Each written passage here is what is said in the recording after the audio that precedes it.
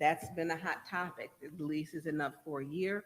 Um, and if I'm listening intently, I think that maybe the issue with they're saying renegotiate the deal. I believe having a golf course in the city is a benefit to the community. It's a benefit for minorities to have access to a sport and to have it public to where they don't have to travel far. Also, the $5 program where you state for the children to golf. That's great. I had Pierce Golf Club golf course growing up, so I understand the importance of having something to utilize and it can stay with you. Um, I think it's a skill. It's great exercise, and I hope that we can work, through this um, to make it come to fruition. I know people may they're I've been getting calls and people look at that golf course and they look $15,000 for two. Yes, that is a heck of a deal, but we also want to make sure it doesn't end up in someone's hands who cannot maintain the greens. Who,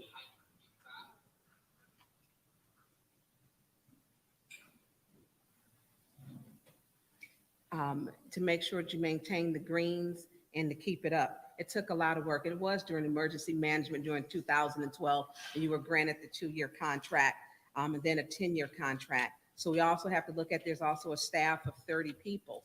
And so when we look at all these things, those are things that we should look at. Um, and does it add a community benefit? So hopefully this can be worked out. Hopefully it can. Any other council persons wishing to address the public Yeah, comments? Yes, Madam Mr. Chair. Mace. To all the public speakers, um, I'm in and out taking care of the business. I did talk to the gentleman there in the fourth row, and then Frank called me. He was on the highway. And, I made it clear from where I sit, the lease has 1 more year left. But Frank made it clear that when you do these type of operations, you better have time for closing and opening and getting prepared. That's important when I hear that. I've looked at a project in my ward that I initiated, and I've seen 2 or 3 council people just bicker about it. It's the old St. Agnes property on Pearson Road. And rather than it going up, it's went down because folks can't get their minds together. Everybody want to be a boss and a big shot. I'm looking at what the emergency manager did. Some people look at all of that stuff, but they ain't looking at all of it. Under the emergency manager law, the key, they say Dane Walling gave the key, but the operations was allowed by Brian Nolan. Used to be Commissioner Nolan, Councilperson Nolan, and it fostered into a good thing. So I know about that agreement and the operations. I'm looking at what has been done for Swartz Creek and Kersley as we try to get our stuff back together. The Parks Department, which included Burston, Hasselbrink, Brennan, we did the same thing for Burston, Hasselbrink, Brennan, as we've done with the golf courses, because the Parks Department was gone. And so I'm gonna wrap up. They want rules that I read where you can't wrap up. I went over the rules this weekend. But you'll hear me talk more about it when we get to that resolution, and we'll take it from there. Thank you, Mr. Mays. You see that? Thank you. No thanks to you. You see that? Any other person a council member wishing to address the public? Okay, seeing none, we're down to special orders. And without objection, I'd like to drop 220399. No, I'm going to have an objection, Madam Chair. Okay. You see, you started out on the wrong foot with me as it relates to you telling me thank you, and I'm 30 seconds away. That's rude and disrespectful. So I'm not going to allow this one to be ordered without objection. whether the majority of council want to discuss it or not. See that guy leaving out the podium now. He's the reason that it need to be discussed, because he telling y'all he don't come to finance committee meetings under Burns, but he here with y'all now. So he's a hypocrite. What you want to do, discuss it or vote not to discuss it? What is the council's pleasure? We are on to Special Order 220399. Mrs. Burns, I believe that was yours, or was that? Yes, that was your special order. That's on the MERS. It is, we can discuss. I don't want it dropped because it was supposed to be underneath Councilman Mays. And I don't know what happened, how. Oh, that's, It's technical, it was his request. okay, so we are on, And Madam Chair, yes. I'd like to make a motion to postpone Special Order 220399 to the January 4th committee meeting. I support. It's been moved and properly seconded to move 220399 to January 4th. Yeah, Madam Chair, Yes, Mr. Mays. through you to Mr. Edwards, can he approach? Mr. Edwards?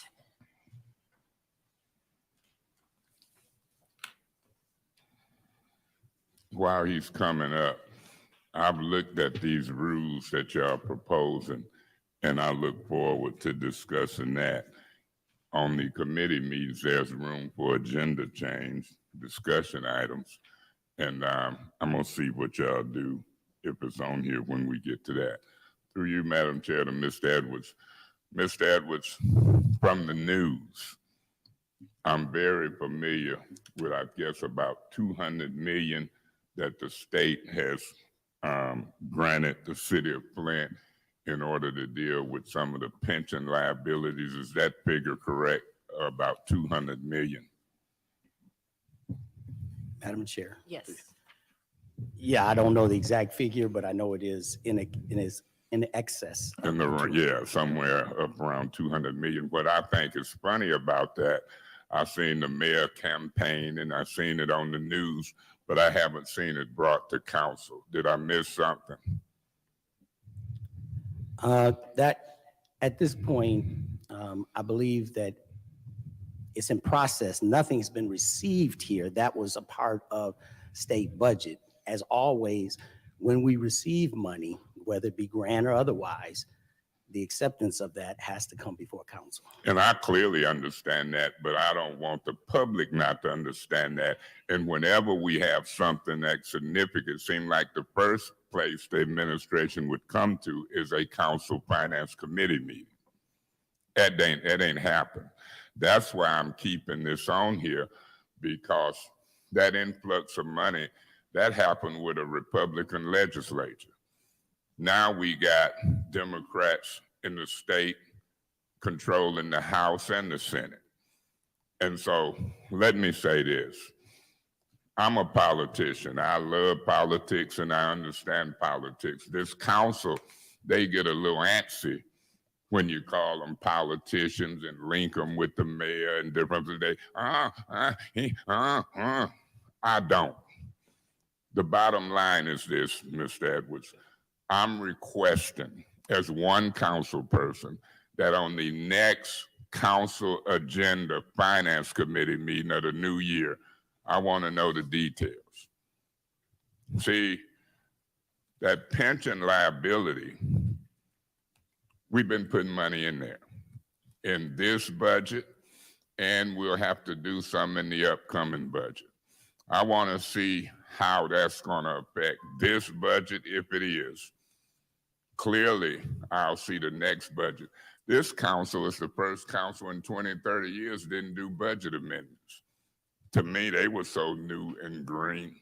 I just talked to you with Davina about a budget amendment when we went through BB's thing with the plaque. They didn't even look out for themselves in certain ways. So do you have a problem putting or discussing this in detail in the next finance committee meeting? You or Whittaker? You know, I don't fool with Whittaker. He said he wasn't coming to finance committee meetings when Ms. Burns was finance chair. But look, he here now. Is it because she's finance chair? She white, Republican. What made the change? He gave a written communication. Is he a hypocrite? Can you make it happen? I don't fool with hypocrites and finance directors, because if I had 5 votes, I'd subpoena him. He wouldn't tell me he ain't coming to no finance committee meeting. And you and Mr. Neely allowed that? So can you have him here? I ain't gonna talk to him, I talk to you, or he can school you on it. But I've never had a finance director so arrogant and so bold to tell you, the mayor, and the council, I'm not coming to no finance committee meeting.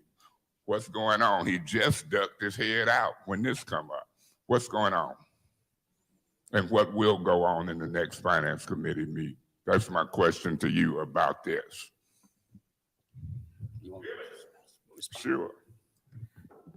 Yeah, I would just say, Mr. Mays, and to the entire council, I would just say that conditions have adjusted whatever was going on in terms of the chief financial officer, in terms of responding. There's been some adaptations at this point. So he is open to returning and fielding questions. He was always open to the questions in the first place. It was just a matter of appearance-wise, there was some issues. So we Was one of the issues that Ms. Burns was finance chair and she was black? You don't know. can't comment on that. I don't have. Okay, well, I'm gonna comment on it because I see a different treatment with the white finance chair. See, I'm one of them different treatment type guys. Yeah, I got the floor. Right. When you get ready to deal with them, that'll be another day or another 5 minutes. You know, they'll call for the question and you won't even get through with these answers. But I hear what you're saying. So you say there's been a change. It was by him or by you and the mayor who told him that right? As I said, that the circumstances have been modified, and Mr. Woodigan will be here. He'll be present at finance meeting. So Okay. you'll have that opportunity to ask. So I said I questions. wasn't fooling with him. He owed his finance committee an apology. He owed his council an apology, and whether he do it or not, if it wasn't for certain members, he wouldn't have missed them many meetings because I'd have moved and subpoenaed him and put him under oath talking about the city's finances. In 20, 30 years, I've never seen a arrogant finance chair saying, I ain't coming to finance committee meetings, and this council control the purse strings. I'm like, who do he think he is? And I hated he ducked out now. So, okay, I'll take you at your word and see what happened, because if he was working under my administration, he'd be fired. And if I control 5 votes, he'd be removed. Thank you you. so much. Anyone else like to speak on this motion? In the first round? Anyone else? Going on to the second? Anyone like to speak on the second, in the second round? If nobody has nothing to say, Seeing I no, would. okay, Mr. And it Mays. might be somebody after me, but Mr. Edwards, this is what I want. I want to know when that 200 million gonna hit. I want to know the stipulations. Can it fix some stuff in this budget year? Hopefully we can in the next budget year. I want to see when the amendment for this budget we're working under now is going to be brought and looked at. I don't know, Ms. Burns, Ms. Priestley, people might know when we get a quarterly report. Mr. Murphy will say we put that in the charter. But when they adopted this budget, from my recollection, and I'm pretty sharp, we was looking at about a $15 million projected deficit. When Mr. Neely took office, regardless of all that jitter, jatter, and talk, we had a $24 million fund balance. In 3 years, he was looking at a $15 million deficit. I appreciate the Democrats and the Republicans in Lansing, but I'm not gonna go for the jibber jabber from him, the jibber jabber from Whittigan, the jibber jabber from Attorney Kim and all of the talk about what the council can do with financial resolutions. Y'all might can fool these new ones, but I ain't fooled. And so let's see if you can have that information. It ain't much by the next finance committee meeting. And I'm gonna have to dig deep in my mind, stomach and soul to even address that financial guy. Because last he left out of here, he was flipping people off and walking down the aisle and then issuing letters saying what he wasn't gonna do. And in my opinion, conspired with folks in his department to file complaints simultaneously on certain folks.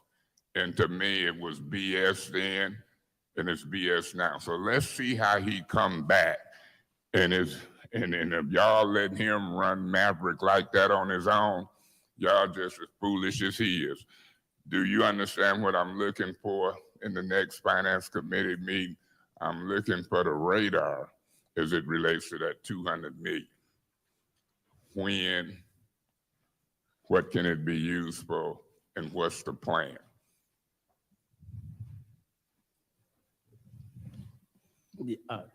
Mr. Mays, I would ask that you would send that up for clarity's sake, so we'd be on the same page, that you would send that referral up with your exact understanding of what information you would like.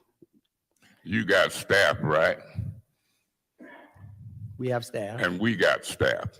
Your Correct. staff is paid better than our staff. I'm looking at some private communications about that now. Watch this. Through you, Madam Chair, to our staff at this time. Janelle, can you write 3 sentences and get it to him in writing? When will the $200 million hit, if he know? Will it be allocated in this fiscal year, any of it? And any parameters? How's that? Excellent, sir. Excellent, and it'll be more excellent when she email or get that to you. Can you help me with that, Janelle? Thank you so much. That's good for starters. Madam Chair, can this stay on until the next Finance Committee meeting so he can come back and address it at that time? And the motion is to do what? Until the next. Thank you. Thank you, Ms. Dash. Madam Chair, Yeah. Before he leaves, can I have the floor, please? Thank you. Mr. Edwards, and how are you? Good, First of I'm all. good. Good. You? If you don't know the approximate date that is going to be reconciled or deposited, do you? The MERS that I think it's at 220 million? No, I don't have, Or an approximate, because there's a lot of retirees that email, call, and that I'm a part of those groups. And if we could have a notice when to kind of, because that's something the retirees they like to keep, they want to keep in the loop of things and their concern, because they work their job for the city and then things shifted with underneath emergency management and so on. So if you could please, like when that happens, you could send out correspondence just to let us know. So that way when residents ask, we would have, good information coming from you. If you could do that, please. yes. Thank you. And Madam Chair, I'm done, Mr. Edwards. This is going to be a long night. I would ask of you, when chairing, to be fair and impartial.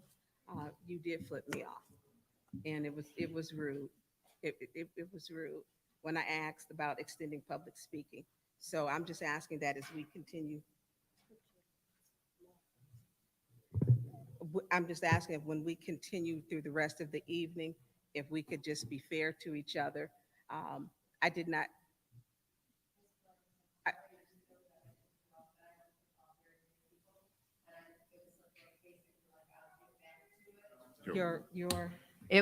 I'll get back to you to it. It was not being deliberate. I have a headache and I'm really sorry. Okay, no problem. I just was speaking for the speaker at the time. She stated your microphone. Mine It's is on up. now. I don't know what this microphone did. Okay, so if that's the only, is there any other discussion in the second round? Any other discussion? Okay, now comes down to the vote, Madam Clerk. This is to postpone the discussion of the MERS pension fund contribution to January 4th. Excuse me, Mr. Mays? Yes. Ms. Lewis is absent. Mr. Murphy? Yes. Ms. Priestley? Yes, Ms. Winfrey Carter? Yes.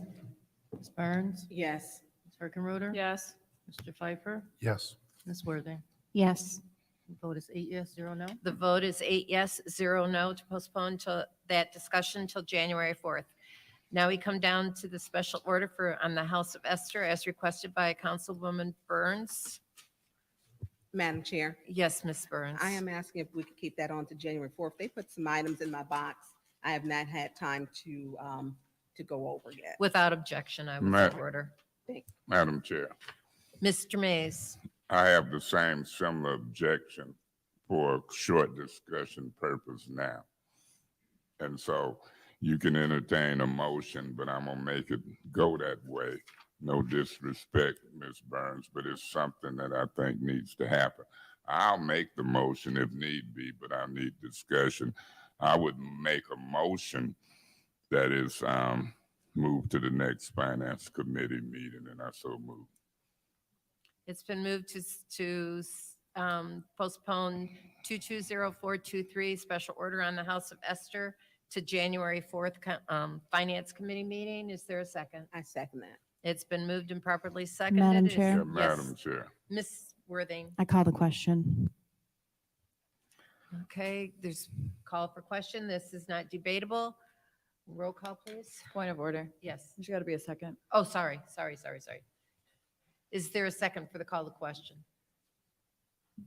Is there a second? I'll second. It's been moved and seconded to call the question on postponing this resolution, so no discussion. Mr. Murphy?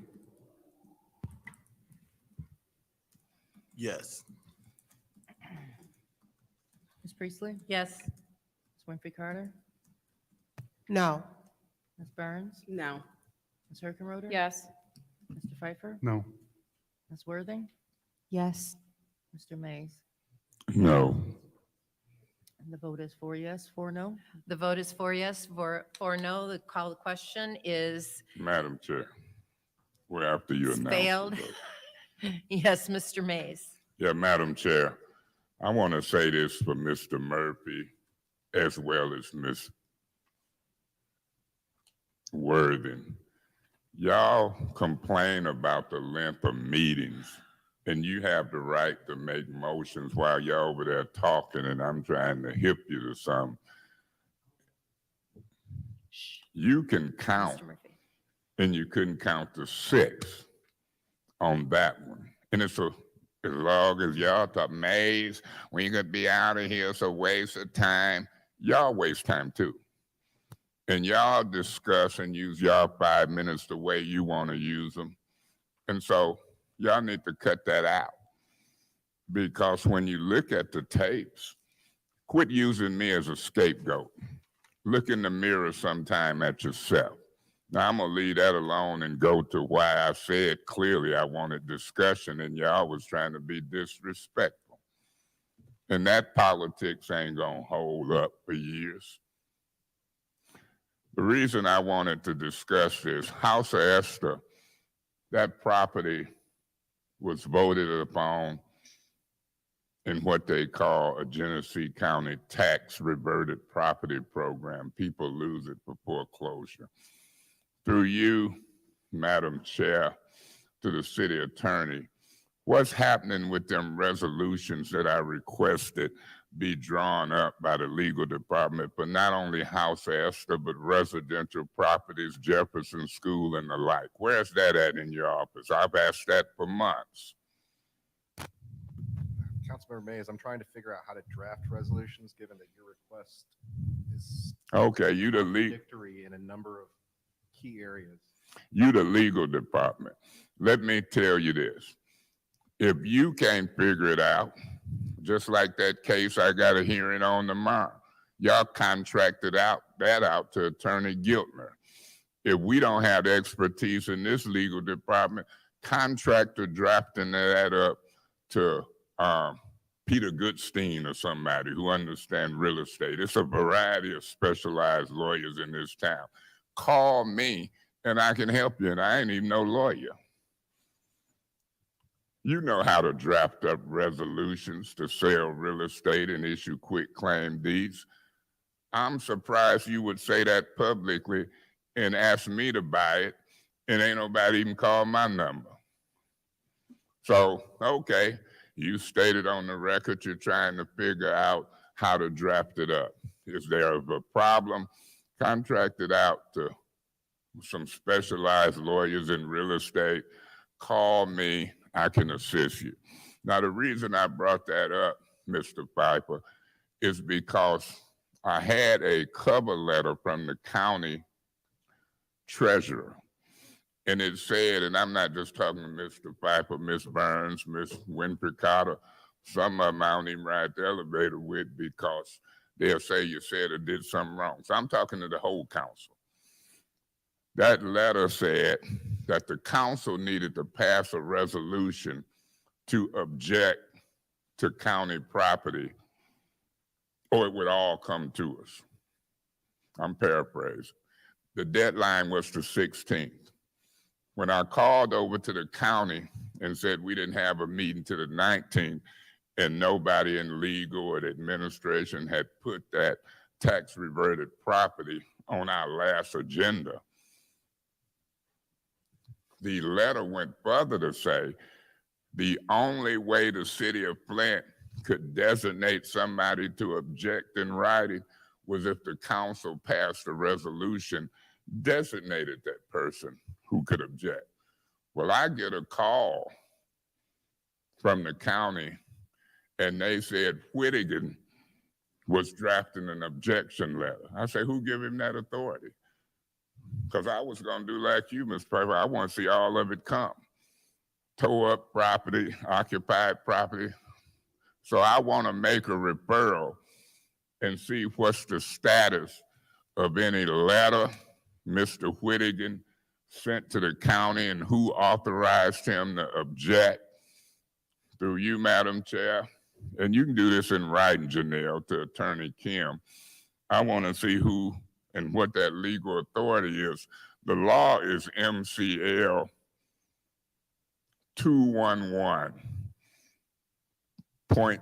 211.78M, subsection 6. Is that funny or you smiling, Mr. Kim?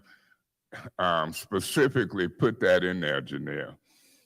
MCL 211.78M, I think subsection 6.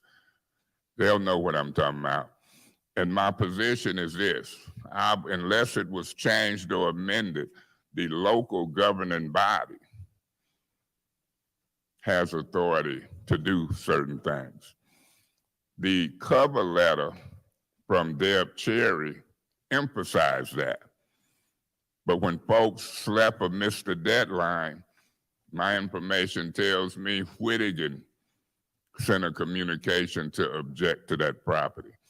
I want to place that, or ask the chairperson to place that as a special order discussion in the next finance committee meeting with this House of Esther thing, or I'll amend the motion to include that, and I so amend.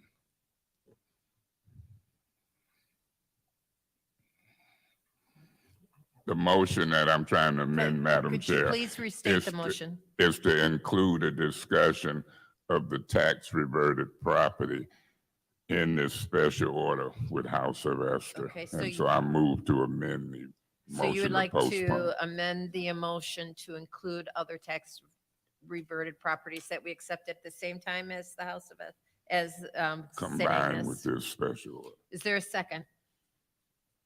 Madam Chair, I second that. Okay, it's been moved and seconded to postpone House of Esther, Resolution 220423, excuse me, not resolution, but the special order, and to include other tax reverted Yeah. properties that we accepted. Yes.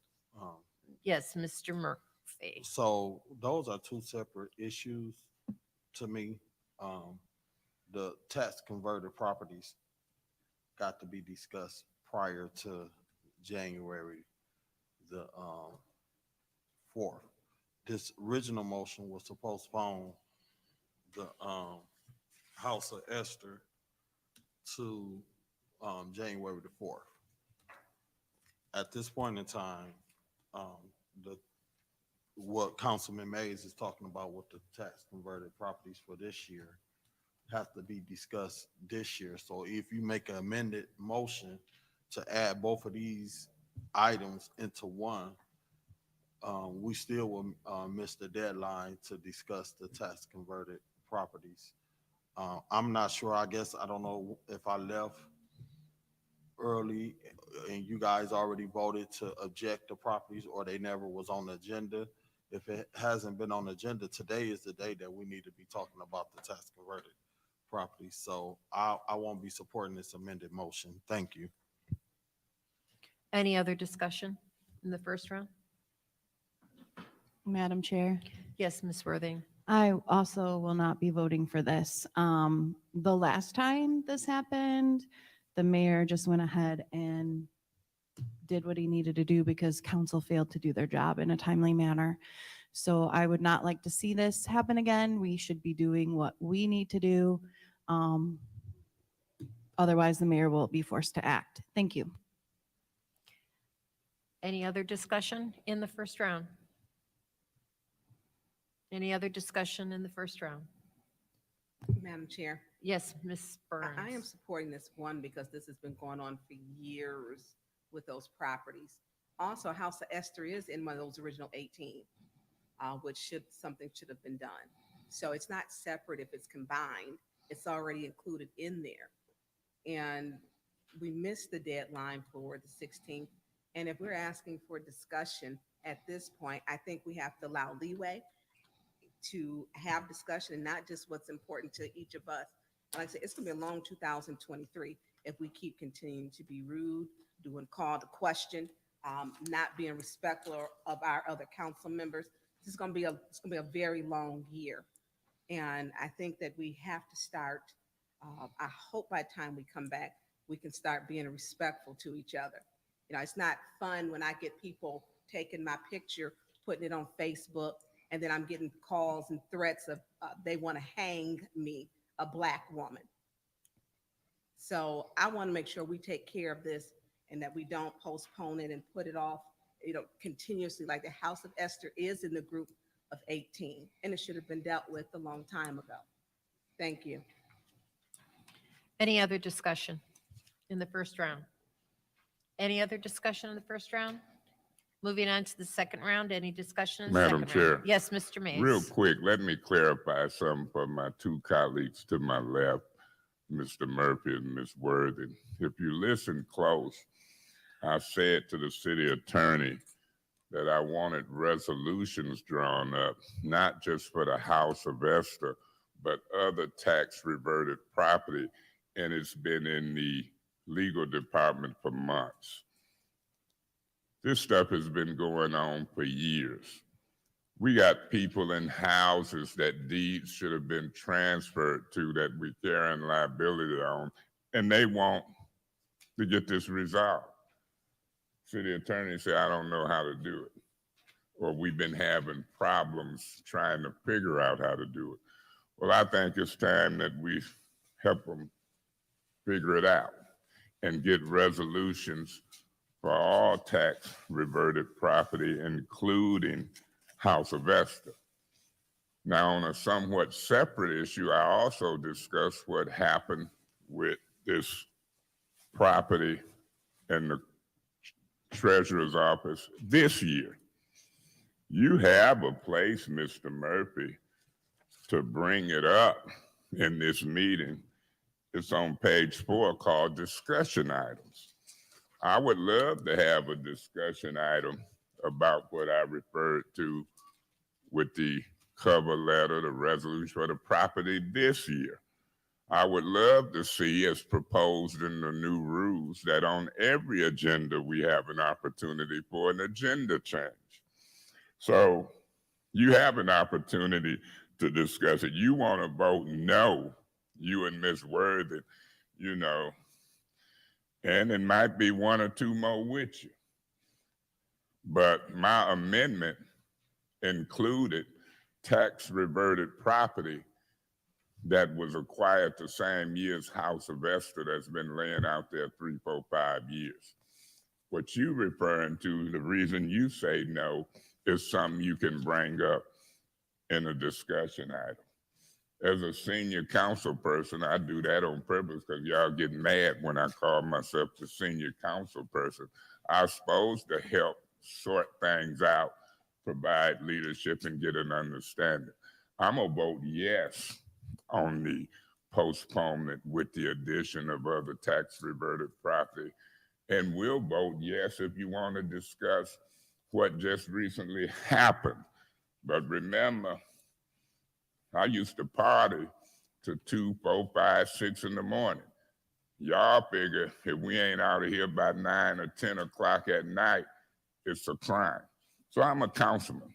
I'll stay and meet as many days a week as long as it takes to take care of city business. Thank you, Madam Chair.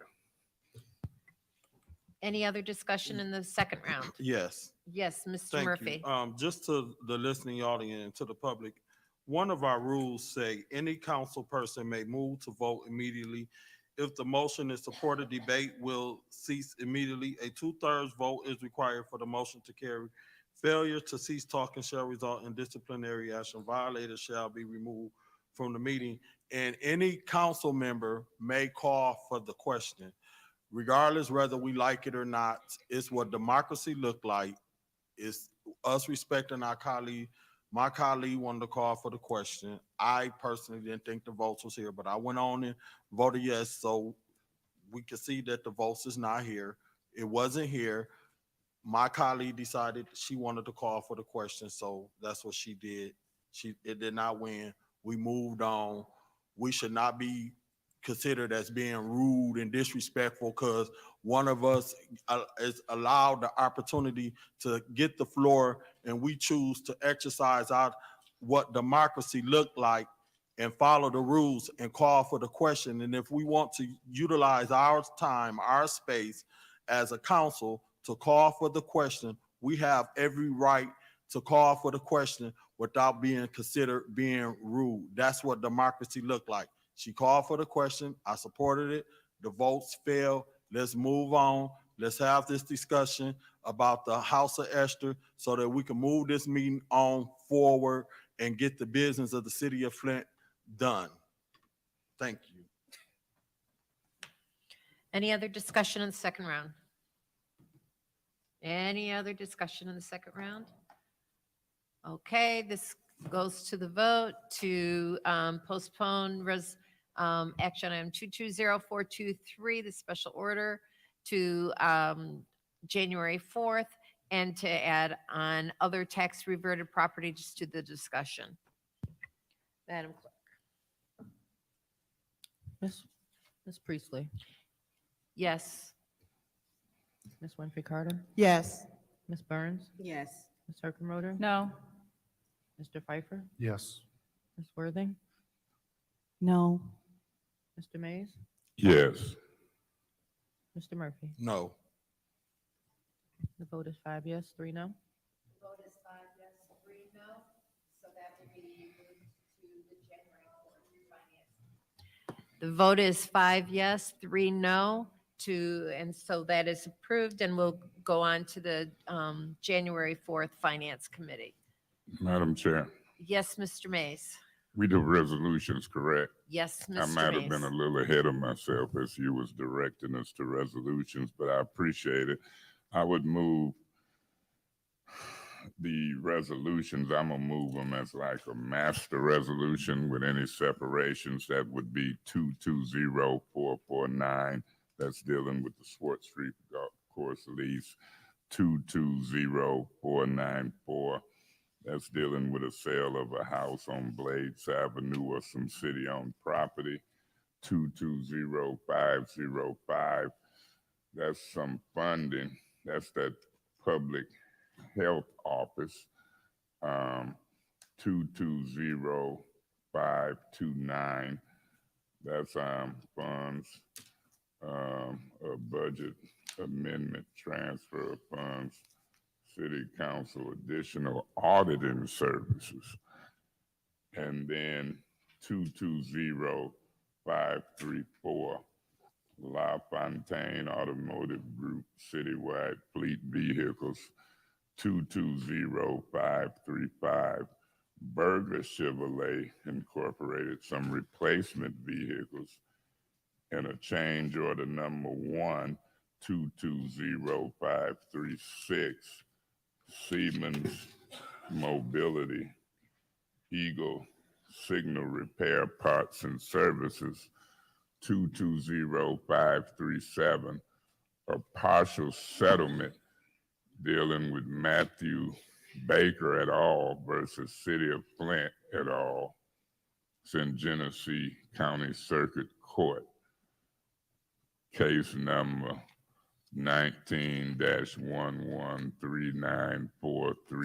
19-1139438-CD. Resolution 220538. That's a settlement. Megan Brewer and Travis Copeland versus the City of Flint et al. In the Eastern District of Michigan case. Resolution 220539. That's an amendment. Water Service Contract, City of Flint, Great Lakes Water Authority. And Resolution 220544. A contract with the Lighthouse Group. Is there any add-ons that you know of, Madam Chair? No, sir. Okay, so my motion is to move these resolutions that I just read into the record to council, but allowing for any separations, and I so move. It's been moved to have a master resolution moved to council with any separations. Is there a second? Support. Okay, it's moved and properly seconded. Is there any separations? Yes, Mr. Murphy. I would like to separate 220449, the lease agreement of the Flint City Golf, Swartz Creek Golf Course, Kersey Lake Golf Course. I would like to move, separate that.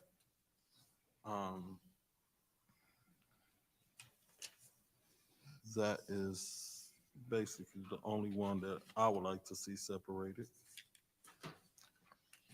Is there any other separations? Madam Chair, Yes, Ms. Kirkenroder. I'd like to separate 220539, please. 539. Okay.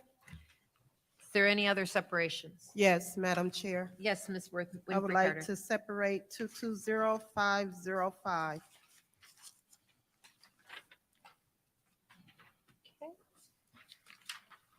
Any other separations?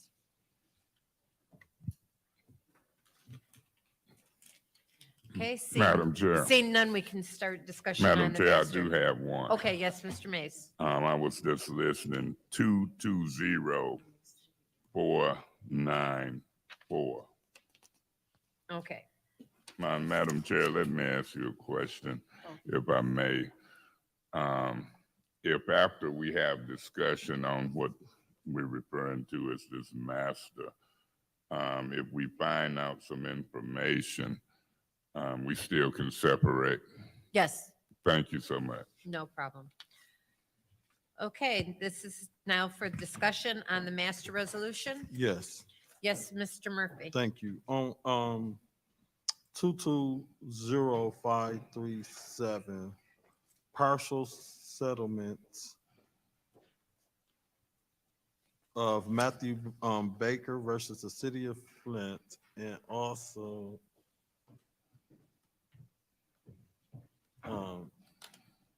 to you, to the city attorney.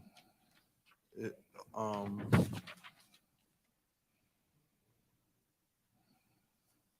these will, if we move these to council and vote on this, this will settle some of the lawsuit.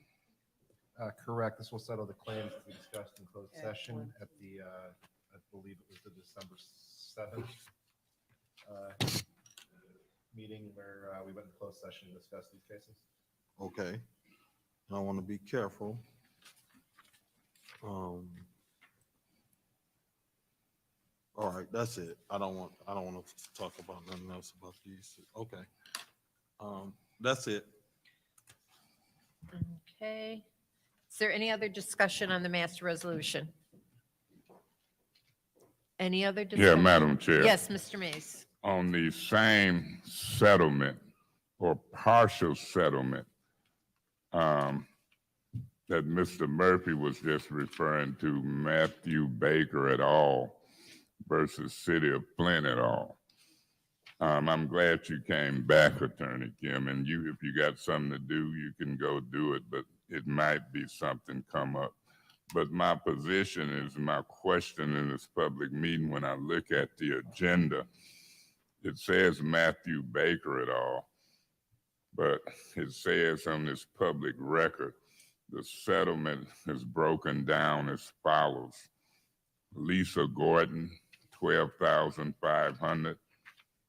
Tracy Walker, $45,000. Mary Bozek, $175,000.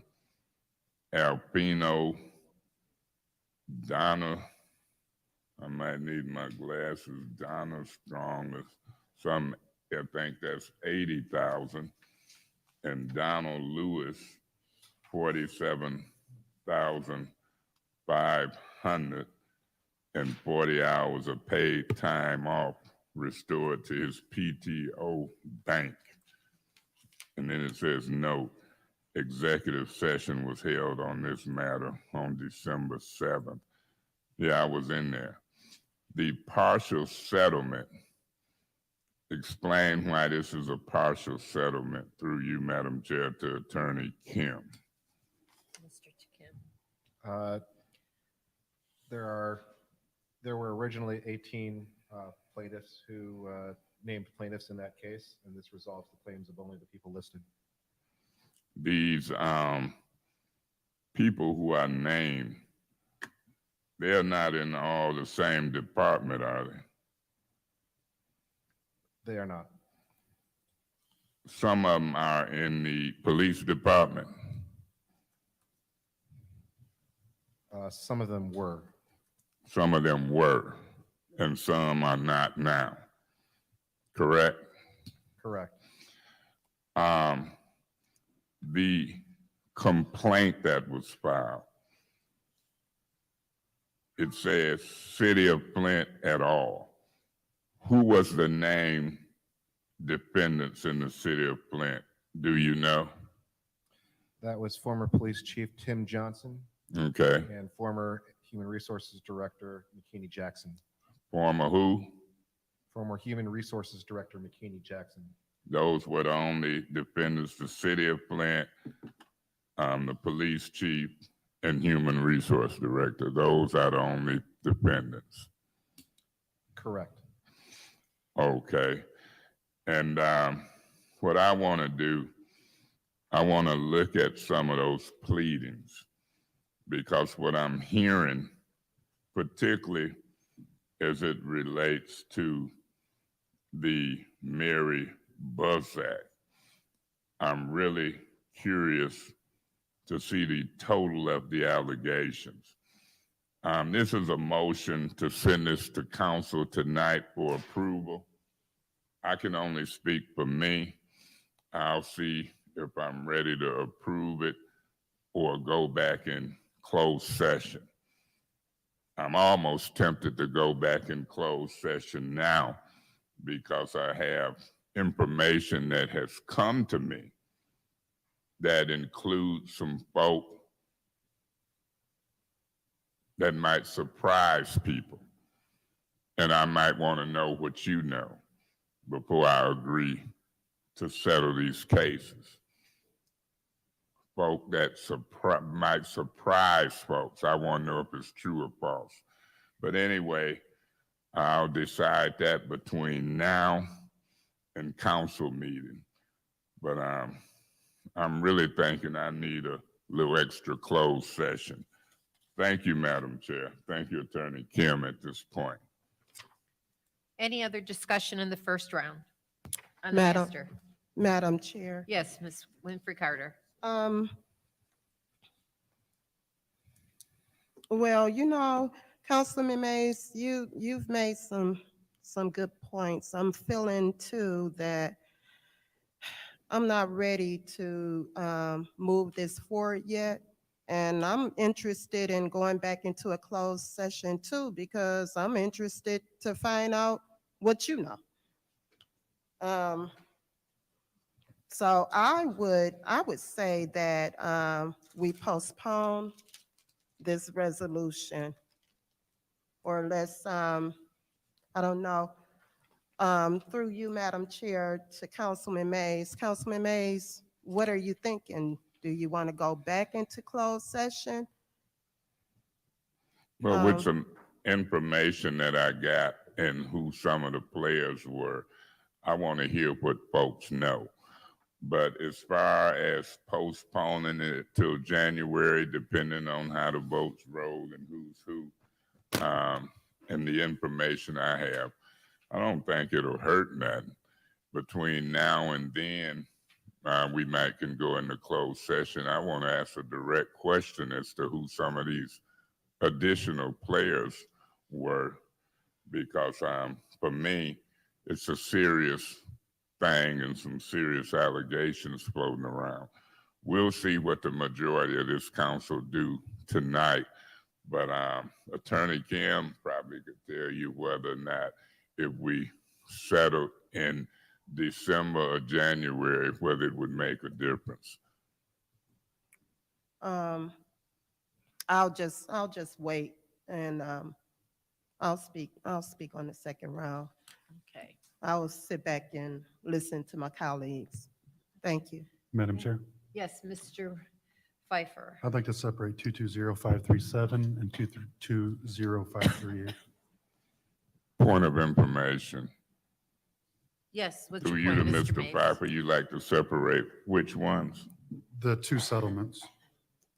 I want to separate them because I need to abstain because I You wasn't say here. point of information. Is he saying 537? Miss, yes, Okay. 220537 and 220538. And 38? Yes. Okay, thank you. Any other discussion in the first round? Madam Chair, Yes, Ms. Um, Burns. thank you. I would like to have a closed session because we were looking at this case and the number of people, and there are some sensitivity issues to this case that we cannot discuss in public. And because we can't discuss it in public, I feel we need to, of course, do it in closed sessions. Closed session, and Attorney Kim is, Stuff in his face. yeah, because I had a question. for Mr. him. Kim? If-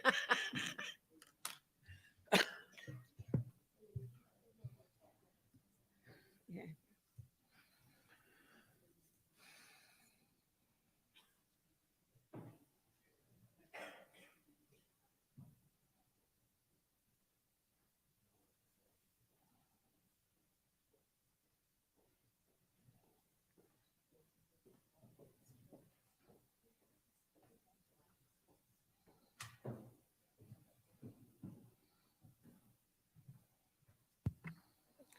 So, yeah, I'm sorry to interrupt you. I know you were enjoying something back there, but we were talking about executive session. And I have a question in regards to when we talked, have they all accepted this settlement agreement? At, All of the people listed on and these two resolutions have accepted the settlement agreement for that amount. So those are final agreed upon settlement numbers that we're seeking approval for. Okay, and then there's some other issues I know we can't talk about because I'm hearing, and then we need to talk about in executive session.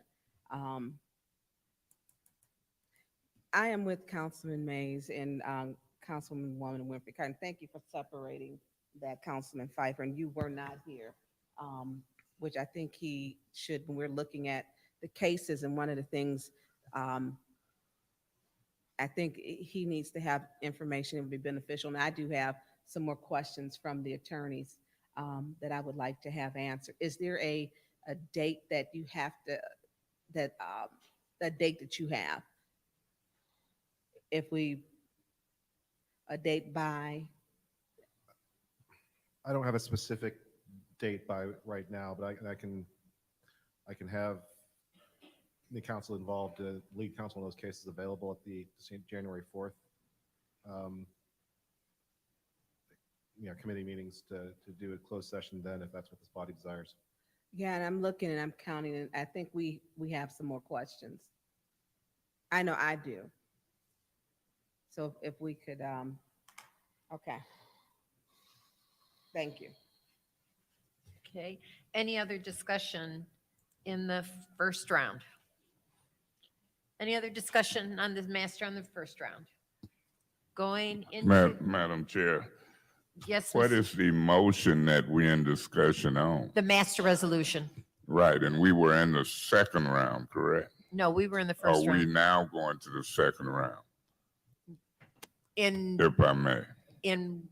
was there any other discussion in the first round? Okay, yes, Mr. Mays, we're in the second round Okay, now. Madam Chair, real quick, through you to Mr. Edwards. Mr. Edwards, can you approach? While he's coming, I had a couple questions about these, about the resolutions dealing with the Berger Chevrolet replacement vehicles and the LaFontaine fleet vehicles. I want to see if they was hooked on to when that purchase and stuff was pulled a little while back. Is these the same type of purchases that we were talking about when we were trying to do that thing, and some people was alleging certain things, me included? Is this the same group of vehicles? I see the fleet manager came up. Is this part of those same vehicles? Through you. Through Madam Chair to Mr. Mays. No, my understanding, this is a different purchase, and this is through what we use as my deals as opposed to the bid process. And you use this as what versus the bid process? My deals. Say that again. MI, capital M, small I, deals. Through that group deal up there DEALs. with the state purchase. Correct. And then would that go for both the Berger Chevrolet replacement vehicles and the LaFontaine automotive group? That is my understanding, yes. The fleet manager, I think that's who that is. Let me see what he say. And then Mr. Edwards, I got another question for you. I see the purchasing person, the fleet manager, but I really wanted to ask you a question, but I think I separated that one. Madam Chair, yeah, it would show a separation of 220494.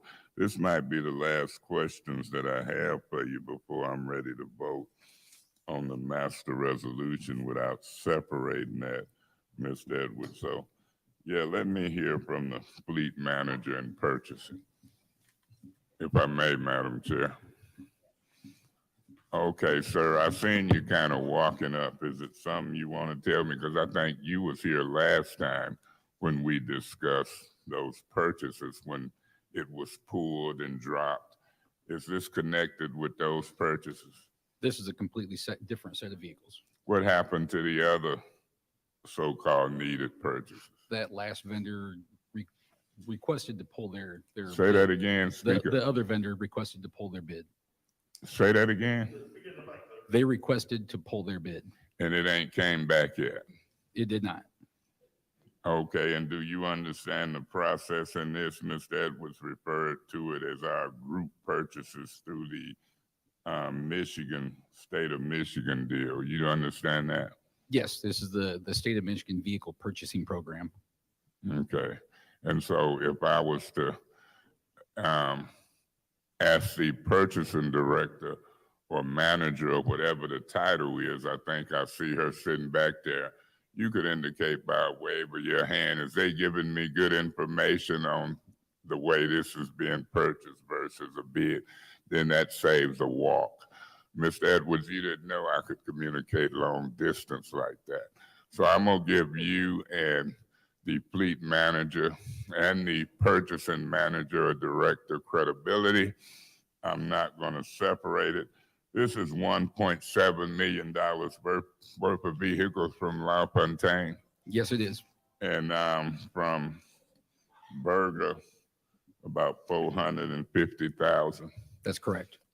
Do you know about a roundabout figure of how many vehicles this is? It'd be 37 vehicles from LaFontaine and I believe 6 vehicles from Berger. Thank you, sir. And the vehicles from LaFontaine is to be used for what, a variety of things? That's correct. And if I looked at my attachments, I would see that. You would. And the ones from Berger Chevrolet, is that a variety as well? Those will all be for the water pollution control facility. Okay, thank you, sir. You're welcome.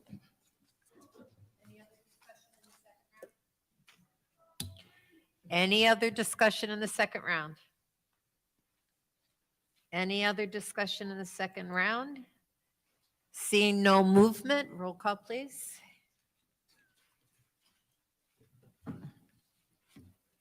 Ms. Winfrey Carter, Yes. Ms. Burns, Yes. Ms. Hurkenroder. Yes. Mr. Pfeiffer. Yes. Ms. Worthing is not in. Mr. Mays, Yes. Mr. Murphy, Yes. Ms. Priestley. Yes, The vote is 7 yes, 0 no. the vote is 7 yes, 0 no for the master resolution. Now to our first separation, which is Mr. Mays, 220449. That was. Oh, that was yours? I'm sorry, I had to, okay. Mr. Murphy, Thank you. I would like to move this back to finance. I would like to make a motion to move 220449 back to finance. The next finance committee meeting on January the 4th. okay, it's been moved to have resolution 220449 moved to the finance committee meeting on January 4th. Is there a second?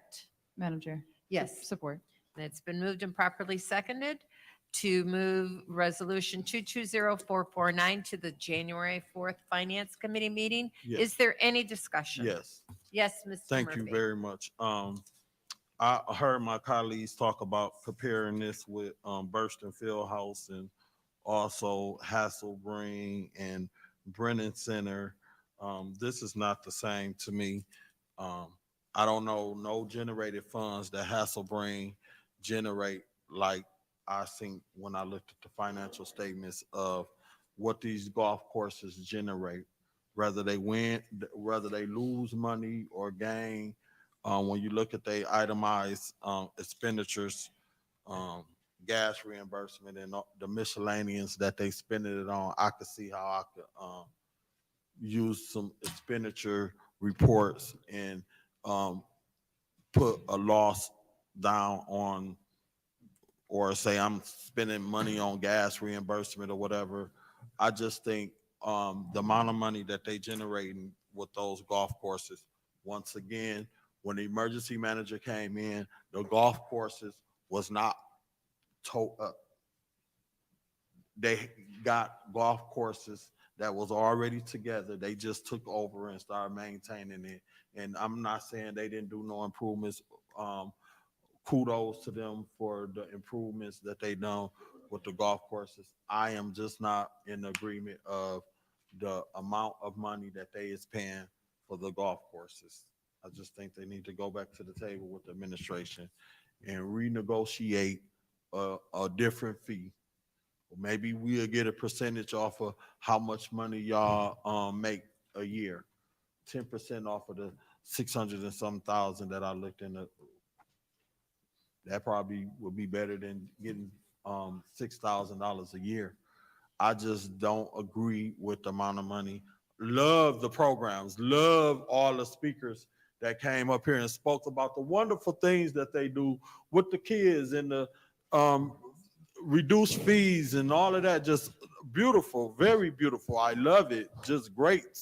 I'm not a golfer, and maybe one day I might decide to be a golfer. But in the meantime, in between time, I just think that that cost is so low to be renting a golf course for that amount of money. And had other people known that that deal was out there, they would have jumped on that.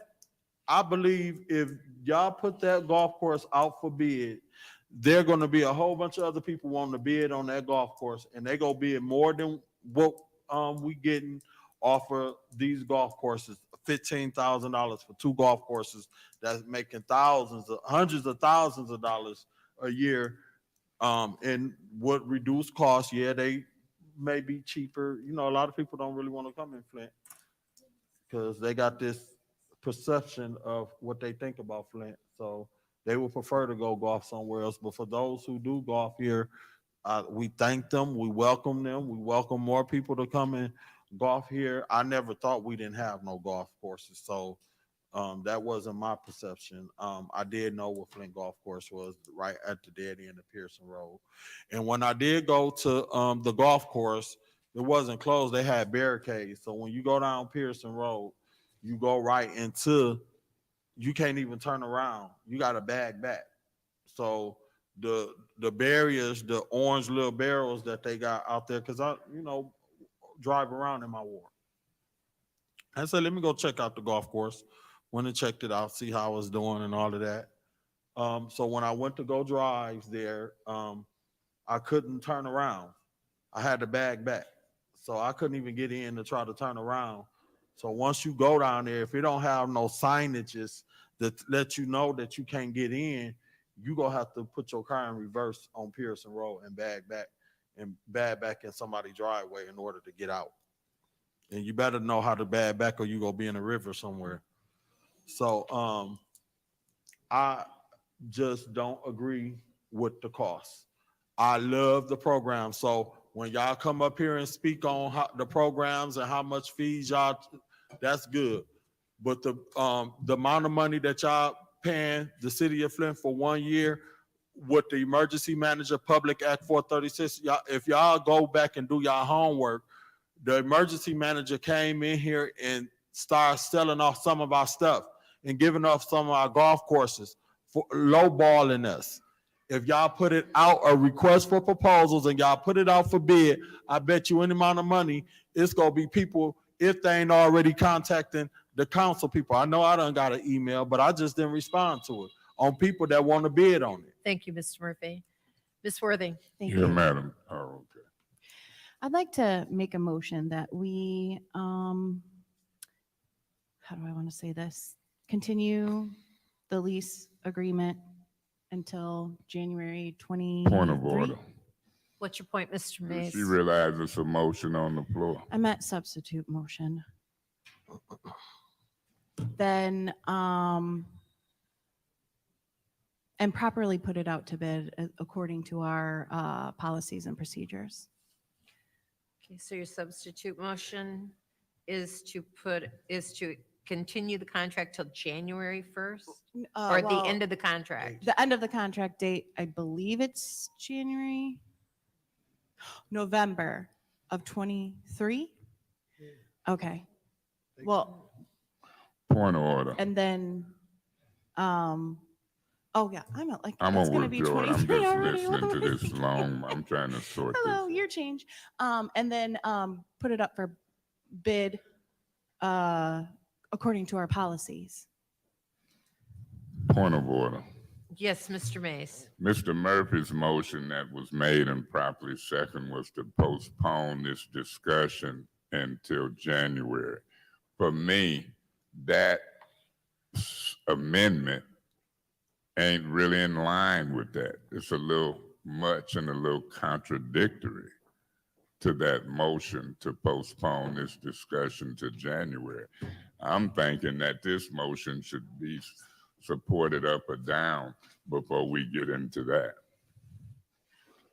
But you There know. has been a motion, a substitute motion. Do we have a second on that substitute motion? Okay, seeing none, that fails for lack of second. Madam Chair, Yes, Mr. Mays. yeah, if I may, I'm gonna support the motion to postpone the discussion. When the gentleman in the 1, 2, 3, 4th row called me, and then after he got off the phone, I don't know his last name, Frank called me. And, you know, Frank was saying, I'm in Florida for the holiday. And I said, Frank, I can't speak for the majority of the council, but I don't think it's going to be dealt with today, but it would probably be dealt with sometime in January. And so in keeping in line with that conversation, I'm gonna vote to postpone it because it do warrant more discussion. And when I talked to Frank, you know, the contract, from my understanding, anybody can correct me if I'm wrong, is one more solid year in there. And so I appreciate the conversation coming up before that year run out. And regardless of whether they listen to me, Chief, they can talk among themselves.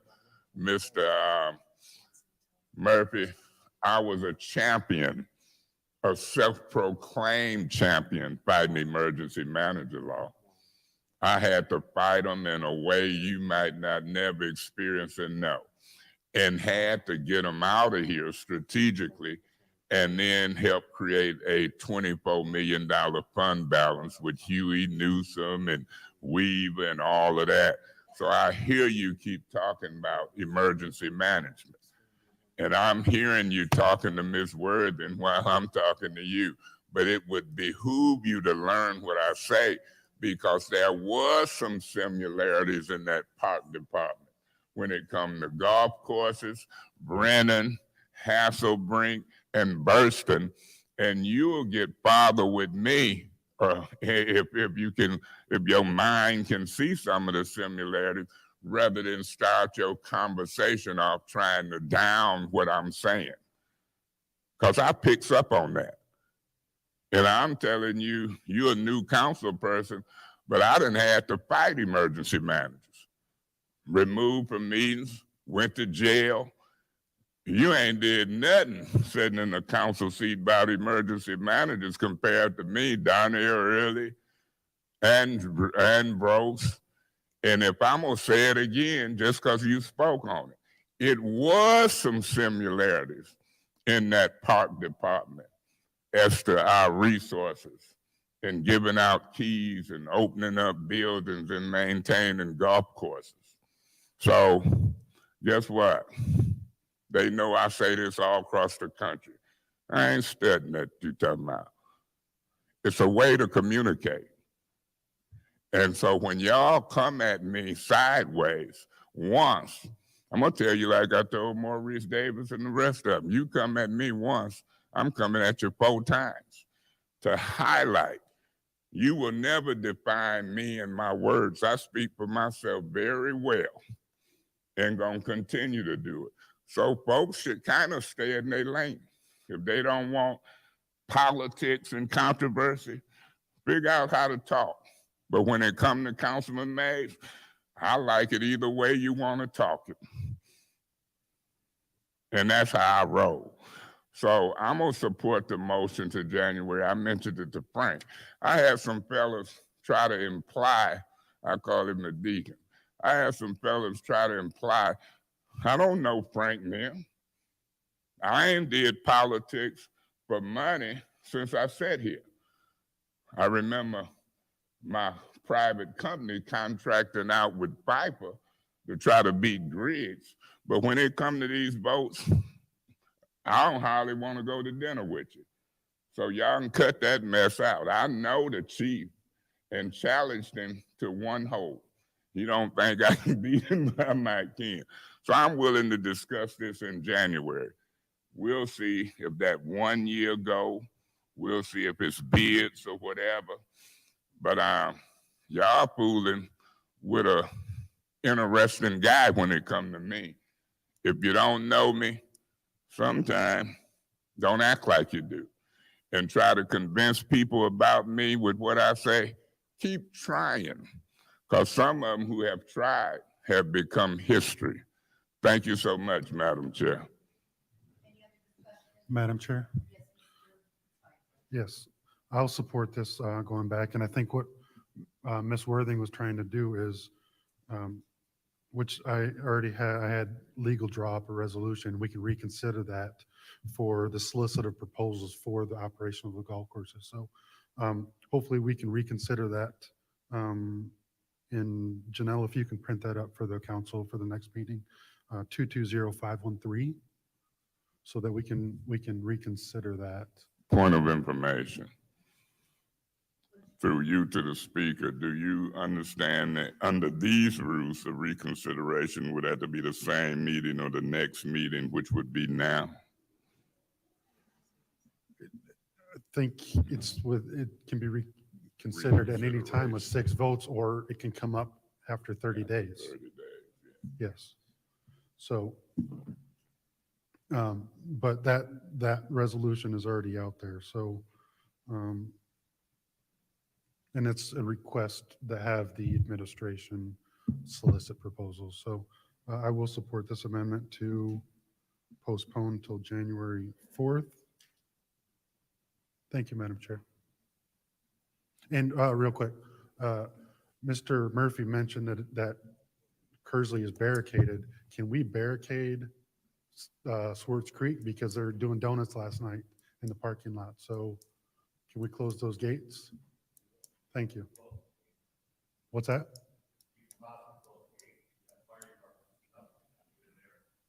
Point of information, point of order. Can he Thank you, Madam Chair. do in the mic, you know, I want to hear what's being said if he's serious about talking.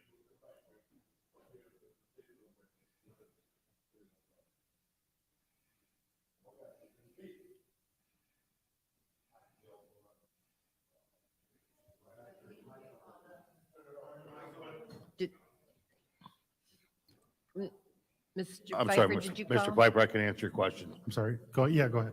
If you'll allow me, Madam Chair. Yes, if the city Oh, allows, if the city allows us, we can barricade that off. The reason we don't, because if there's a fire up there, police and fire have to get up there. I know they're doing donuts in there. It is guarded by the neighborhood. Frank has security. So, I mean, I think they go through there once an hour. I'm not quite sure.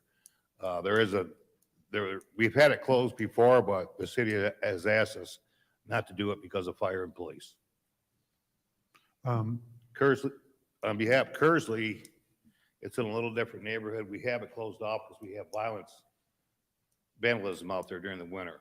So we absolutely have to shut them down. We've had, 4 years ago, I had 16 greens destroyed. I had to rebuild them all with seed, and it took a lot of money on Frank's behalf. So we barricaded it. You know, they still can get in off the driving range on Richfield Road. I don't have enough barricades for that. Yeah. Madam Chair, through you, if I still have time, to Mr. Edwards. Mr. Edwards, do the fire department have bolt cutters on their units? I would have to have that conversation. I'm sure that they do, but I think there may, in fact, I remember previously the chief talked about having access, at least one way into property so that they're able to access it in the event of an emergency. Because we talked about before about barricading some other places, some other unused property, but I was told that, yes, you need to have at least one way to be able to get in. to that piece of property. And I understand what you're saying. You're talking about cutting, Yeah, I'm talking being about able to cutting cutting a gate to- versus to a the- concrete barrier. To the gentleman's point. Yeah. Not just the parking lot and doing donuts when every time it snows, but they could potentially, someone with malice could go out and potentially destroy the golf course. So if they have bolt cutters, it's 2 seconds to cut I know that they have swing gates, and we could easily put a lock on there, and they could cut it with minimal downtime to get through that. So I think that that might be a better solution than leaving it open to potential malice. I don't know, but can you have that conversation and maybe we can get a lock on it? Yes, no problem. Thank you. Ms. Burns? Thank you. I will be supporting to send this back for January the 4th. I believe certain things when Flint started, and even including with Burston. Burston was given, and Commissioner B.B. Nolan, Brian Nolan did a wonderful job with it. We took an opportunity to build something so great, which will always be his part of his legacy. And I feel the same about the golf course. I'm not a golfer like that. I go to do business on the golf course. But having something in Flint that we maintain and access for seniors who golf in my ward and the youth who golf, and having access for in Flint for that to me is important.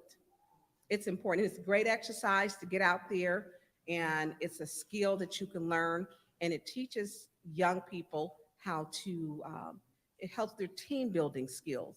So we keep saying put everything up for bid without looking at a community benefit.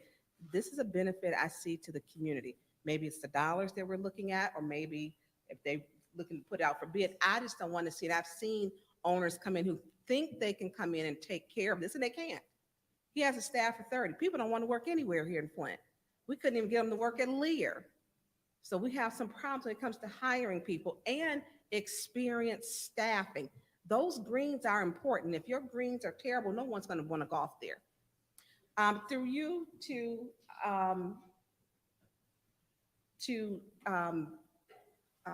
retired Fire Chief Dave Cox. Can you come to the podium, please? Go ahead. Quick question, because you know the type of equipment that they carry on the rigs. I do have in my, which used to be a golf course that was not maintained. Now it's a state park because they couldn't maintain it. Well, they did their best, but it'll never be a golf course again at Mott Park. Do you have equipment to cut the gates open? Is that because I know they have jaws of life on there, but you don't need that for a lock. But is that equipment that you do have? Every fire truck, every fire truck carries bolt cutters. So we do have bolt cutters on every rig. So every rig does have bolt cutters. And the squad truck.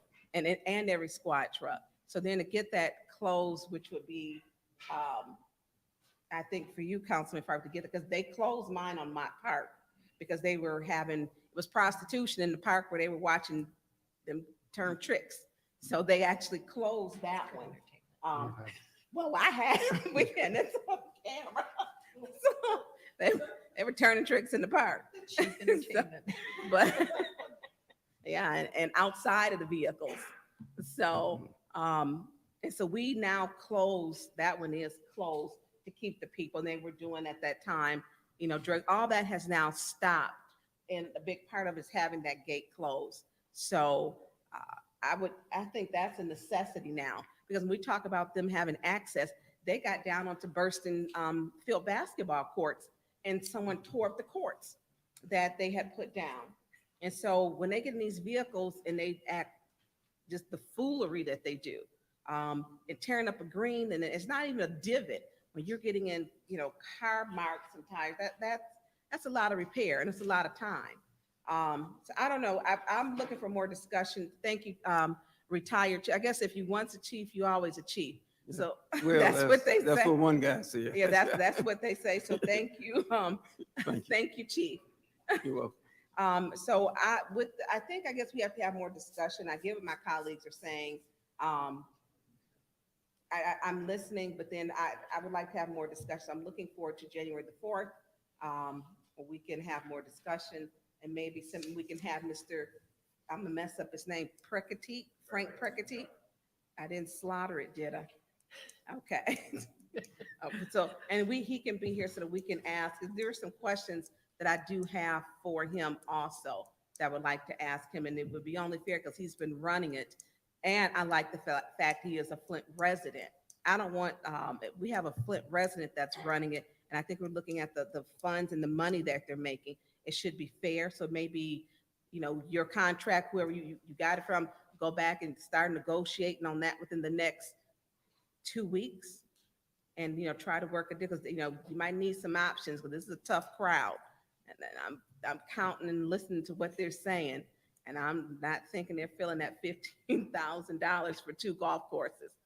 So, but I believe it's a community benefit for access for youth, for seniors, and for residents to get into golfing. Your marketing plan does need to be increased and developed so that more people know that it's still here, because I think some people think that all the golf courses were closed. So there's a way that you can get that done. Thank you, Madam Chair. Thank you. Ms. Winfrey Carter. Thank you, Madam Chair. I will be supporting the motion to send this back to Finance Committee. I did get a call from a resident who had concerns about Kersley Lake Golf Course. And my concerns, I do want to have more discussion about the contract. So I'll be supporting the motion, and hopefully in January, we'll be able to discuss it more, and I'll be able to ask the questions that I need to ask as it relates to the contract and Kersley Park. Thank you. Okay. Since everyone else has spoken but myself, I will take my time. Mr. Murphy, you talk about the hundreds of thousands of dollars. That is the gross revenue. From those expenditures, that income, they have to subtract all of their expenses. And I'm not pro or against the golf course. I have no skin in this game except for what's doing right for this city. And in many years, there has been no profit, or the detail that we received, there's been a mixture of profit and loss. Just remember as well that as we go forward, if the cost is low enough for the residents now, if the increase of rental happens, that causes an increase in the fees to the public, as well as residents of the city of Flint. I just want that to be in our minds as we go forward. I do think that this needs to go to bid. And I think it was a shame what the emergency manager did to our golf courses. But I'm glad that we've had somebody step up and run them so that the youth and the residents of the city, as well as outlying areas who could afford to golf at our golf courses, were able to do so. So now we are on to the second round. Any discussion in the second round? Yes. Mr. Murphy. Thank you very much. And once again, I hear my colleagues talk about how the senior citizens go in golf. Councilman Murphy is not saying I don't want senior citizens to go and golf. I am saying that the cost that y'all are paying for that golf course, if other people knew that y'all was paying that amount of money, it may be other people bidding on it. Again, don't care what my colleagues say. I don't care how long they've been here, 10 years, 11 years, 12 years. I'm against a lot of the stuff that the emergency manager came and done to the city of Flint. It don't matter who in the first ward, second ward, third ward, fourth ward, fifth ward. This is something that I feel I don't care who don't like it. So they can say what they want to. The emergency manager came and told this city up. And one of the things that you can see is he leased our golf course. for less than $7,000 a year. People paying way more rent than that. And when you guys, whoever got that golf course was not towed up. Some of this stuff that they trying to give us, Jefferson School, St. Agnes, stripped up, towed up to the flow up. We got to put millions of dollars in there in order to get it back going. When you guys went into that golf course, y'all did not have to go in there and put millions of dollars into that building. It's a difference. And I am not changing. I don't care what nobody say. They can say what they want to say, talk all the stuff that they want to talk. I'm not changing. Come back to the table with a different cost and I'll support it. But that don't mean I don't support senior citizens and kids. So you can't pull that one on me.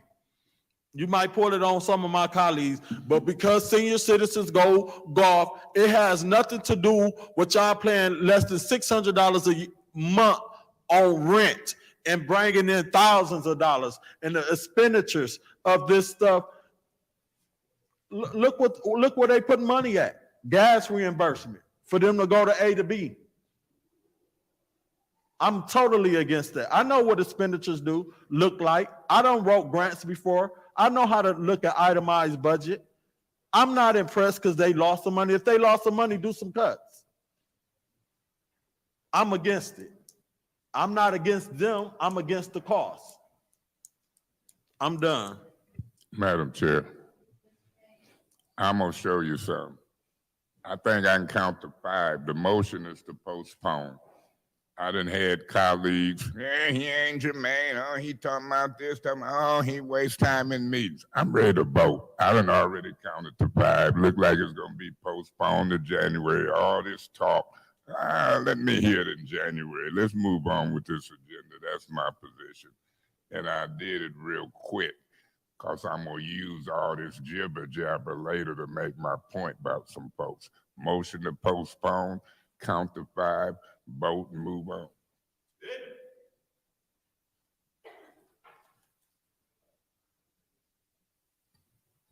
Any other discussion in the second round? Any other discussion in the second round? Okay, Madam Clerk, could we have the roll call vote for resolution for postponing 220449 to January 4th Finance Committee? Ms. Burns, Yes. Ms. Hergenroder? Yes. Mr. Pfeiffer? Yes. Ms. Worthing? Yes. Mr. Mays? Yes. Mr. Murphy? Yes. Ms. Priestley? Yes. Ms. Renfrey Carter? Yes. The vote is 8 yes, 0 no. The vote is 8 yes, 0 no to postpone resolution 220449 to January 4th Finance Committee.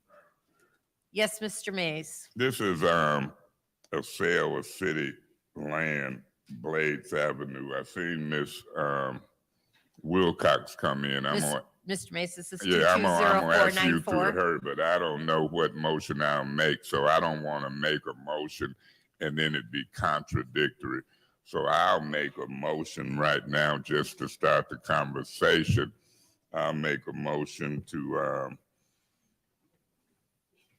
postpone this until, well, no, because if she answered me, I'll make a motion to move it to council and if need be, come back to postpone it. So I'll make a motion to move 220494 to council, and I so move. Support. Okay, it's been moved and properly seconded. Madam Chair, Yes, Mr. Mays. through you to Ms. Wilcox, can she approach? Ms. Wilcox. While she coming, if I don't hear and see what I want to hear, I'll try postponement back to whatever, but I didn't want to go postpone and then have to come back and try to move it. That's kind of contradictory to me. Through you, Madam Chair, to Ms. Wilcox, this land, city-owned land, Blades Avenue, 21, without my glasses, 30 Mayberry. Is that property occupied or unoccupied? It's unoccupied. They're vacant. There are 2 vacant lots. It's 2 vacant lots. Yeah. And with your absence, I was wondering, because I know we had got property in the first ward and property in the I think that's the 7th ward, 2, 3 properties, and I didn't know if this was one. So I was an advocate of holding it up. The property is going to who? I'm actually requesting, through you, Madam Chair, to Councilman Mays, to postpone this.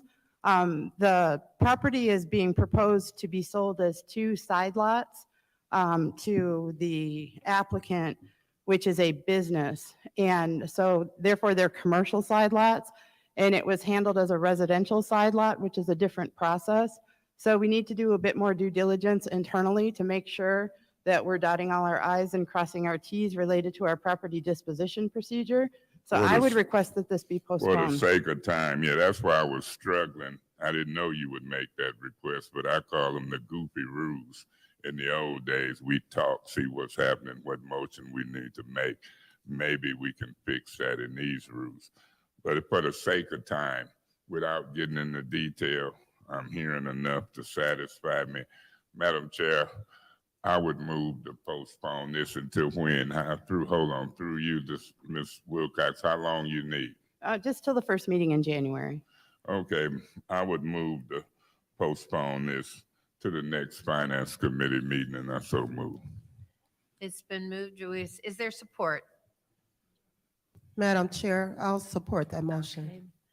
It's been moved and properly seconded to postpone Resolution 220494 to the January 4th Finance Committee. Any discussion?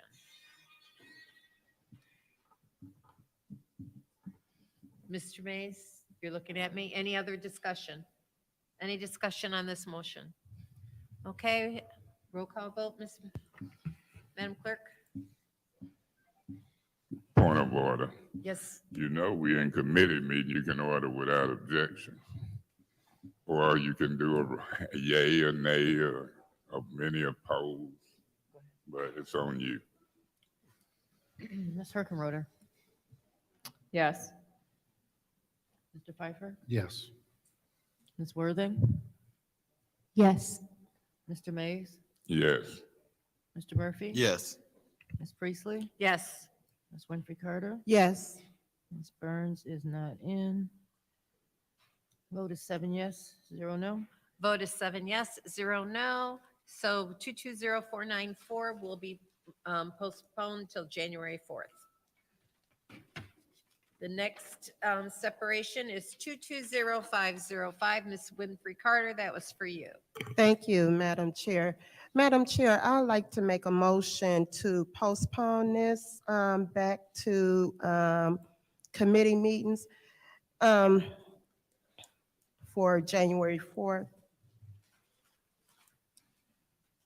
Okay, it's been moved. Is there a support? Support. Okay, it's been moved and properly seconded to postpone, Mr. Pfeiffer. 220505 to January 4th committee. Is there any discussion? Yes, Madam Chair. Yes, Ms. Winfrey I Carter. know we were supposed to receive some information, and I know we did receive it today at what? At 1 o'clock p.m. And I have not yet to sit down and look at the plan. And I don't know if my colleagues were able to look at the plan. So I'm just proposing that we move this back to committee and be able to, look at this plan and discuss it further. Thank you, Madam Chair. Any other discussion? Any discussion in the first round? Yes. Mr. Murphy? I support that. I too just now received it. I have not been able to look at it. So I want to get some time to look at it. So I was wondering why she was separating this. Now I understand. So I support it. Any other discussion? Yeah, Madam Chair. Mr. Mays? If I may, through you to Ms. Ferguson, can she approach? Ms. Ferguson? Mrs. Ferguson? Mrs. Ferguson, she made a point of that with me before. So Mrs. Ferguson, thank you so much. While she's approaching, I'm gonna say this. I've talked to people in that office, and I can support the office, but I've got some things I'm looking at. One thing I want to know from you, Ms. Ferguson, as we've had this discussion, I heard you say that you had funding for something that would end or run out at the end of the year. This is our last meeting before the end of the year. Isn't it in fact that's what you said at one point? Yes, sir. This 421,000 is enough to take you 1 year moving forward, correct? Yes, sir. Now, my If the question is office this, fully staffed. because I'm only one council person, but I don't mind trying to see if folks was gonna run out of money at the end of December. You've been a straightforward person with me since I've known you, except for, I think, back in the day, that one bet where I lost. Yep, you lost. Yeah, and we had better dinner or something. But other than that, I ain't mad at you. But let me say this. What I am concerned about, you have to emphasize our loss, yeah. What I am concerned about is them running out and any layoffs prior to us sorting this out. Is that a valid concern? Yes, that is a valid concern. Okay, so if I looked at 421,000 and I broke it up into quarters, that's about 105,000 a quarter. And this is a request for ARPA funds. I've heard one colleague or so say, and he or she might have a valid point, what about the public health department? But we're gonna get into this if the motion passed to postpone. But what I'm looking at is maybe an amended resolution to take them through January, February, till we get this sorted out and make a decision. If the total request is 121,000, and I've talked to the people in the department, did some research, and you know, I'm in favor of talking some more too, because I ain't liking some of the stuff in the administration as it relates to Whittigan and his lack of communications and disrespect for this council and finance. I don't always see eye to eye with Neely, and Mr. Edwards is a different breed. And I've told the people in that department, I am in politics. So the motion is to postpone to January. I'm thinking about doing an amended motion to keep people from being let go and coming back in the interim. I'm thinking 80, 100,000 get us through, because you had said at the first of the year, you would lose funding, and another funding went for the first quarter of the next year. Let me see by the time we go through this second round, whether or not I have any support or we have any sensitivity to amending this motion to keep a certain thing going till we sort it out. I'm no genius, but I listen to people close. I can probably tell you in a minute where we at on this, but I'm trying to figure out how to make that proposal without doing a contradictory motion to this motion to postpone. If I can feel it out and see 5 votes, I'll vote no on the motion to postpone and then come back with some partial money till we meet in January. I'll know in a minute. Anything you want to say or add to me? No, thanks. I appreciate you considering the amended motion. Say what? I appreciate your consideration of the amended motion that you. Because I couldn't hear what you say. You didn't talk that low when you won that bet. That was years ago. Neither one of us was in office at that time. Thank you, ma'am.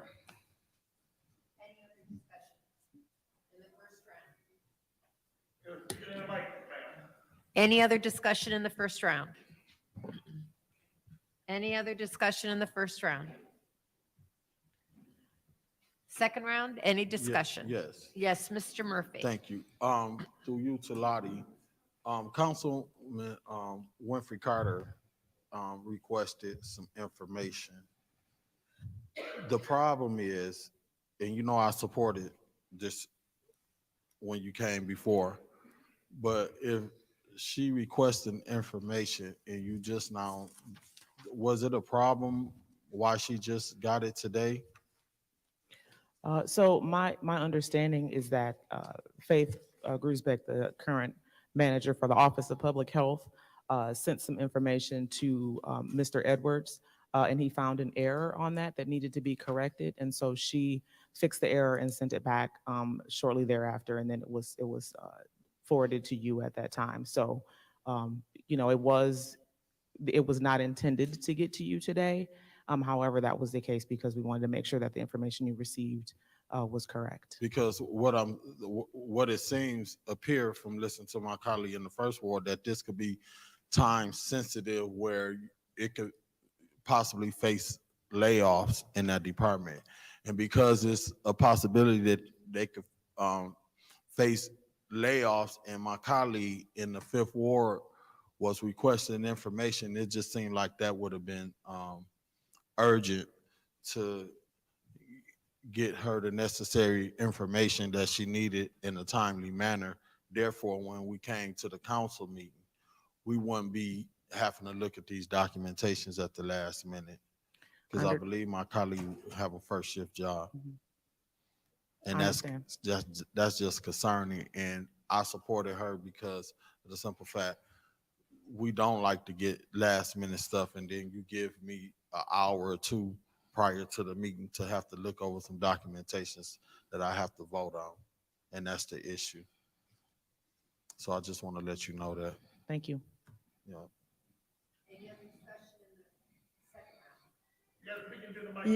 Yes, Madam Chair. I'm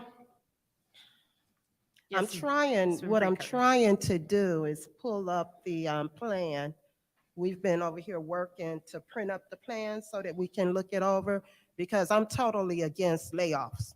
I don't want to do that. And I will support Councilman Mays's motion. If he makes a motion to, you know, give some funding for the next couple of months. And then we look at this plan and see where we go from there in our January.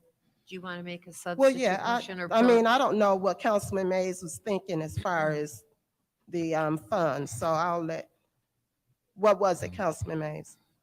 If I may, I'm gonna see if we can vote the postponement down and then come back with the motion, because for me, it might not be this council do what it want, but I think they kind of contradictory for me. Okay, So okay. I want to first And you're vote right.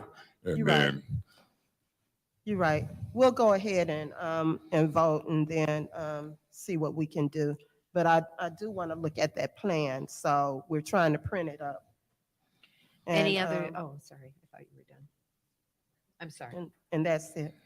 Madam Chair, Mr. Mays, if I may, yeah, that's what I'm thinking, Ms. Winfrey Carter, but you know, I value you in the position that we take.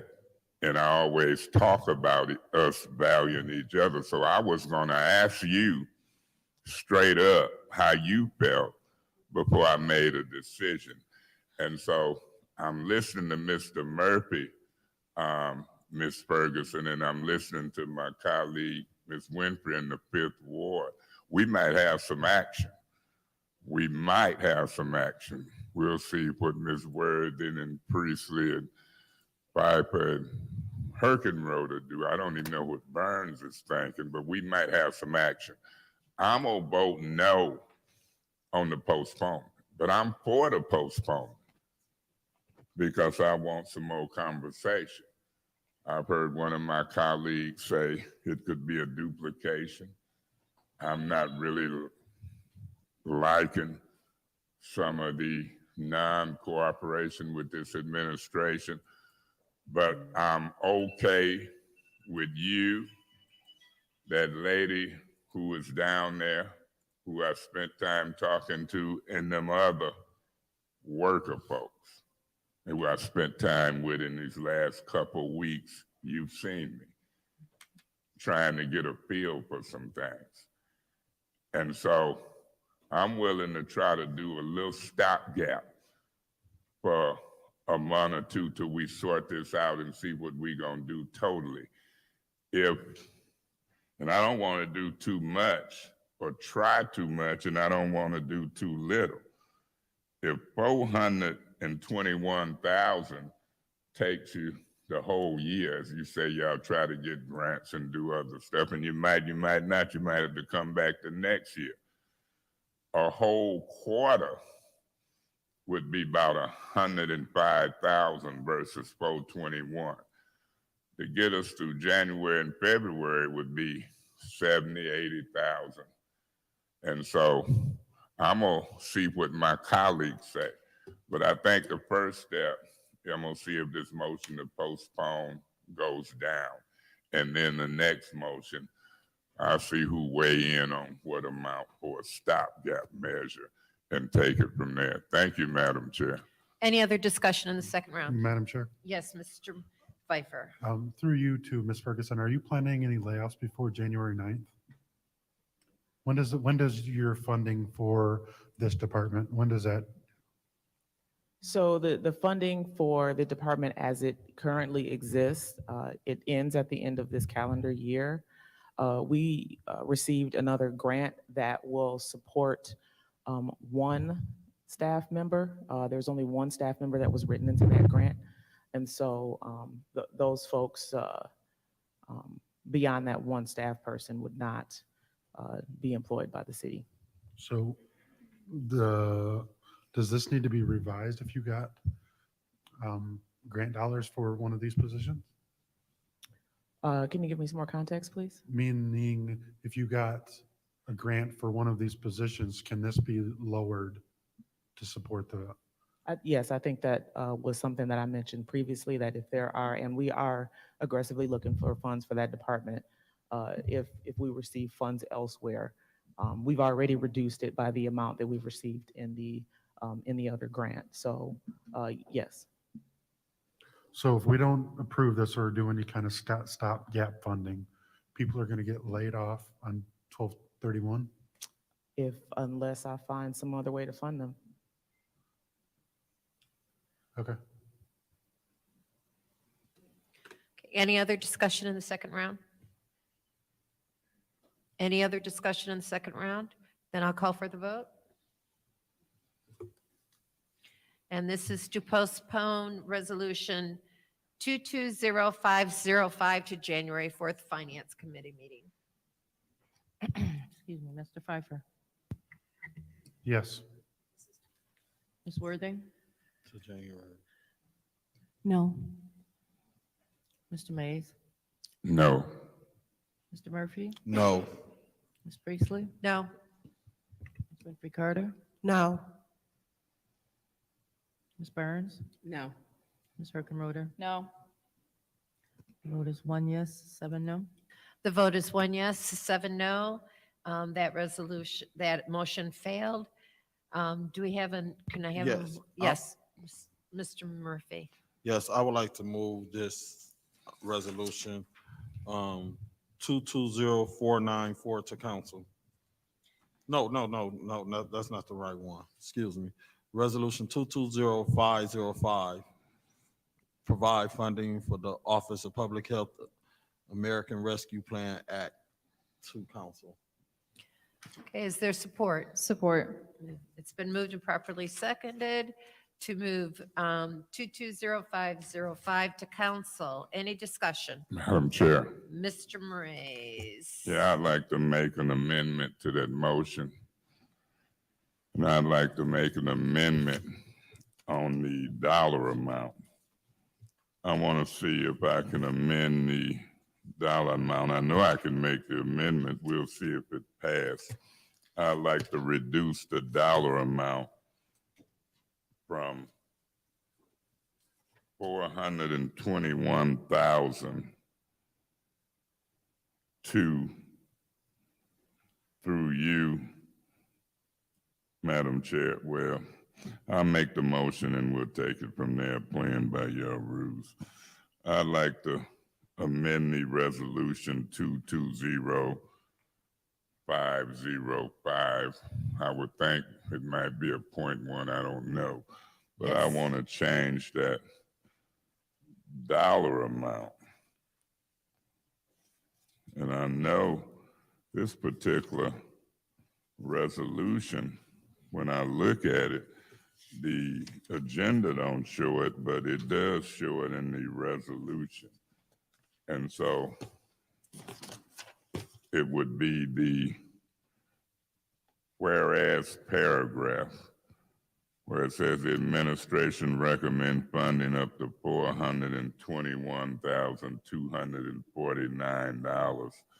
I want to amend that to $105,000. That particular paragraph.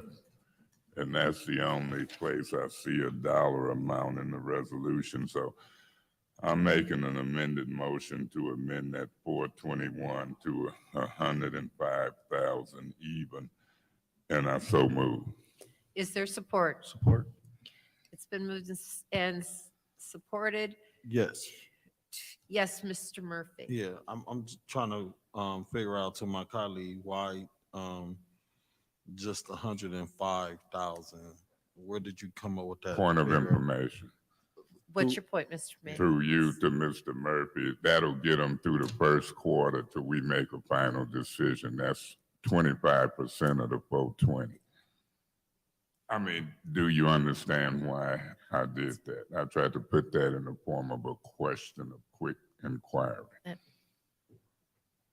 Go ahead, Mr. Murphy. Yeah, I just didn't understand the 105,000. Maybe we could have did 121,249,025 or something like that, where we just only owe them 300,000 if we decided to come back with an additional versus the 105,000. I'll make a motion to amend that dollar amount to $121,249.25.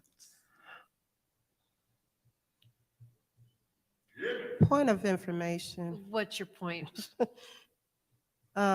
Through you, Madam Chair, to the speaker, do you realize that 25% of that figure would be 105,300 and something? It would be $105,312.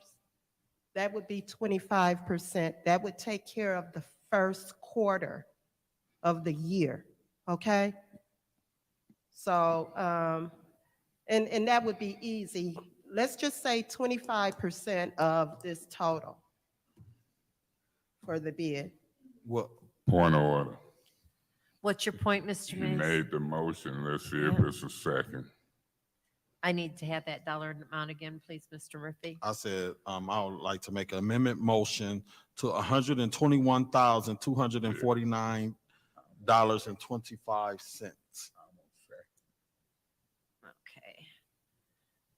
So that is an amendment to $121,249.25. Is there support? Madam Chair, Mr. Mays? I preach it all the time, so I'm gonna second the motion. Okay, it's been moved and properly seconded that to amend the motion to $121,249.25. Madam Chair. Discussion, yes, Mr. Mays. Yeah, the reason I seconded it, because I don't know what him and Ms. Worthing to talk about over there. And I'm trying to count the 5. I can't count Hurricane Rhoda. We had, looked like some support from Mr. Piper on the 105. If the 121 don't pass, it go back down to 105. I'm gonna vote the 121. I preach it all the time about how this council need to compromise, or we gonna be in battles from now on. And I don't mind battles. But if I am the senior council person, Ms. Ferguson, I said that doesn't make them mad. I gotta compromise sometime. Now, Mr. Murphy, the reason we said 105, that was 1/4, 1/4. But, you know, I can't be a hypocrite, Deacon. I got to sometime compromise. But I say this council is one of the wildest councils I've seen in my life. So we'll see what happens. I've supported your motion, Mr. Murphy. I vote in favor of it. I don't know if it'll pass or fail. I'm trying to count to 5, Ms. Ferguson. I don't want to go from 5 down to 1 as we get this together. And so we'll see what happens. Thank you, Madam Chair. Any other discussion? Madam, Mr. Murphy and then Ms. Worthing. No, I'll allow my. Okay, colleague Ms. over there. Worthing. Okay, I guess I will support this because I don't think the full amount will pass tonight, unfortunately. This was the one thing that our constituents really came to the meeting for and like spoke one after the other about having this Office of Public Health, keeping it, having these resources available to residents. So I've been ready to pass this since day one, but apparently my colleagues aren't. So I'm only passing or saying yes to partial funds because it'll fail otherwise. That's just my thoughts. Thank you. Any other discussion in the first round? Yes, Madam Chair. Yes, Ms. Winfrey Carter. I'll support the motion for the 121,000, although that's not 25% of that figure, but anyway, we can roll on that. It doesn't matter. But, you know, I do think that we needed to get a plan. And I'm glad that I do have this plan in my hands. And so I will look over the plan and then come January, we can vote to pass the rest of it. I mean, you know, I'm gonna do my due diligence. And that is to research and look over everything I need to look over in order to approve this amount of money. So there we have it. But I will support the motion. Thank you.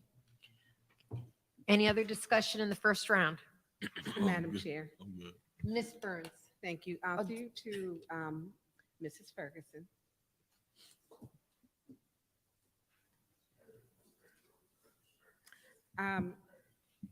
What would be, and it's good seeing you again today. Good seeing you too. What amount do you need if we're talking for the first quarter? Because we now have two different figures where someone yells out Mike to me.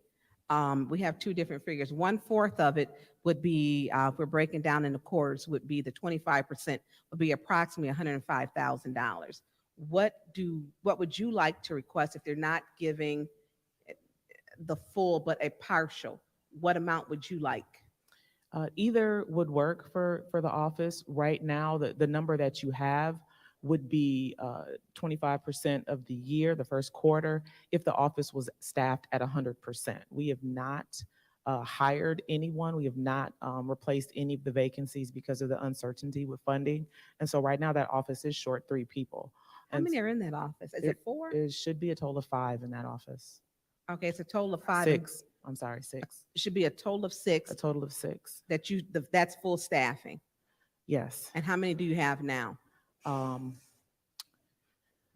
We have the clerk, the manager, the lead, and 1 public health navigator. So I'm sorry, that should be 7 people, and I have So you're 4. down 3.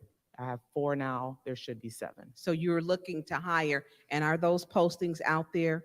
They are not. I will not post those until I Until have you have the confirmed funds. funding. Okay, so you need, okay. That kind of puts, because really what your need is even to fully fulfill that office, you technically would need the full, the full amount, but I get, we just received this today. Wish we had had it a while ago. We got it to you as fast as we Yeah. could. Because I know when I had asked, was there a strategic plan? I appreciate you taking the time and going back to Faith to get one, and then the scope of work, because it does, I haven't had time to read it because we got a lot of stuff going on.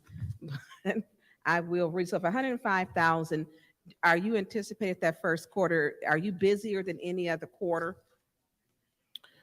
So work typically picks up closer to spring. This office, the folks that work here are helping with the LCR sampling, and so we do have some requirements that will pick up, in the spring of the year.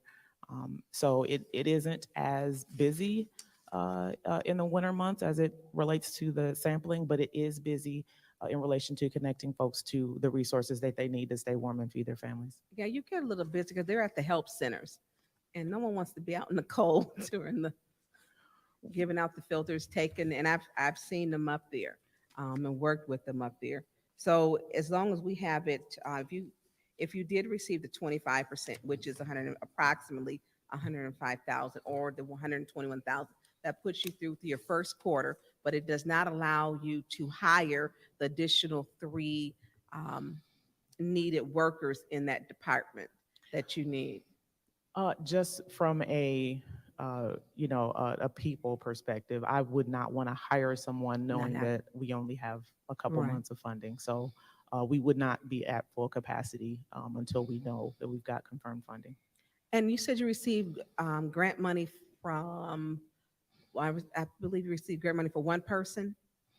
Yes, How much was that? the community-based violence intervention program grant that we got from the Department of the DOJ, Department of Justice, back in October covers a portion of one of the public health navigators. And how much was that? That was roughly $25,000 to $26,000. A portion of one. Portion of one. Okay. Thank you, Mrs. Ferguson. Yes, thank you. So Lottie, how much in total would you need to get you through this first quarter? Honestly, I didn't think about a number for this first quarter based on our current staffing levels. I'd have to figure that out. If you, Was this tonight get you to be able to hire the necessarily staff that you need to staff the office?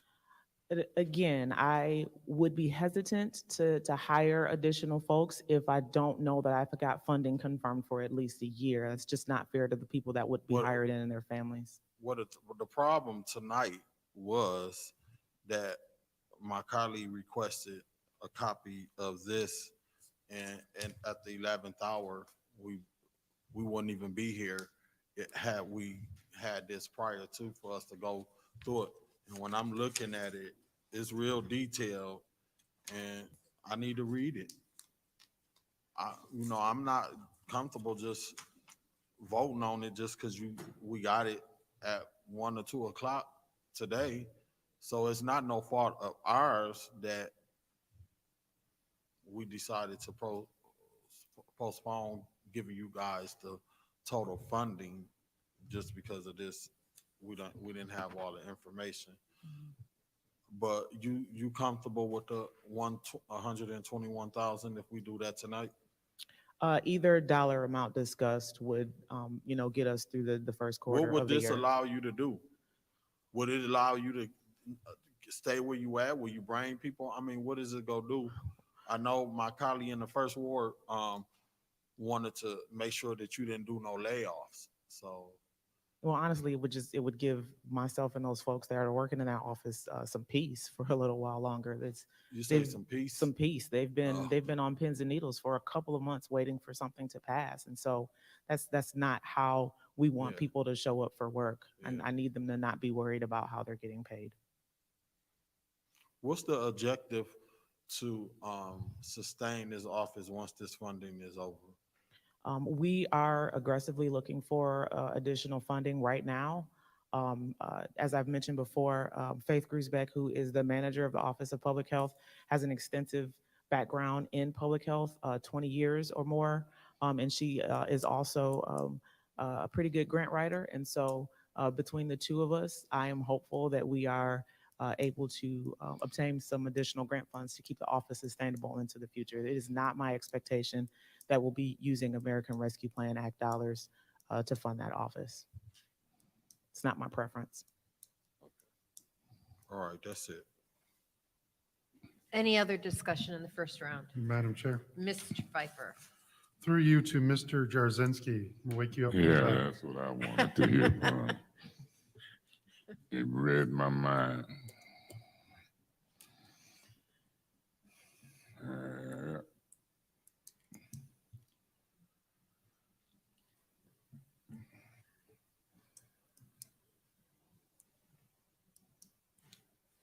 Mr. Jarzynski, how are you, sir? Good, doing well. And not to put you on the spot, but to put you on the spot. I remember not too long ago when you were trying to sell your services that part of the services was to leverage. Mhm. Ms. Ferguson here is begging for some leverage so that we can fund this office for the whole year. So I guess, when are we going to see some leveraging from Ernst & Young? Well, we've been leveraging through the process. Now that we have the plan that's been approved by council, we're out right now, in fact, working through plans with the city to further leverage the dollars. Some of the dollars that are being spent, quite honestly, are purchases of equipment and so forth aren't leverageable.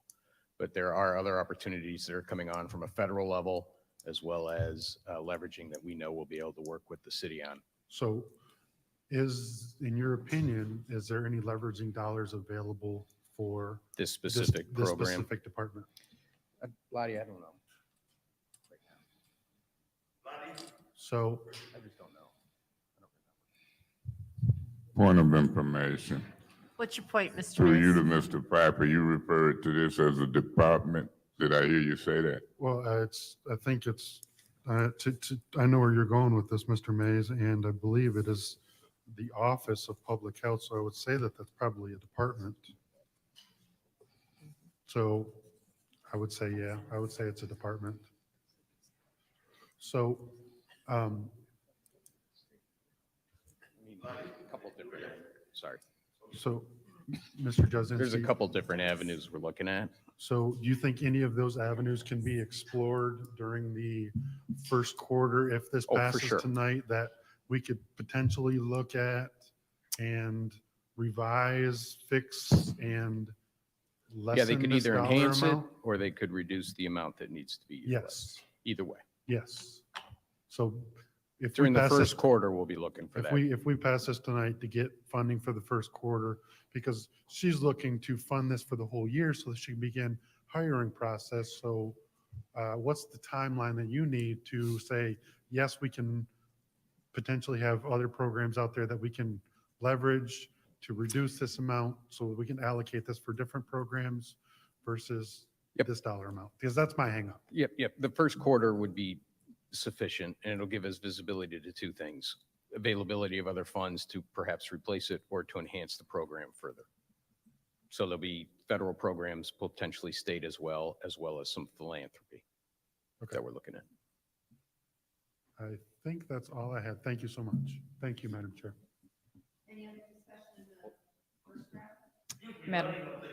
Madam Chair. Oh, yes. Ms. Herkenrode. Okay. I do know that in the past, we have spoken just on this very thing regarding leveraging, because we all know that that's something that I've been talking about for over a year now. So can you talk again about the dollars that have been leveraged thus far for this office? The one thing that I do want to point, I want to piggyback on Mr. Pfeiffer's comment, is that grant acquisition is not an overnight thing. So it is very, very possible that grants that we've written in September and October of this year, we may not know that we're awarded those grants until September, October of Point of next year. information. What's your point, Mr. Can you share with the council what grants you've applied for and which ones are pending so that we know? For this department? Off the top of my, I mean, I probably couldn't give you an exhaustive list. off the top of my head. We do have an ask into a local foundation for additional funding for the office. We are working, oh gosh, I wish I had my phone on me. I could give you a better answer. We are looking at some of the federal dollars that have come in for COVID relief and for infrastructure related. We're also looking to different funding sources as it relates to environmental, I don't want to say environmental justice, but Faith is working, and it is not listed on that plan. That plan is not an exhaustive plan, but part of public health does have to do with environmental concerns. And so that is one of the angles that we are looking at to try to get some additional funding in. We've got some applications pending. We have some pending being written, excuse me. We're writing them now. They're due first part of the year. And then we have some that we're awaiting award letters for and decisions on. So there's a number of them. I can't articulate all of them off the top of my head. Can you answer how much money has been leveraged thus far for the Office of Public Health, please? So I mentioned the community-based violence intervention program grant, which is a $1.5 million grant from DOJ for public safety reduction. And a huge component of that is working with our public health office. We do know that some of the causes of violence also relate to access or the lack of access to public health services. Are there any, so 1.5 million, how many other sources? So we've got a couple of other grants that we do have already in hand that complement the Office of Public Health, and it is helpful that we have public health navigators to help us with our work. Two of those, and I've mentioned this before because I need applications from every ward, is our lead-based paint hazard control program. We're working to try to remove lead from homes, lead paint, the soil surrounding the homes, some Healthy Homes dollars, and those are two grants that the city's received, one for $2.1 million, and I believe the other is $2.4 million. That grant was received last year. So you see that all three of these grants, the 1.5, the 2.1, and the 2.4, all approximate numbers, you're saying that a portion of all of these funds are going to support the Office of Public Health. Portions of the Office of Public Health, yes. Can you give a guesstimate or an approximate number as to how much of this, I don't know, $6 million goes directly to the Office of Public Health? So the plan, okay, so our Office of Public Health is sectioned kind of weirdly, if I could. We have the public health manager and the clerk, and then the lead public health navigator and the navigators. The navigator positions are the ones that are vacant. Some of those, a part of the navigator comes out of the community-based violence interrupter grant. The lead-based paint hazard control grants are completely separate from that group. There are two program managers and an intake coordinator that they are under the Office of Public Health, but not the folks that I've just mentioned that would be funded through the ARPA funds. The two lead grants fund their program staff at 100%, and they are unable to directly report to the Office of Public Health because of the requirement of a lead inspector risk assessor certification, which I have. So those folks, although they are technically part of the Office of Public Health, report to me, and their grant funding is separate. But they do require the assistance and help of the navigators to help get families enrolled. So of the $6 million, approximately how much goes to, I know that they're all, proportioned out and everything, but like $1 million, $2 million, what's a guesstimate of those that goes to the navigators?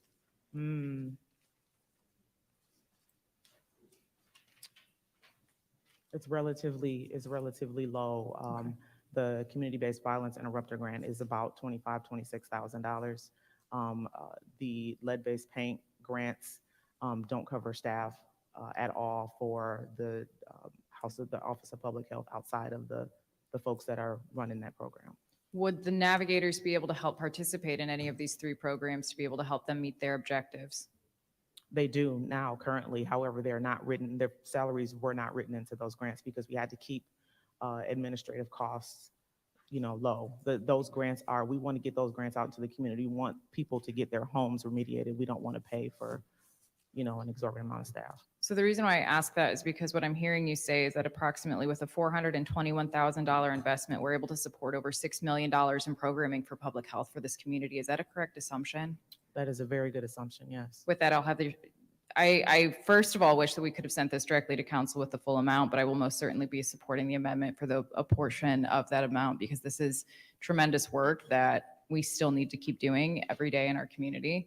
There's still so many homes in this community that have lead in their paint, in their soil, and that's impacting our families, that's impacting our children. So I think that this investment of $421,000 is absolutely crucial to help support the youth and the youth development as we keep working toward for this community. So I wish it was the $421,000, but I will most certainly be supporting the amendment. Thank you. Thank you. And that is the end of the discussion of the first round. Any discussion in the second round? Any discussion in the second round? Mr. Pfeiffer? Yes. So just to be clear though, if this $400,000 didn't get passed, the lead-based program does not go away. Is that correct? That's correct. So what my colleague just mentioned about this supporting the lead-based program, the lead-based program is still going to continue. correct? The lead-based program would still continue. However, it would lose the support of the outreach folks who have been instrumental in getting people to apply for Yeah, I the just want to, program. I just want to Yes. make sure that the public knows that this is not funding for the lead-based program. is The not. lead-based program continues. Thank Yeah. you.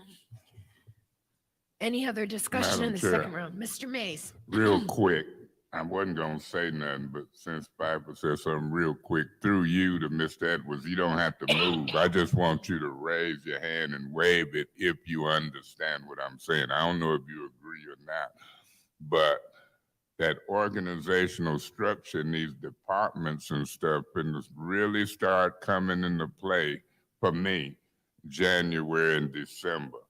Appointments, departments, competitive. I'm finna go deep into it. You understand? All right, let the record reflect we got somewhat of a meeting of the minds. Thank you, Madam Chair. Madam Chair. Thank you. Mrs. Ferguson, if we approve this for January the 4th, is it possible for you to have Faith here? Because I do have some questions already reading this. Oh, sure, yes, I can Because ask this her. is her, I'm looking at who she's got it sectioned off. I've got a lot of questions actually. So then that way we could, when we talk about, I think one of the concerns was people wanted to know what did the navigators do in the community? And that was a concern. I know they're at the help centers and different things. I'm looking at some of the things that they're adding, add a public health approach to reducing preventable deaths related to suicide, opioid overdose, homicide, and fires. And I'm not seeing much in that chart about it. So I would like to see like more in depth. I just have some questions for her on that one. Because opioid, every single day, someone is dying, several people, or it's an overdose, or they're at a stop sign or a light, or they're in a parking lot slumped over. And if you go on Flint police operations or just social media, period, we had 2 people who died of overdose who went into the cemetery, and both of them died as a result of, I don't know if it was the crash or the overdose, but it was 2 of them earlier this year. So I'm really concerned on what are we doing about opioid overdose? And we also had 8.8 million that we received that I don't think we're doing anything with. I don't know if you would even have access to that, because you should, because we received in that settlement that 8.8 million. That was the first part of the settlement. And if you're getting a portion of that, yeah.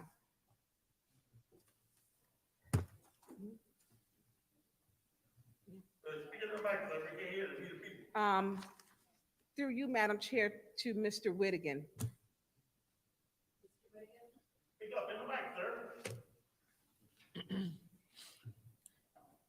As he's coming down, opioid is serious, and we have a huge problem. I mean, people send pictures of needles inside bus stops, and you see them posted on social media. I mean, I like that this is on here. I would like to see us doing something really about it. Mr. Whittigan, how are you this evening? Good. The $8.8 million for the settlement, did we receive that yet? No, I think in about 50 days. Is that what I heard last? So you could you send us an email or to let us know when it is deposited? And is it possible, because her office, is that something we can use for that? Because if the money came from that, and if you have that would be tremendous for your office to get some money to do something great in the community. So, sorry, 70% of those funds have to be used for opioid remediation, but then the rest can be used for, there's reporting requirements, but there's not strings attached to it. Can you, our sound system is terrible. Could you repeat that, please? I think maybe Bill's got the breakdown. Oh, I didn't see you over You're there. okay. Attorney Kim? Yes, thank you, council member. Yeah, we've received the notification that we should be receiving the opioid settlement funding, if I'm understanding correctly, within the next 2 months. And as Mr. Withigan said, that the use of that fund is restricted in greater or larger part. And that's one of the things that is kind of on my to-do list, if you want to call it that, for the next month, is to work with Faith and the rest of the public health office and with Ms. Ferguson to kind of figure out exactly what we can use the funds for and what reporting requirements that we have to basically build into our plans for the next year. We're not going to receive the entire 8.8 million in 50 days. I just want to make that clear. That 8.8 million number is the total amount that I believe is over well, it's over multiple years. So there'll be a significant amount of money coming in, but at this point, I'm not confident. Are we getting enough more to- than the 8.8 million? Because I was under the impression that the 8.8 million is the first one, that we will also be receiving more than that. The 8.8 million represents the payments from the settlement of two of the basically parties that were the defendants in those cases. My understanding is the litigation is still proceeding against multiple other defendants, and so Okay. Depending on how those resolve, that total number could increase. But one of the things I'm trying to clarify is kind of exactly what we're projected to receive at what point in time, because I can tell you that we won't get 8.8 million, by February, but kind of figuring out, and it's not like a linear, like we're going to receive a certain amount every year. Yeah, So- I completely understand.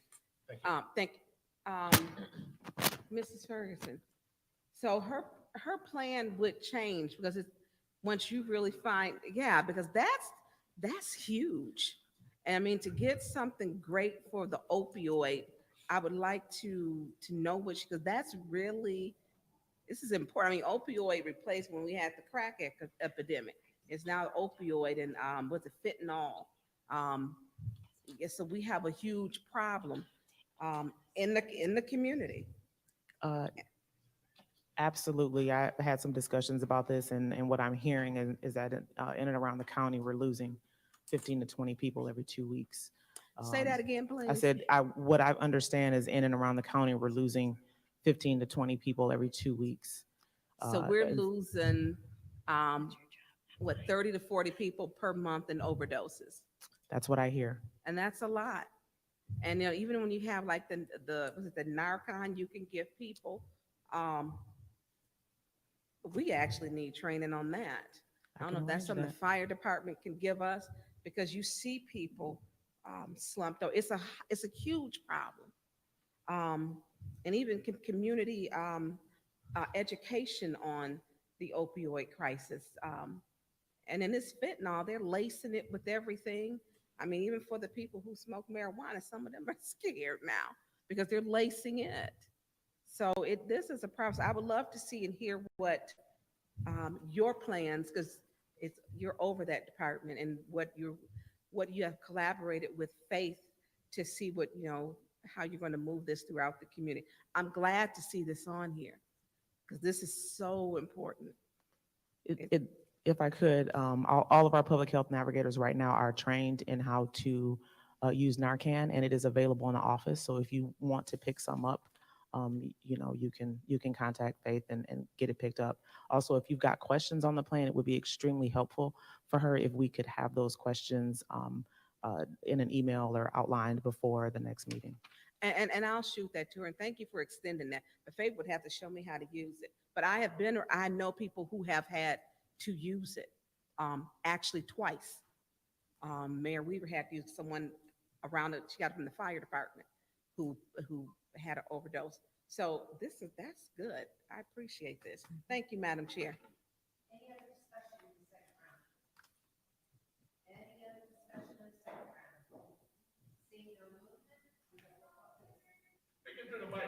Sorry, Paul, I keep forgetting. I turn it off so no, can't hear it and then forget to turn it on.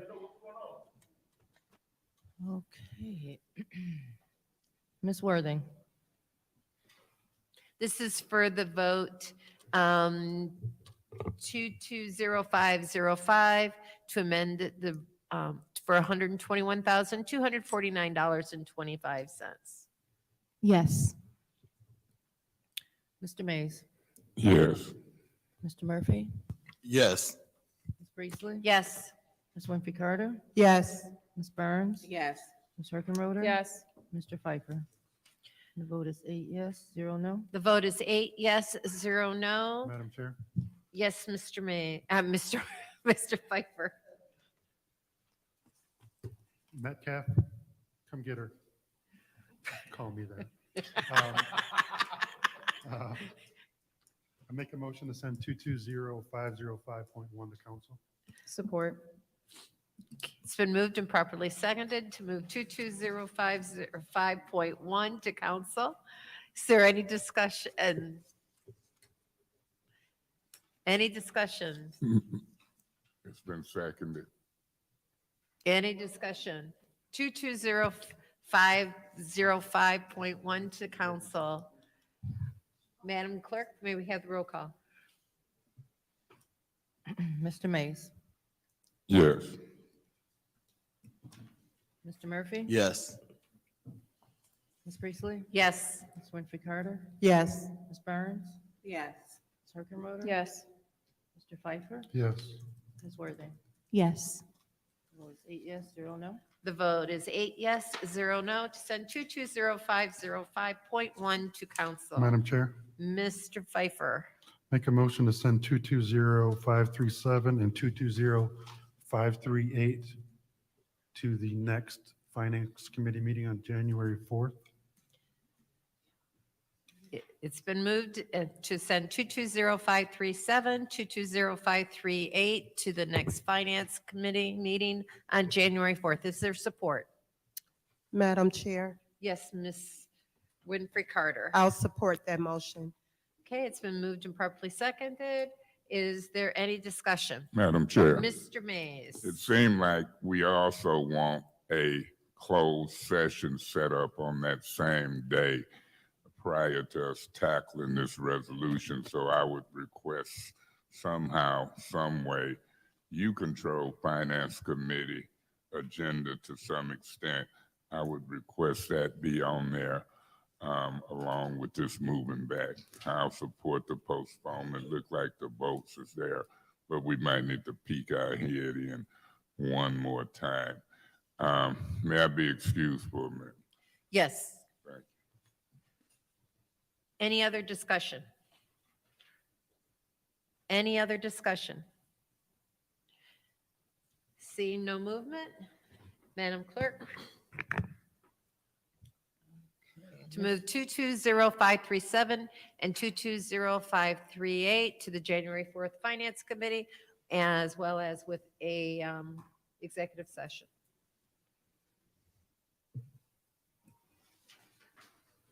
Mr. Murphy. Yes. Ms. Priestley. Yes. Excuse me, Ms. Winfrey Carter. Yes. Ms. Burns. Yes. Ms. Hurkenroder. Yes. Mr. Pfeiffer. Yes. Ms. Worthing. Yes. Mr. Mays is not in.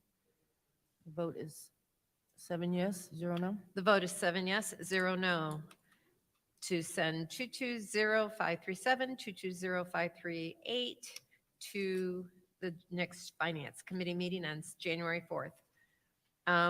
Ms. Herkenroder, you separated 220-539. I'd like to make a motion to postpone 220539 to the January 4th Finance Committee meeting. Support. It's been moved and properly seconded to move 220539 to the January 4th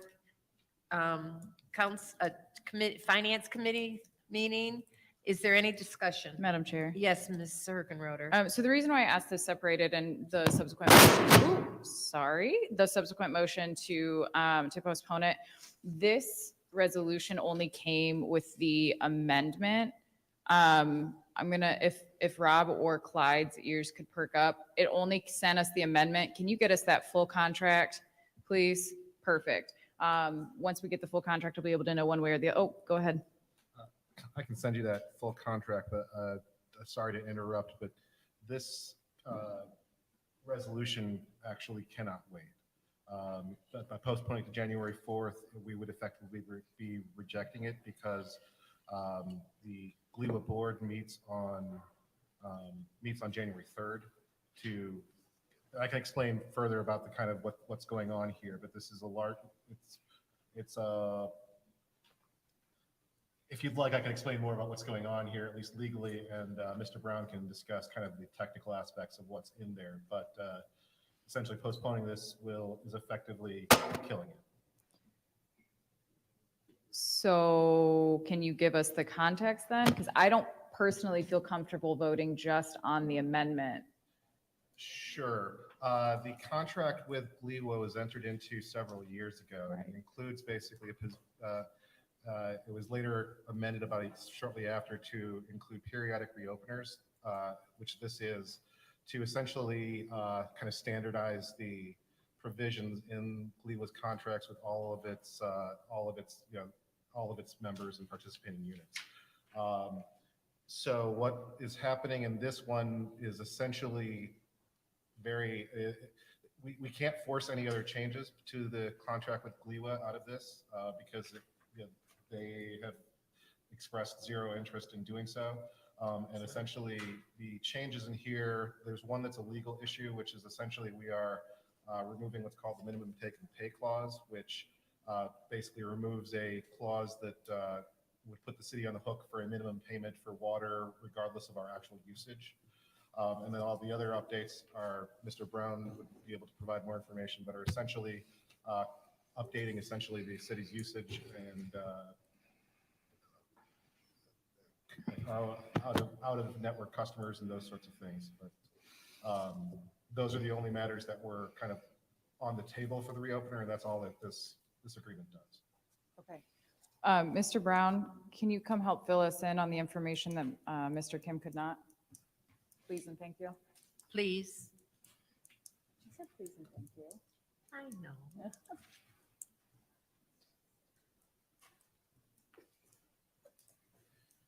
It's hard to hear back there what's going on up here, so. Can you clarify or provide some context as to some of the proposed contract changes between the city of Flint and GLEWA? Okay, I think if I repeat what the attorney said, I'm sorry, because I couldn't hear it from back there. But they open up, the contract gets opened up, and they get to choose what we're going to work on, what we're going to talk about in regards to that, as well as they are able to increase our charges based on our rate structure that they have.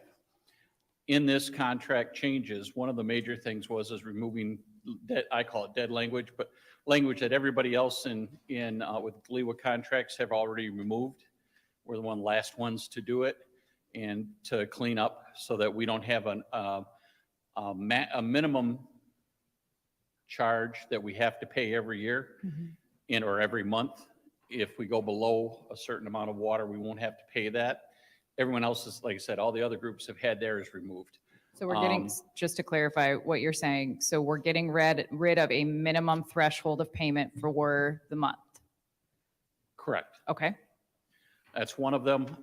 The others are I'm trying to remember, and I don't remember them right offhand this second. But they were all, I considered them legitimate, went through, made sure legal, agreed with it. And I think it's best for the city to go forward with that. So do you remember the minimum threshold that we were paying Gleeway each month? There was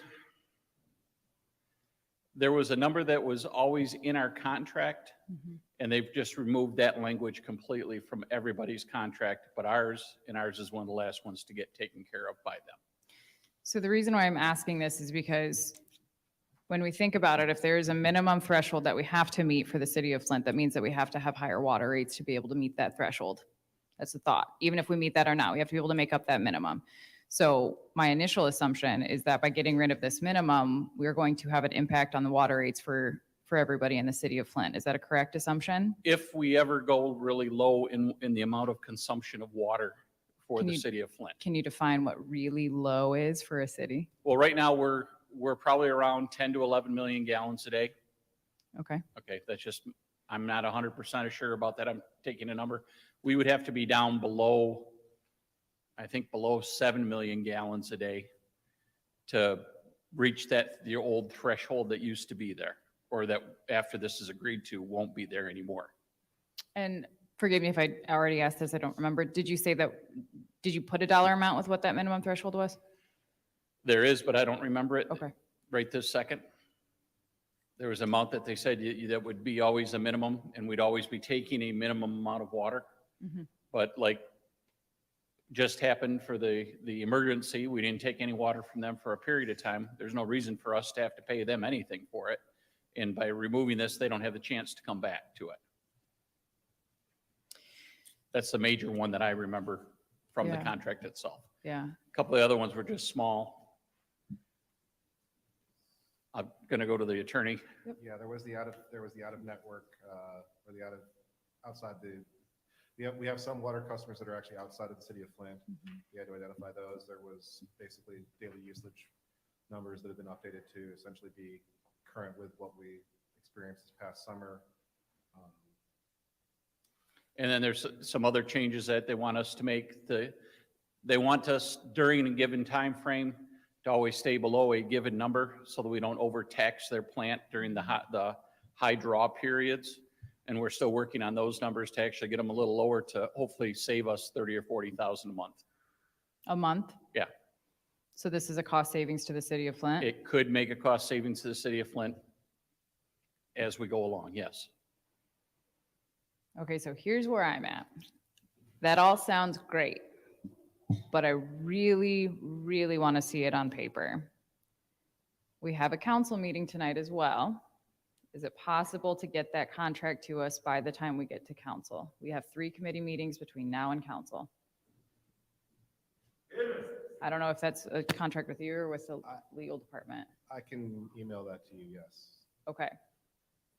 With that, I am more apt to support sending this to council, obviously still with the understanding that we have to go through the whole process with council, and I want to be able to make sure that we have an opportunity to look through this contract, because if we're talking about cost savings at $30,000 to $40,000 a month, those numbers add up quick. So I want to make sure that we're able to help be as best of fiscal stewards as we absolutely could be, and then, pass those savings on to the residents, because that's what we need. So I'm on the fence with this one. If you give me that contract, we'll be able to have a better answer. So thank you very much. Mr. Pfeiffer? I don't know who can answer this, Mr. Kim or Mr. Brown. When did this come about? Why are we getting it at the last second? Because if we didn't have quorum or something happened, I don't understand why is this coming with 0 time? I think the largest reason is because of the upgrades that have been done to the city's water system, we essentially needed to collect data throughout most of the summer and even into the early fall in order to basically have the basis to provide the information that they needed, which would basically be the largest reason why this has been so delayed. This was essentially, they've been working through all of their customers, is my understanding, throughout the entire year. And this actually, I'm told that it actually predates me as city attorney, but that the request was made at some point by my predecessor to basically kind of put us at the end of the line so that we could collect that information to be able to use that. So that's my understanding. Because, I mean, I don't like stuff being jammed down our throat. And I mean, I'm going to request this now. Hopefully, anytime we have any contract amendments, that we get the original contract so that we can compare with it. It doesn't, I mean, we want to vote section 5.06 to delete it in its entirety. What is it? What do we do? We can't vote on that. If you, literally, we have a fiduciary duty to the city to look at all this stuff. And to my colleague's point, for us to look at this, and no offense, but you got a city attorney that, you know, if you would have got that job in Kalamazoo, we're supposed to take your word for it.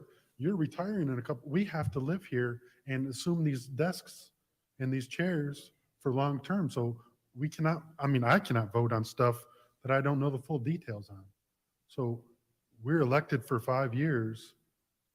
No offense, but the administration comes and goes. We're seeing that almost on a daily basis where people are resigning and everything else. So it's hard to take people's word. I want to see it in writing. So if we can get that in the next whatever, you know, we'll try to speed read as much as possible, but to sit here and say that this is acceptable, to get 0 time to review it, and then don't even get the original document to know what we're amending to, it's kind of crazy. So hopefully we can get that and have time to review it. That's all I got to say. Thank you. Yeah, man. Any other discussion in the first round? Mr. Mays? Madam Chair, when this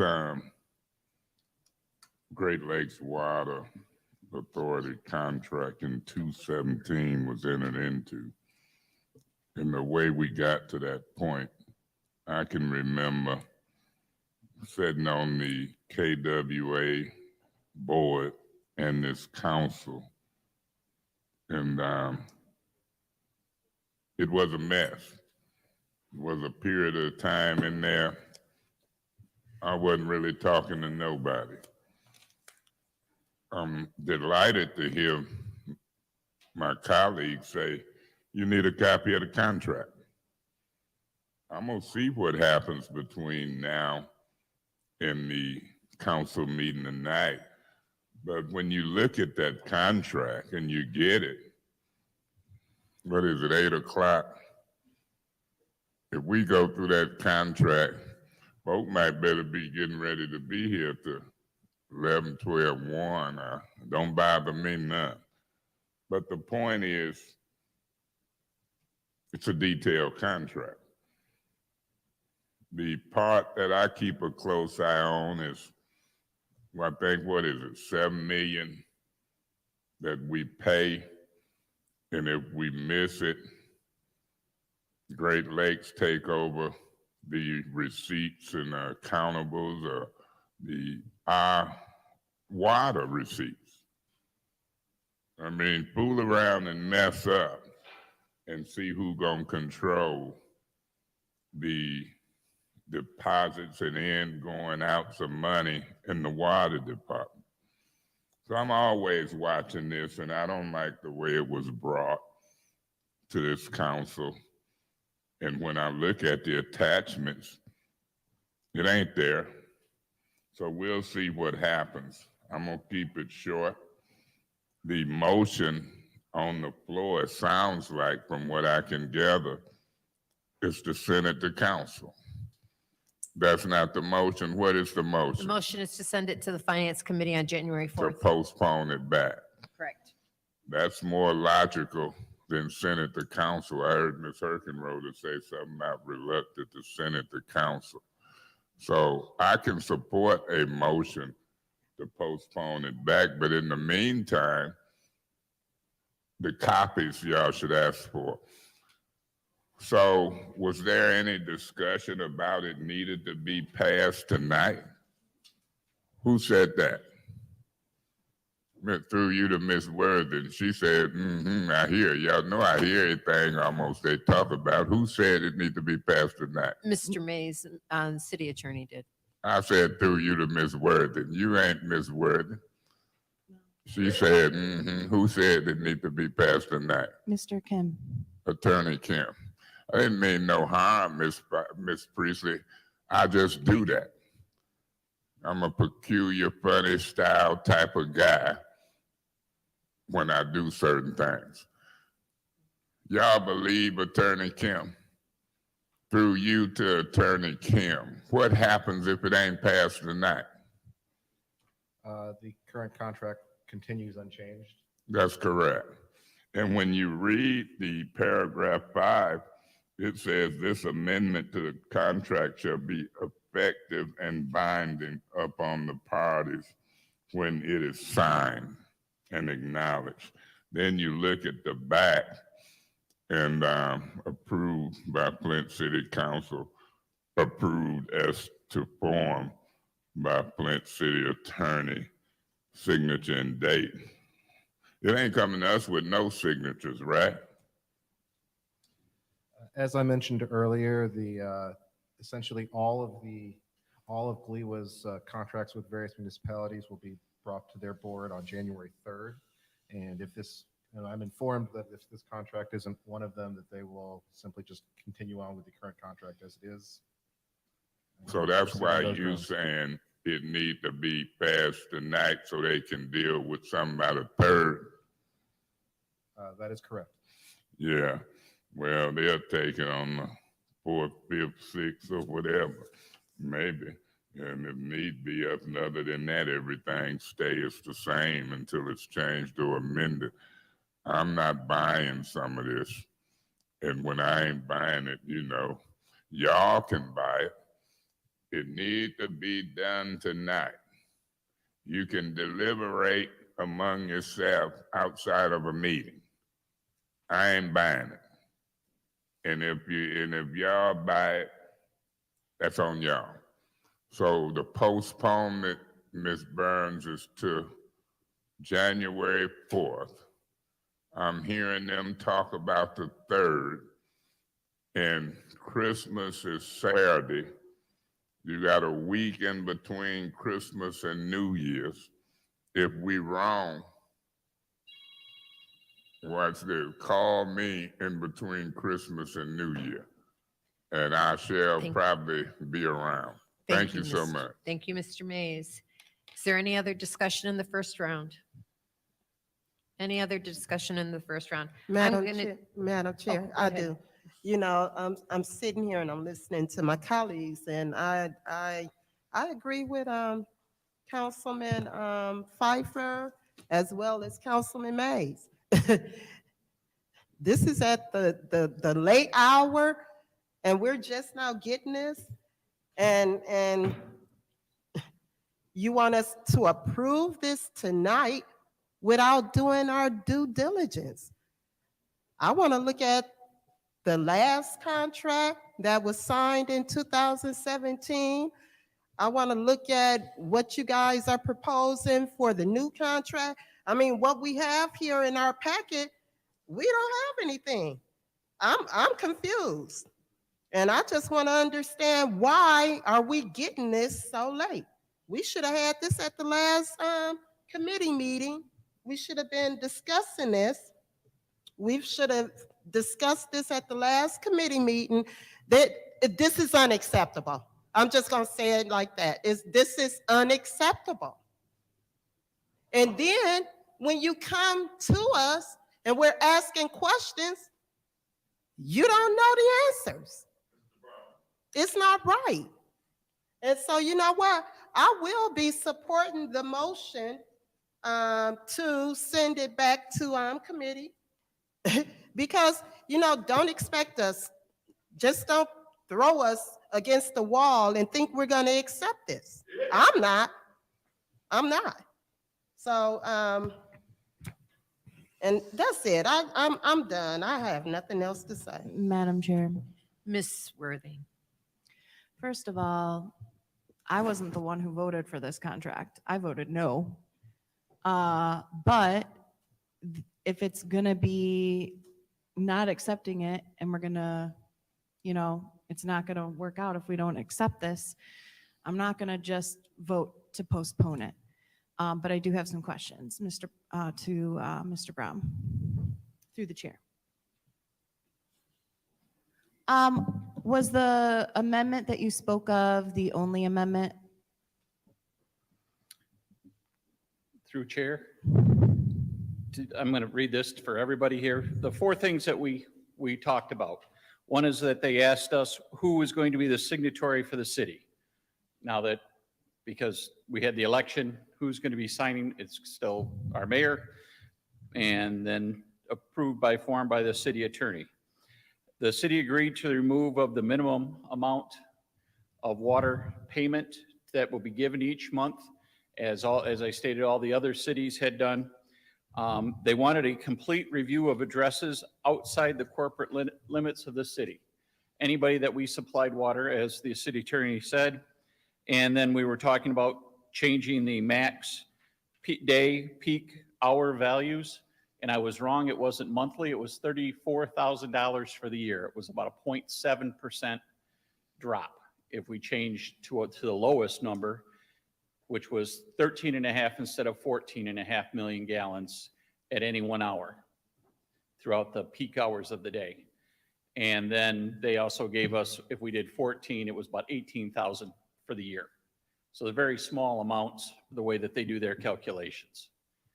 Point of information, I'm sorry, Madam Chair. What's your point? You said 34,000 for the year and then 18,000 for the year. I'm sorry, can you clarify? One is that we gave them two scenarios. One was going from 14.5 down to 14. That's $18,000 savings.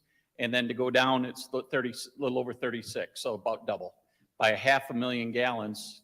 So that, because then we can take more water at night, and it's cheaper for everybody that way. And then they don't have to drop their treatment process down during the night if we take more water to keep it as steady as possible, as long as possible for them.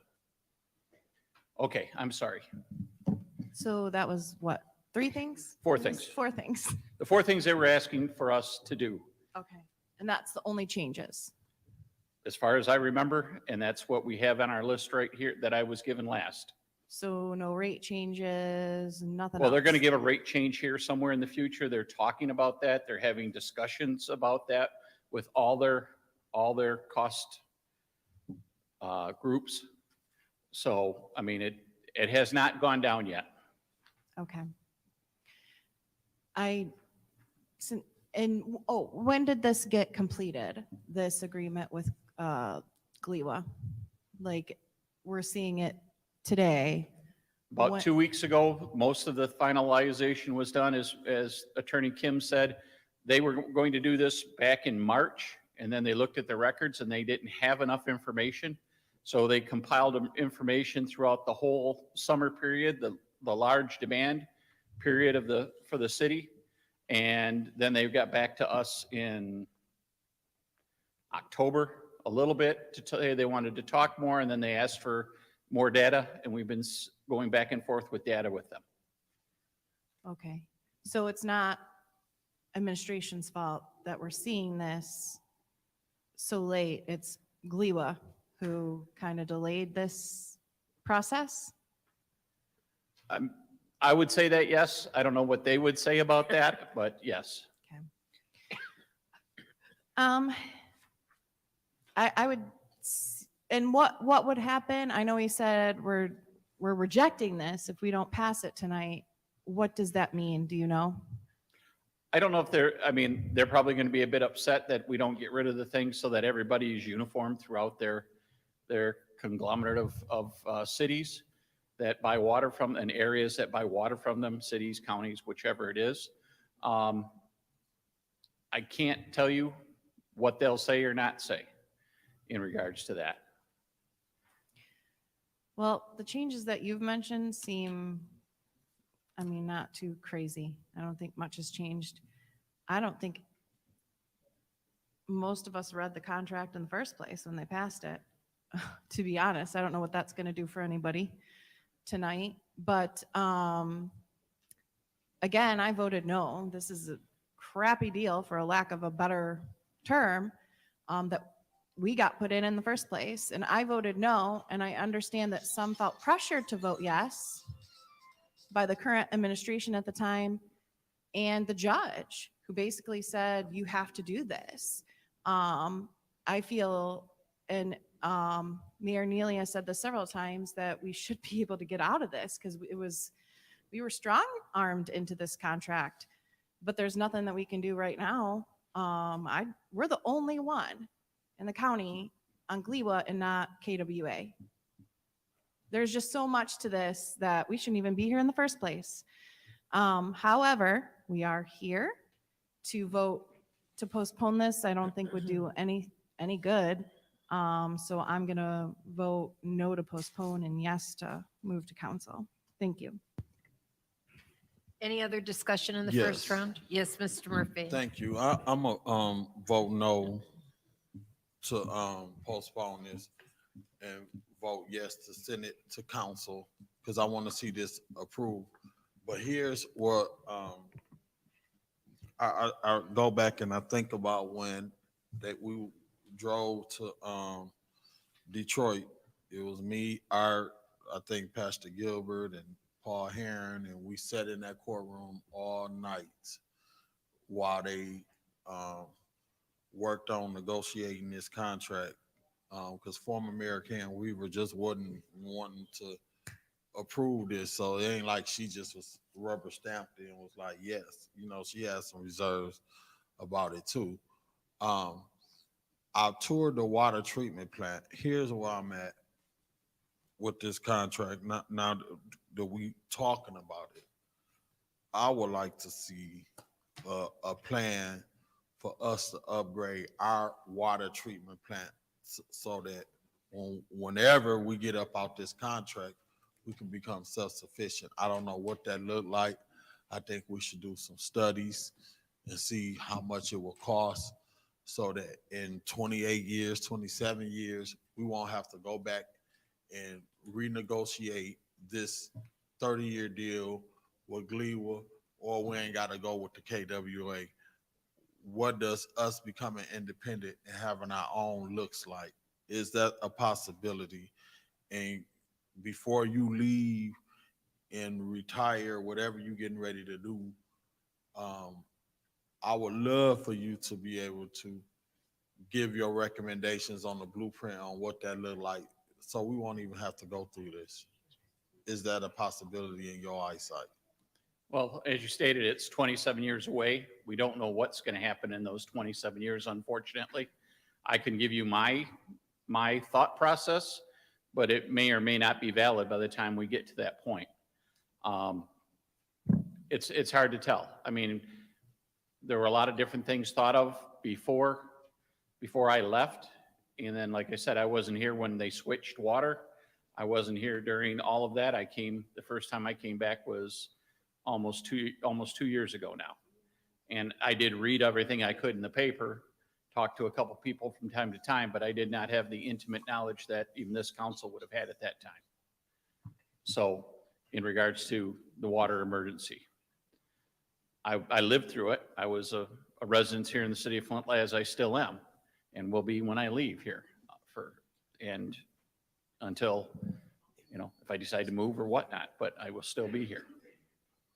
So I can try to put something together here after the first of the year and go through my boss and give it to council. I would love to be thought able process in regards to that and melt the minds of the people that I work with.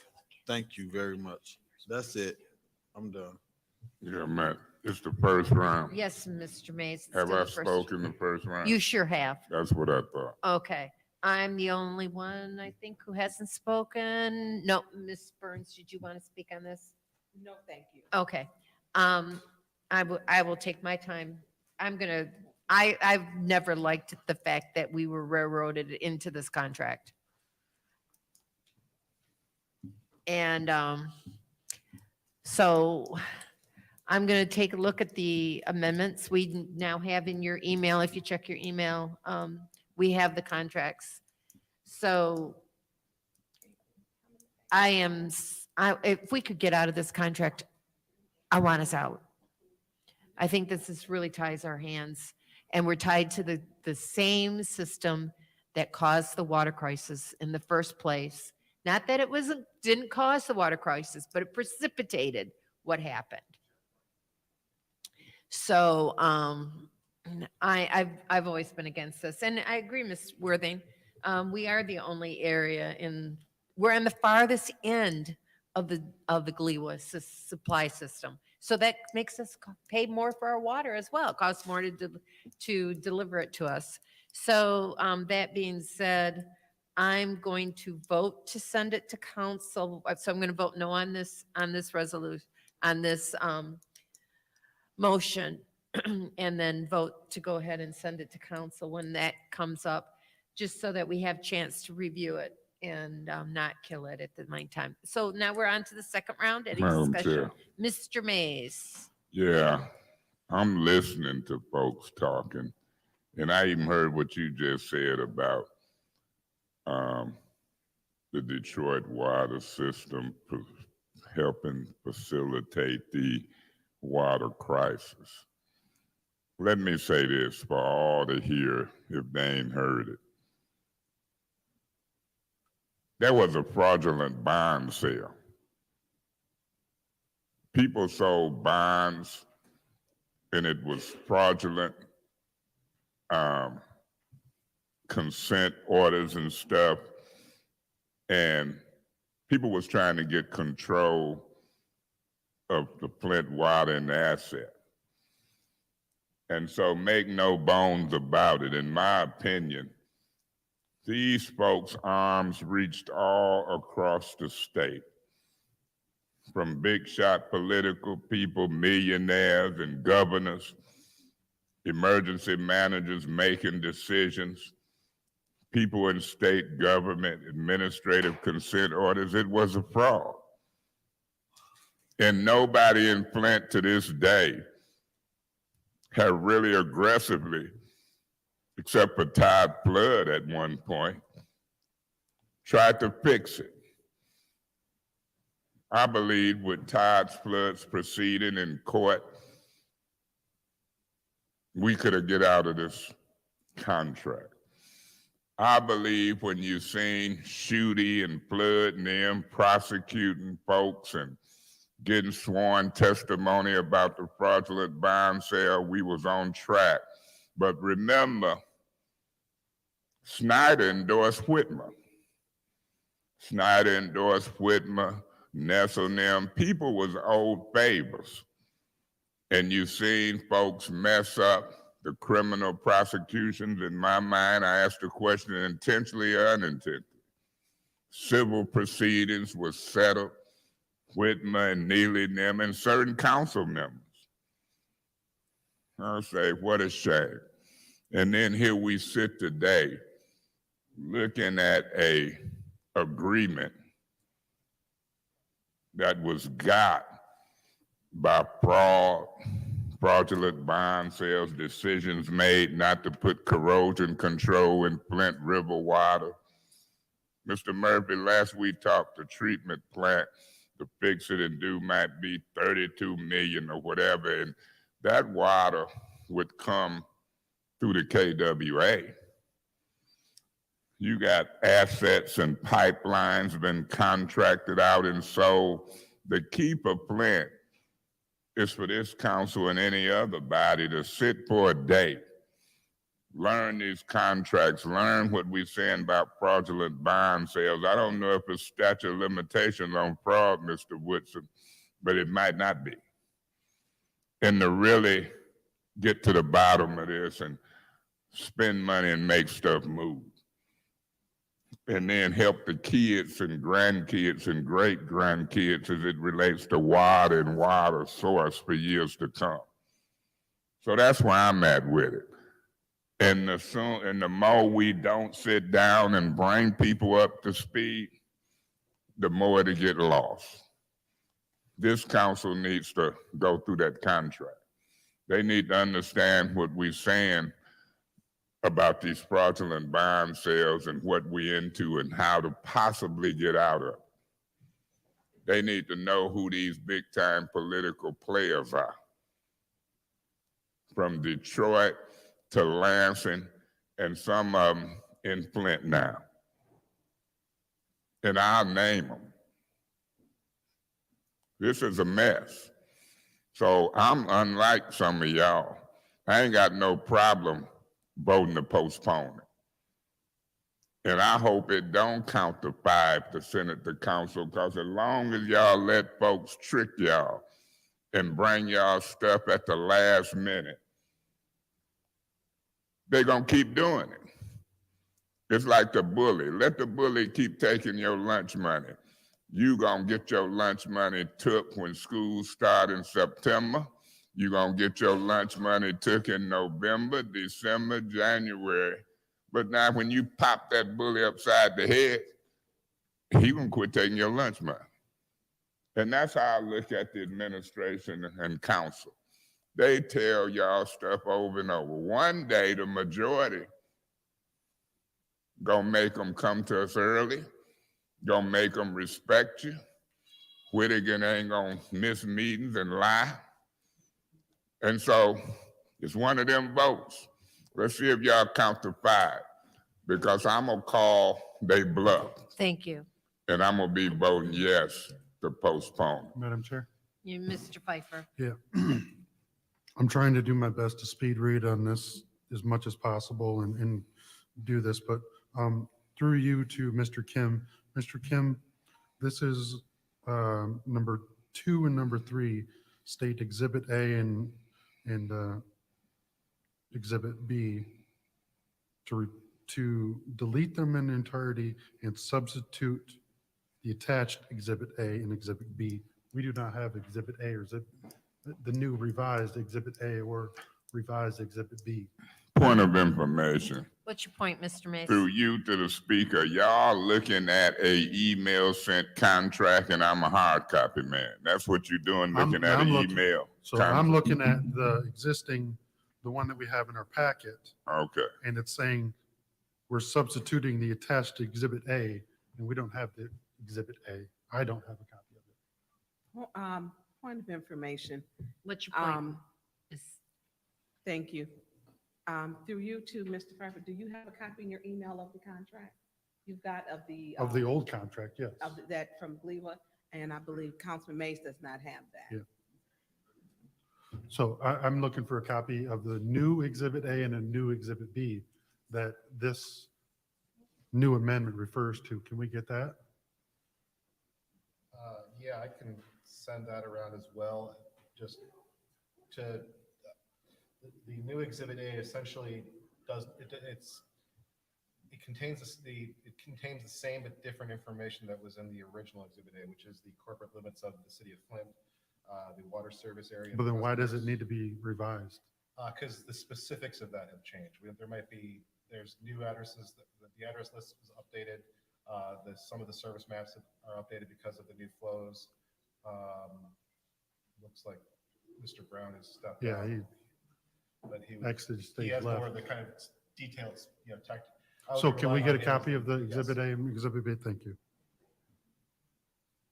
Just because I got, I got a hard time believing that Glee was giving us any kind of, and 5.06 is really nothing because we haven't hit those limits, those lower limits before. So it's kind of a moot point. So I got a hard time believing that this is truly a benefit because Glee wasn't going to open their books and give us a benefit that is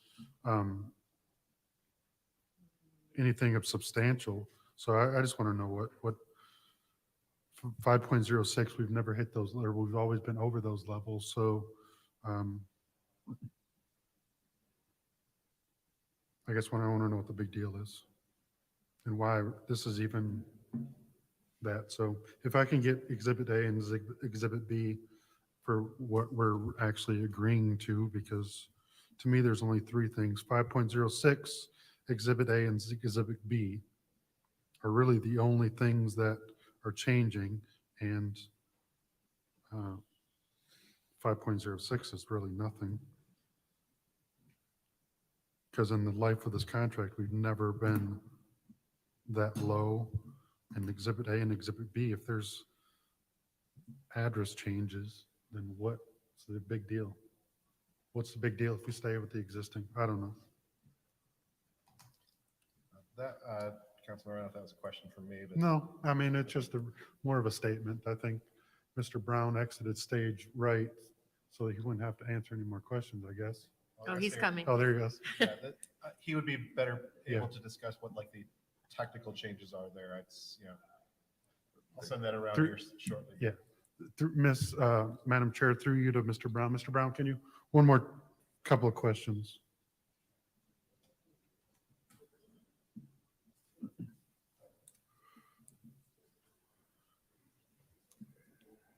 Just for, I thought you left and was running out in the parking lot, which I. No, I wouldn't- had to use the facilities. Yeah. which- Sorry. Which I would It blame you. happens. I've asked Mr. Kim for the new Exhibit A and Exhibit B, while he's emailing those to us. Can you give us a 1,000-foot view of what changed on those two exhibits? Right off the second, no, I'd have to pull them up and look at them myself to see the differences. Okay. Because most of that was left to our legal department to make sure that we're following things correctly. Okay. Then I guess no further questions if nobody can tell me what the difference of them are. Okay. Here, I can look at my computer.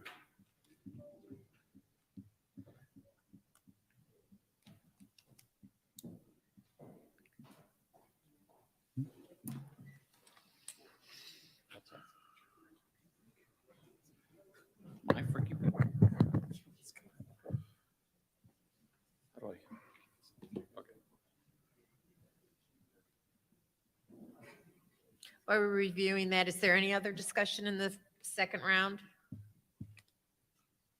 Madam Chair, Yes. I think, I mean, we're already late in the hour. Can we get a 5-minute recess so I can We get these sure printed? can. Um, We will adjourn, we will take 5-minute recess. We'll come back at 8:47. Thank you. Janelle, can What's that? Oh, okay. Stick around, this is all over. Don't return.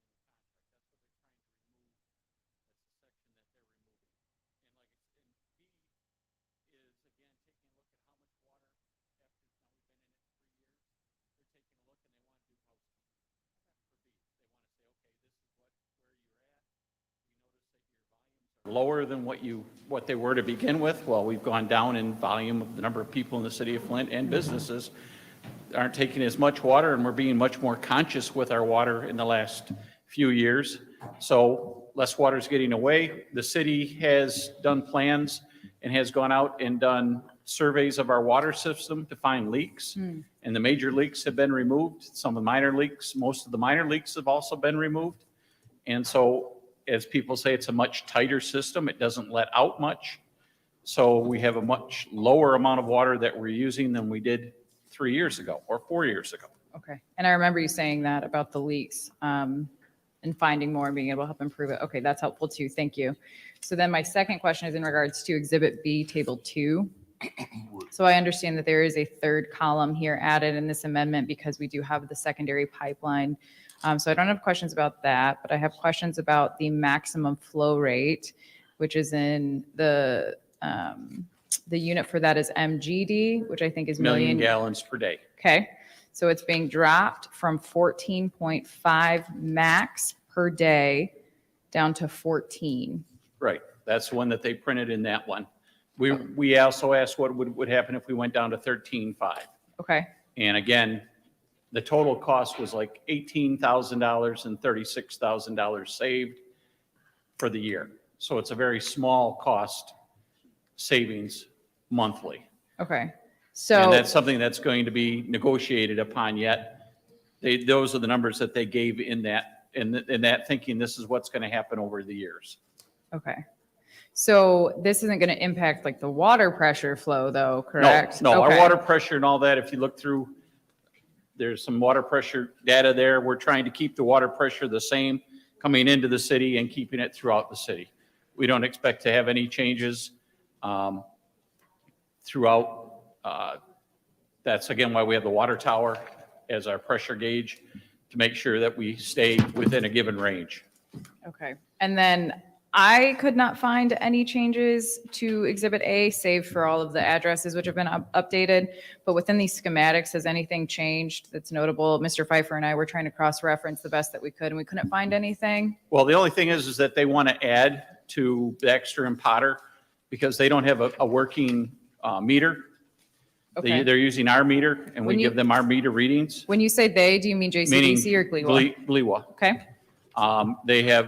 They're looking into buying land right next to, acquiring the land next to our Baxter and Potter area Okay. and put in a new meter. Their current meter can read anything from double of what's really going through to zero. It kind of looks like an oscillating and all over the place. There's no good even line or anything like that because that meter was made to take a lot more water through it than what's actually going through it. So it's at the very low end of its reading, so it creates more error. You know, a meter is made in a certain range, the highs and lows, and you want to be in the middle of it to read. We're at the bottom end of the meter that they have, and even a little lower than that maybe. So they don't get a good reading. That's what a lot of that information is. Mr. Kim was able to show it to me on the computer, so I could remember exactly what that was in A, because I couldn't remember because, again, it's stuff I've already seen. Yeah. I don't think too much of it. And the same with the other ones, they are guesstimates for B. So this is what they think we're going to go to. And each year we'll take a look at that and they'll take a look at it. And that's why they were doing all the testing over the summer and looking at our high flows and keeping really good records of their data coming to the city, or what they thought was coming to the city. And then they used our numbers to show what was really taken in by the city. Okay, so if I could just sum up basically everything that I think I'm hearing you say. So there are changes to better accurately reflect the water usage that we have currently in the city of Flint, which was not in effect in 2018 when this contract was entered into. Correct. It's changed quite drastically since then. Okay, thank you very much for. And most, like I said, most of this is housekeeping. Yeah, okay, For them to know what to expect from us, and so that they can plan out in the future. more accurately for numbers and stuff. Okay, thank you very much. It is also very interesting to see the difference between when we had the secondary water pipeline and when we didn't. So that's also really, that's interesting. Thank you very much. I would like to use the remainder of my time to put a substitute motion on the floor to send resolution 220539 to council. Okay, there's a substitute motion to send 220539 to council. Is there support? Madam Chair, Ms. Worthing? support. Okay, it's been moved and properly seconded to move 220539 to council. Is there any discussion?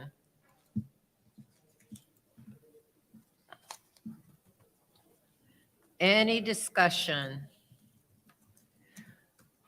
Seeing none, Madam Clerk, roll call to send resolution 220539 to council.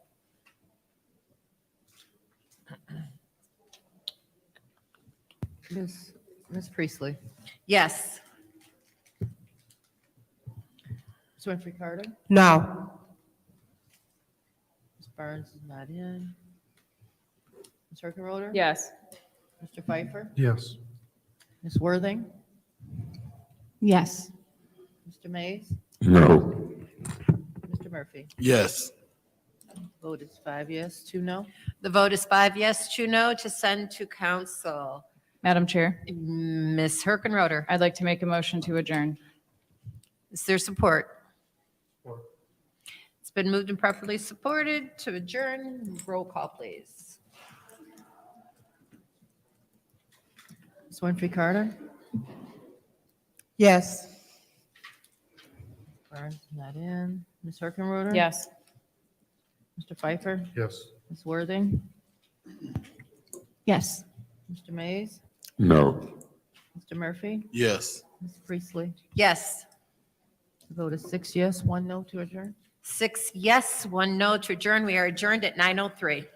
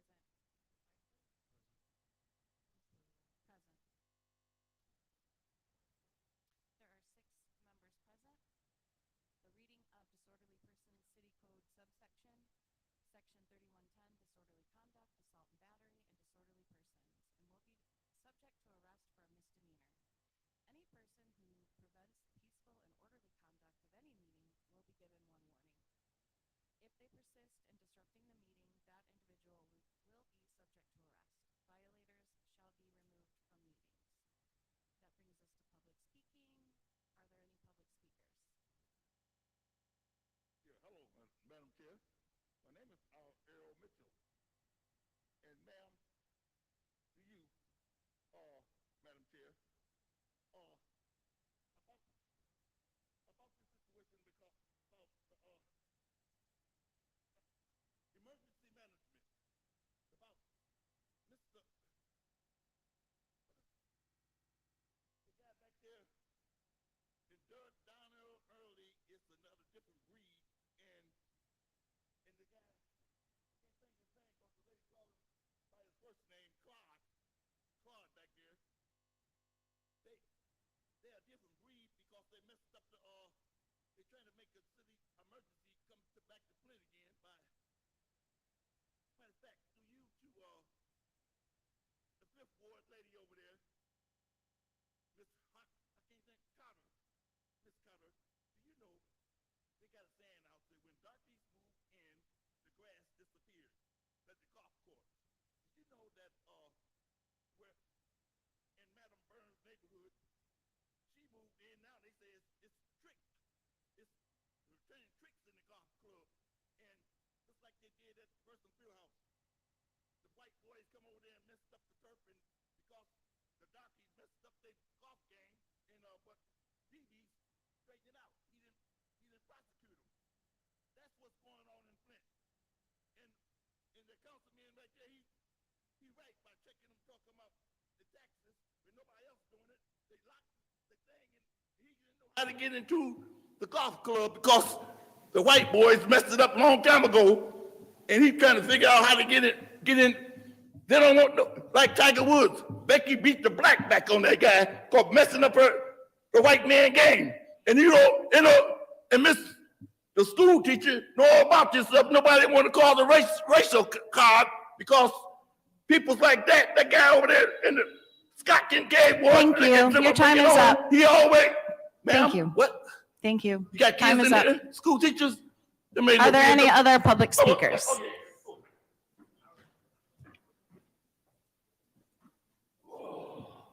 James Moore, 4709 Wisner Street. James Moore, 4709 Wisner Street, resident of here in Flint, Michigan. Apologetic for being late for the beginning of the meeting early today because I stopped over and talked to someone from Water and Sewer, and I have been noticing the red trucks have been shutting off water. We are going to be having another pandemic of people that don't have water, even though I know if their water got shut off, they probably most likely didn't pay their bill. But a human rights concern is, and the only reason why I'm bringing it up is I want you guys to think about it in the future. Maybe to get on one of them numbers that y'all can address it. But we're going to have to do something about all these here shutoffs. If not, they're going to be coming down to the Flint River, and it's going to be like the Boston Harbor, and I hate to see that happen. Y'all have a great day. Thank you. Are there any other public speakers?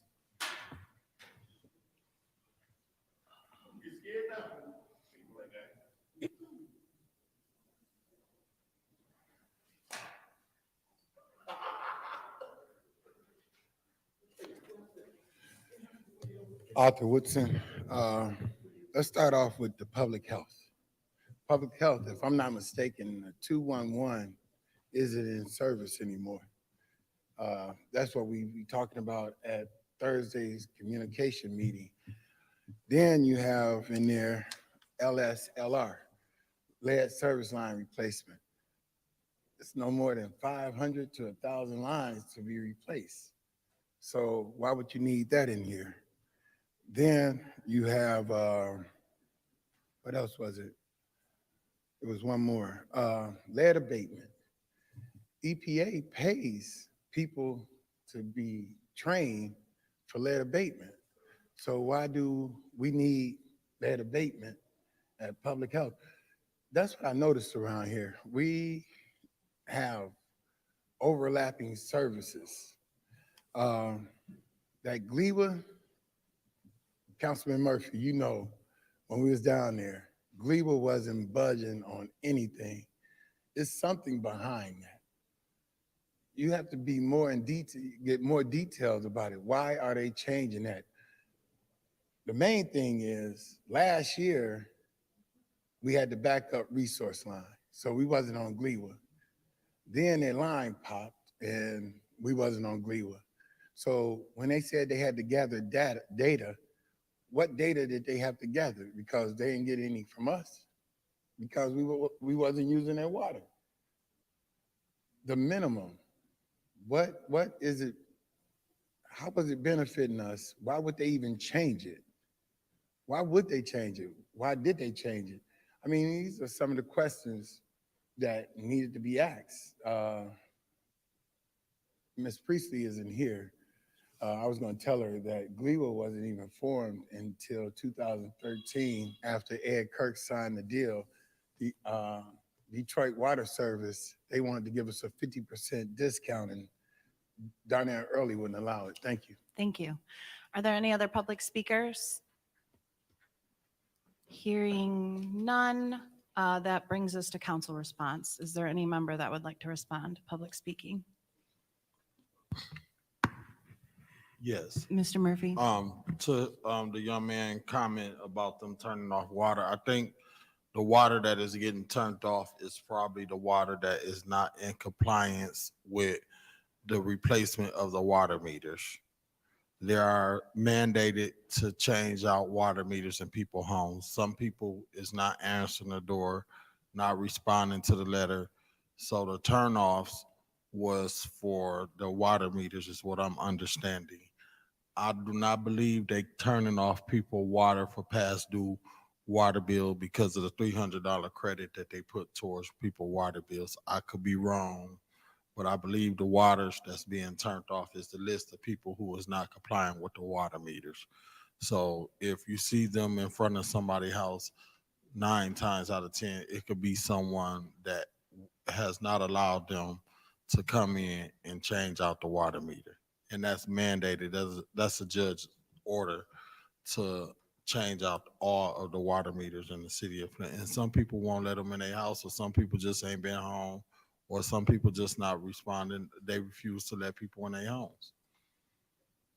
All right, that's it. Thank you. Any other council member like to respond? Hearing none, that brings us to ordinance 220546. Madam Chair. Ms. Herkenrooder. I'd like to make a motion to send ordinance 220456 to council for first reading. Is there support? Is there support to move ordinance 220546 to council for first reading?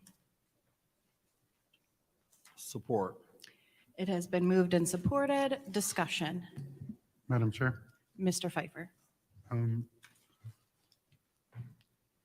Through you to Mr. Kim.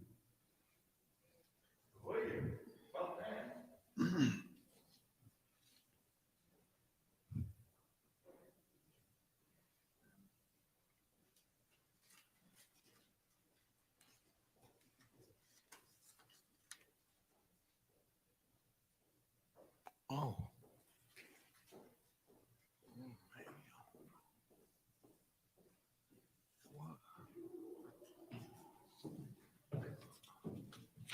Mr. Kim, can you tell us why this is coming before us and why this needs to be revised? Obviously, it's adding the salary range.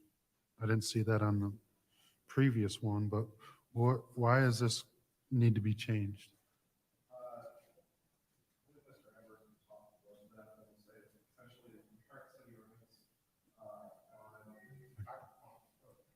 The current, or Mr. Edwards can probably speak to the specifics here, but I will say that the current ordinance that sets various salaries, sets the maximum salary for the city administrator to be approximately $99,000, which is the current salary that Mr. Edwards is receiving. That is far, far, far below what a comparable employee in another municipality in the state would receive. So this is coming before us so that Mr. Edwards can get a raise? Is that what this is?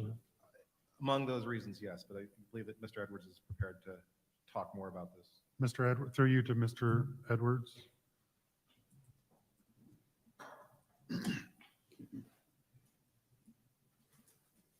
More.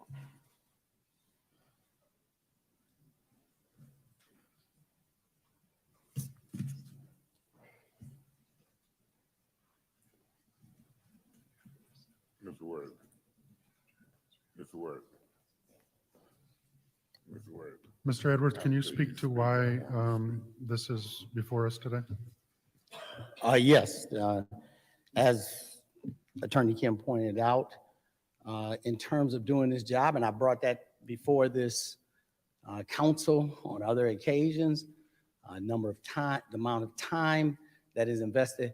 There are city managers that don't attend council meetings. There are city managers that do a lot less in terms of responsibility. I can show you various city managers who don't even have public safety as a part of their responsibility. So my oversight is wide, vast, and very committed. I've been in this position for over 3 years now, been very committed for the residents' sake. I serve at the pleasure of the mayor, but I'm committed to doing the job as a part of a resident, being a resident here and helping residents that live here. But at the same time, let's be fair. In doing the job demands quite a bit. 2080 is the normal standard for hours in a year. I did 2,400 to 3,000. I know for the first 2 years I was here. So I've done, I'm sorry? That's it? Oh, yeah. It's humorous. I mean, I'm not minimizing what you're saying, but I'm just saying before you arrived, it was nothing for us to be at a council meeting till 1, 2, 3 in the morning as a part of doing the job. And so I think that at this point, we still are staying at council meeting pretty long, and most cities don't have, as I said, most city managers don't even have to attend council meetings. But in our case, our meetings are long. There are a lot of hours put in. As I said, my responsibility is vast. It's everything that falls in the jurisdiction of the mayor. So every bit of executive management is under me, both in and outside the city. I'm engaged in EPA, stuff that other city managers don't engage in, state engagement. So there's a lot of aspects to this job that I've had to prepare for. I'm here sometime on Sundays, engaged in work, preparing for my next week. So I'm just letting you know that yes, this job has consumed me in some respects, and I just feel like fair is fair. I did not ask for anything. I stayed true to what I was given during the first 3 years. I was okay with it. The mayor was willing to give me something different then, but I was okay with, let's just, move through. I wanted to see production in what we were doing. I wanted to see things accomplished. At that time, we had lost the DPW director. I had taken over that responsibility for 7 months. And so, and organized that particular division in a way that it had not been organized before.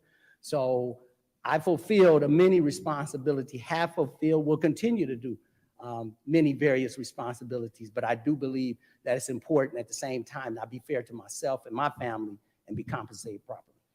No, I don't disagree. I don't disagree with it. I just disagree probably with, I think a lot of people would like to put together an ordinance to get a raise. We're losing staff because we can't get them to be properly compensated. I guess salary range, to me, that means you're going all the way to the top. Otherwise, it wouldn't be there. If it's any help, I can assure you that I'm not interested in going all the way to the top. I'm not even interested in passing the mayor's salary. So I can assure you that. You have that on record in front of everybody. That's not where I'm trying to be, but I need to be better than where I'm at right now. No, I can understand. Yes. That. I can understand that. I think that, Rob probably makes more than the mayor, right? That is correct. Man, he's overpaid. Rob, you're overpaid. Okay, I just want to see why this was before us, and it's clear what it is, and If I might add to that, the whole premise behind that is for future, is to put in place a precedent for city managers and city administrators moving forward. But no, yeah. I can certainly appreciate that. You get what you pay for, and you know, I truly believe that. And to be honest with you, I wish that council was paid more, not for me personally, but Right. that we could attract professionals that are willing to make the sacrifice that can potentially brings a value to the city. So, okay, thank you. Thank you. You're so welcome. much. Yeah, Madam Chair. Mr. Mays? Yeah, let me say this on record. As we said as a city right now, Mr. Edwards, I don't know if I'm gonna vote the move at the first reading. What my colleagues do is their business. My position is this. I'm looking at a situation in our own staff and office where you think you be here late at night. Our deputy clerk, who is now our interim clerk, who will be the city clerk, done spent hours for years. Our staff person, Janelle Johnson, done spent hours for years. You at 90-some thousand, they at 50 and 60. I'm not moving to give administrators and administrators who don't demand that finance directors be here in finance committee meetings and sit and just watch that. I'm offended and I'm appalled. I'm not giving raises to city administrators and mayors who let Attorney Kim tell folks on this council knew they can deliberate outside of a meeting and I can read and see that they shouldn't and can't, according to the Open Meetings Act. I'm not sitting here and gonna continue to give city attorneys raises to get appointed on the same day he advising people wrong to remove me from president. I got a chip on my shoulder about this administration. You can talk about city administrators in the future. I'm gonna talk about city administrators right now. That would be you. I'm gonna talk about mayors and financial officers right now. That would be y'all. I'm not gonna vote to reward what I see to be wrong in this city at this time. Y'all got to prove to me going into this second term. Mr. Neely called me, talking about he had Ed Taylor sitting there on conference call. I'm at my home, or my private place, cussing like a sailor. How you gonna start a fresh start with me and you just finished a bad start? I've subpoenaed him. Bring your press release talking about me with Murdoch. Just dirty. At BB's funeral, I was glad when Darrell Campbell called him publicly dirty red. My position is this, Mr. Edwards. Clean up your act toward the city and this government. Come back to me for a raise. You telling Mr. Piper you ain't trying to get to 150,000 and you're saying it publicly. What are you trying to get to? Where are you at now and what you're trying to get to? I would say that better than where I'm at right now. Okay. That's and what I'm I gonna would tell say, you. For me, you will tell me what you're at. I might cap it there and I might leave you where you're at. See, I'm not here to talk double talk today. I'm here to talk frank. I'm not rewarding folks who got authority over a finance director. Look at it. And then Ms. Burns was finance chair. And in 30 or 40 years, I ain't never seen a finance director tell the council who control the purse strings, I'm not coming to finance meetings. And y'all sit by and allow it and condone it and now want to raise. That don't make sense to me. That don't even make a bit of sense to me. What I'm gonna reward something like that for? And he walking around like he owned the place. You lucky I ain't got 5 votes. He can go where he need to go. He ain't got to come to no finance committee meeting. How can you condone that? Why did you condone that? Why? I don't think you want to answer that publicly. We got a city to run. You see Ms. Johnson, Janelle sitting there? I got communications. She might leave and go to planning. I'm interested in giving her 80,000 rather than 50. I give her 80,000 and try to make it happen before I give you 150. You willing to bring a resolution for Janelle Johnson?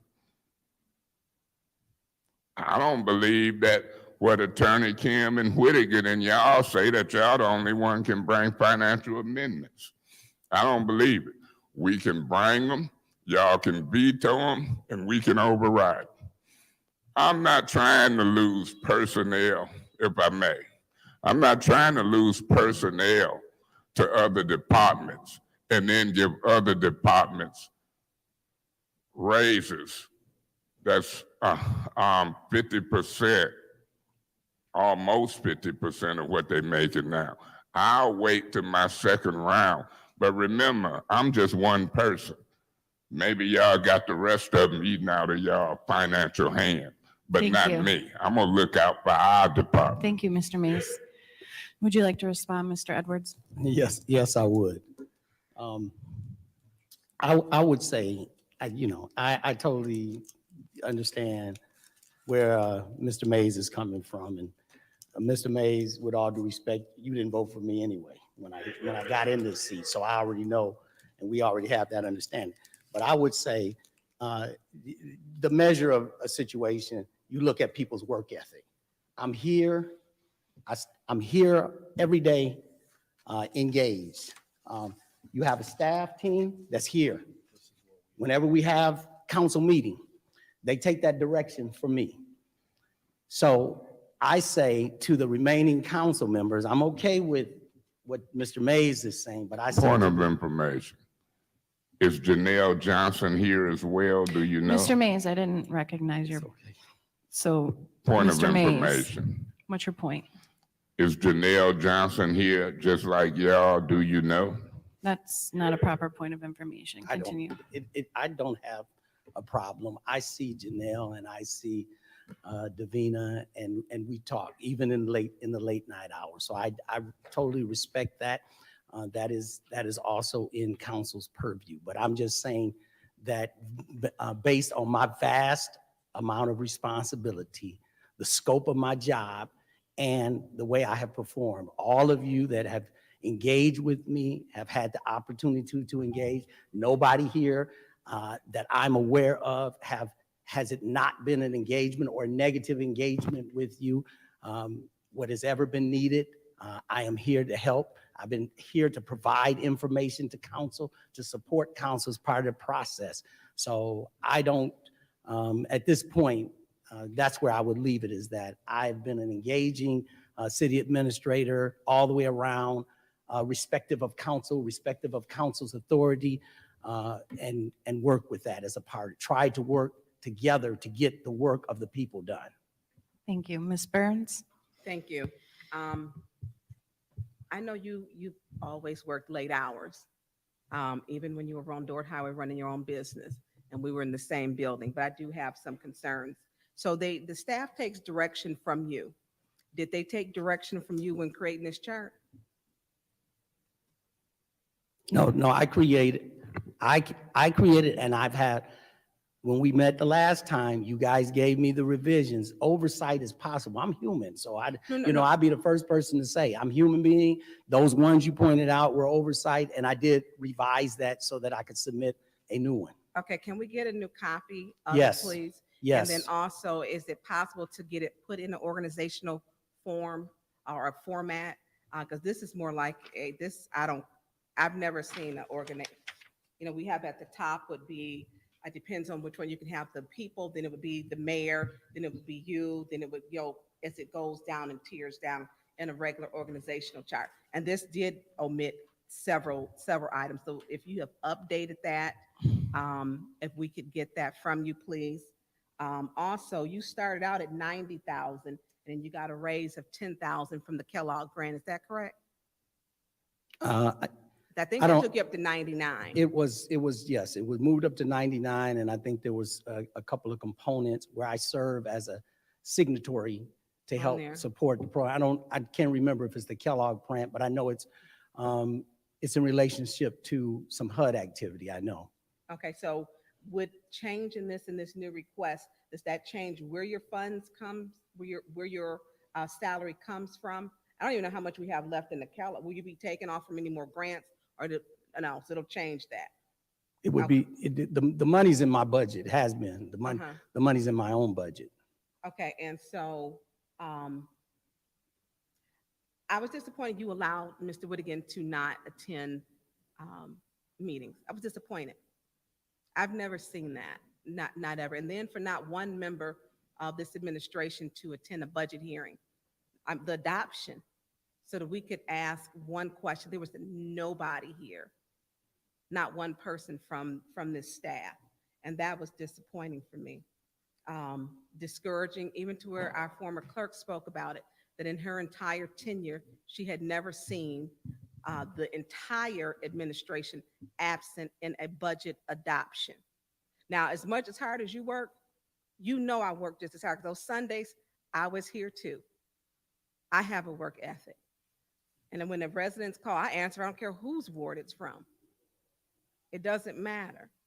And so when we talk about things, we have to be present, and the work ethic. And I know you've been, I think some of your direction to not do things doesn't come from you. I feel that. I know your work ethic, but I think when we talk about how it's trickled down and trickled to council to completely block us out and not be transparent. You have not been transparent. Many times you stepped to that podium and said, I'll get back with you. You were not transparent. And I don't even think it was really of you. I really don't, because I really like you as a person. I've known your work ethic before you worked here.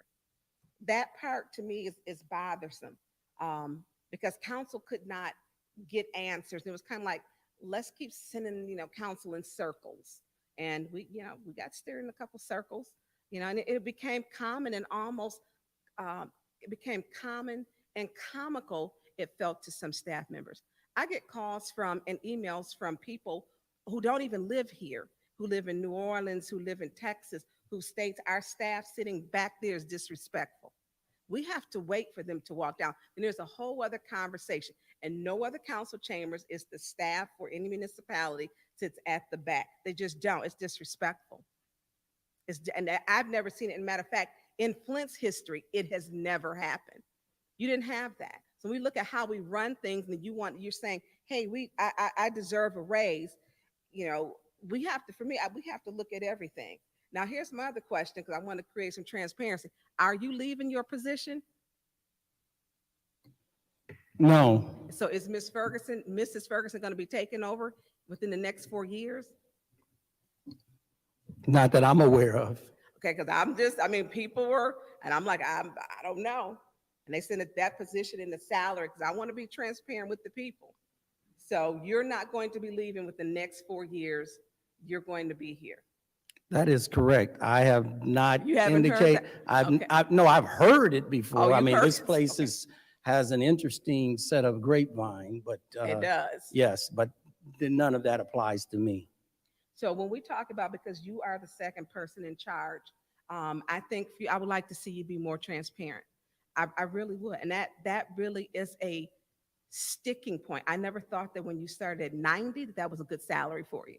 I didn't think it was fair for you when you started. Because I knew when you came in and your intent, I just didn't, and I knew the long hours that you would have to be working. But when you're working the long hours, I think we have to make sure that we're not just working, but making sure that they're productive hours. And you spent the council, and you became really good at it, actually. You did. at spinning, and I'll get back with you. Can you put that in the form, in written form? I mean, you became good with it. But I'm looking at this and we look at, I don't know. When did you get the $10,000 raise? Was that a year ago or 2 years ago? 2 years. It was 2 years ago. So you did receive one raise of 10,000 and brought you up to 99,000. And what is the average rate of a person of a city administrator, or they call them city managers too? Well, they call them city managers, and I've been to conferences where they refer to them as chief administrative officer, CAOs. The average right now for somebody in that position is 158,000. Okay, and is it the same size municipality? No, varying municipalities, but I've seen those that were a lot smaller than ours, a lot higher. Now, you do have some help now with the new deputy chief of staff, Mr. Ed Taylor, which should take off some of your burden. Is that correct? I would strongly probably disagree with that. You would but- just, Yeah, I would strongly disagree with that. so is his function similar to yours? No, not even close. What is his function then? His function is working primarily with executive staff, and his function is to aid them in accomplishing some of their objectives, while mine is to solve problems, to help people overcome difficulties and make sure all resources are in place for those departments to operate. Some of those still overlap. I wouldn't disagree with, I know but the you disagree. intensity, Yeah. the intensity But if is you're saying different. problem solving and you're both saying to reach goals, you still have to collaborate and work with him. Who did his job before? Because we haven't had one for over a year. The very first person, if you go all the way back, Brian Larkins was in that role. He was chief of staff. This is deputy chief of staff, but I'll wait for my second round. Thank you. Yeah. Mr. Murphy. Thank you very much. I hear you talking about managers and other municipalities, but in this charter right here, your job title is considered the city administrator. And I know when I first got elected, you talked about referrals,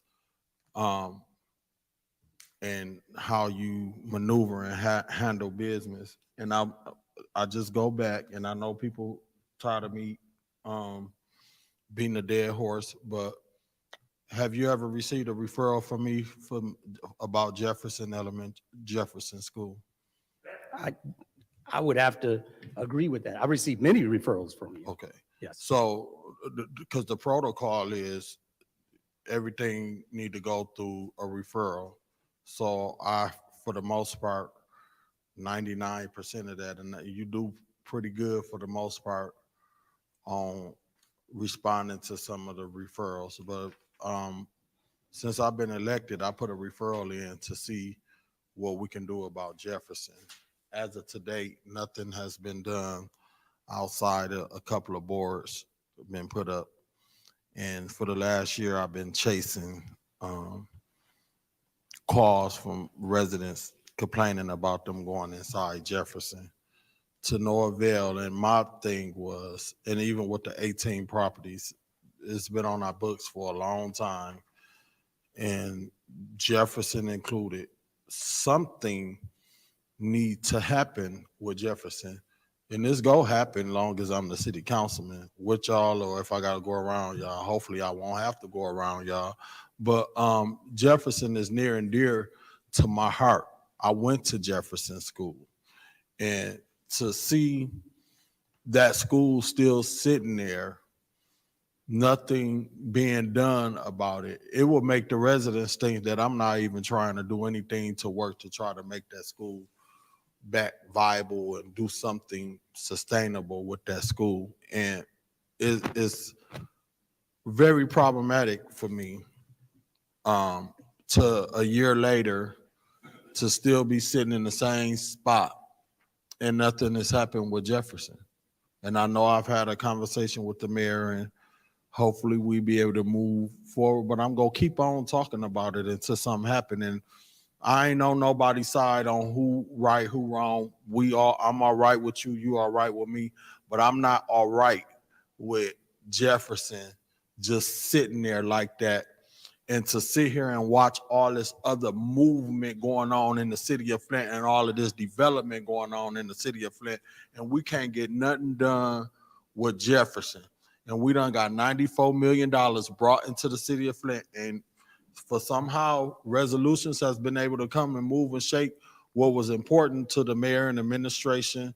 But when they come down to what's important to us, and Jefferson is important to me, to my community. And I'm not sure if it's that important to y'all. Maybe y'all didn't go to Jefferson. Maybe y'all didn't hang out over there. Maybe it's not important to y'all. But I bet you a Bunch school was like Jefferson, Bunch wouldn't be like that. But I didn't go to Bunch, but I live by Bunch. And it's important to me because it's by where I live at. And it concerns me that a year later, the referrals that I have put in, and I done put in a couple of referrals for Jefferson. I'll put in another one if that's what you want me to do after I have this conversation. But to be looking at, and I ain't gonna lie, I voted to support this motion not knowing the dollar amount. When I looked at the dollar amount, I'm not sure that I'm willing to, at this point in time, support raises when I think everybody need a raise. If that's the case, city council ain't no telling how long we been at whatever we at. I got to go to work because I got to have a job. Why? Because I can't afford to not go to work and be here all night because I got to balance this part-time job and a full-time job in order to make a decent living because this don't pay enough. I would love to be here all night. Well, I ain't gonna say that, but I would love to be able to be a full-time city council. Even when I was on charter, I tried to do full-time city council, but my colleagues on the charter commission didn't want that. So here we are. We not getting no raise. And I don't know, through Janelle, could you do a referral to Davina to do a check on other municipalities, city councilmen to see what they getting paid? Because I think we ought to be getting a raise while we talking about raises. So some may not agree, but we probably been at this raise. I'm not sure how long we've been at this raise, but we go do a raise with the city administrator. I just want to make sure we being fair. So to me, to you, I would like to do a job description data report to make sure we all getting paid decent wages. Thank you. Anyone else in the first round? Yes, Madam Chair. Ms. Winfrey Carter?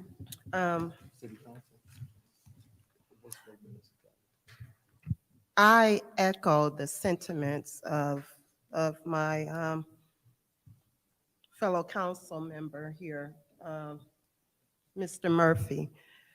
You know, and Councilman Mays, right now, I'm not going to even engage this just because I've been doing my research and I've been looking at different municipalities and looking at the salaries and the average salaries of city administrators. And I think right now, Mr. Edwards, you are beating them all. Your salary right now is at the top. What, you're at 99,000 already? So right now, I can't even support this. I will not be voting to move this to council, and I'm sorry. And then I have not really been impressed with what's been going on with the administration. So, you know, with all that being said, I'm gonna be voting no to move this to council. Maybe come back later on and maybe I'll have a different viewpoint. But right now I can't even support this. Thank you, Madam Chair. Any other discussion in the first round? I am just going to say that I did look up the average salaries for city administrator in Michigan, and it was 100 to 123,000. So I don't think you're at the top. Also, we can't really do anything about our own salaries here on council. It is, what is the name of the? Local Officers Compensation Commission. Local Officers Compensation Board? Commission. Commission. LOCC. Thank you. I knew I wasn't going to get that right. But Miss Lewis actually went to a meeting to kind of speak kind of on all of our behalves because a lot of council members are doing a full-time job for like less than part-time pay. Our salaries were decreased by the emergency manager, and then our benefits were taken away. So actually it was Ms. Fields in the last council that kind of said, hey, what about those? We want our benefits back because now we can put in for retirement and have medical and put in for that. So those are things that were taken away from us. So if you do want to see more compensation, you have to go to that board, totally separate issue. But I will be supporting this. I don't know if it's going to pass, but I don't see that it's any like, I don't think it's out of the league of the other city administrators and other municipalities. I wish every profession could be recognized with that much money, including educators. However, you know, it is what it is. So I'll be voting yes at this time. Anybody in the second round? In what round? Second, Yeah, Madam Chair. Mr. Mays. Mr. Edwards, you know, these phones is a funny thing. Now I sit here and put in the Google average salary of a city administrator. Now you got different ones you can touch. This one say the average city administrator salary is $79,300 and some dollars. Then it say the salary range typically falls between $67,000 and $94,000. Now, don't be mad at me, be mad at Google. Because I needed Google in high school, junior high, at Michigan State. You can Google the average salary. And so it ain't even jiving with what y'all telling us here. But maybe we can Google another one, or maybe Google is wrong. But this talking about average salaries of city administrators as of November 2022. Now, my colleagues, one in particular, I hear her say, hey, I'm supportive. You only need 5 votes in this arena. You only need 5 votes to wrongfully remove me from president or to get me arrested. But guess what? You can get them. So you can get 5 votes maybe to get a range of 150,000. I know people get upset when I talk about the business of the city, as long as I'm talking about what folk want. And I ain't talking about me, folks happy. The minute I throw myself in there, people switching in their seat and frowning. But you hear my colleagues, some of them talking about their salary. Guess whose salary I'm talking about? I'm gonna talk about Janelle Johnson's salary. 50,000, whatever it is, staying here long hours. I'm gonna talk about the council office that's in our purview, this council. It was in the other council's purview. You got minutes, you got long hours. I tried to get additional help, but that's our staff in this budget, the last budget. Ain't nobody paying attention. The administration, Mr. Neely increased his salary. Now here you come. Who will be next? And this council won't even save itself and take care of its own staff and salaries. They don't think this legislative branch is important. I argue Janelle 80 to 90 to keep her from going to another department. I not only want the deputy clerk replaced, but I need 1 or 2 more, even if it's for a year or 2 to catch up. This council, and Ms. Worthing ain't new or some. She been around for a minute. If they go for this and won't take care of their own staff and save their own staff and reward their own staff, something is wrong from where I sit. Mr. Edwards, I know you said me and you don't see eye to eye and you appealing to the majority of them. But guess what? I can understand that strategy because I'm telling you point blank, all of this, give it to me in writing and allowing people not to come to staff meetings, y'all having a ball at our expense. But when you read the job description, look at number 5. Confers with city departments heads to assemble pertinent data for the mayor and city council. That didn't ever happen when I was in leadership, but y'all on the mayor's butt. Look at number 7. Submit agenda items for city council and city council committee meetings, advising and making recommendations to council members consistent with policy objectives. Look down at the minimum requirements. 5 years experience as a city manager, a municipal administrator, or equivalent. Now I'm gonna make a motion so I can get more time discussing this. I move that this is postponed into January There's a motion to to the postpone same legislative this committee ordinance meeting. to January. Is there a support for that? Support. It's been moved and supported. Is there any discussion? Yeah, Madam Chair. Mr. Mays? And I did that because I don't like these goofy rules. Here we talking about a serious matter, and here go that bill. I done been in council meetings 30 years. Whether it's ARPA funds, your salary, this council, the majority have never seen a real discussion because of your time is up. Kate Fields never put that in there to control me.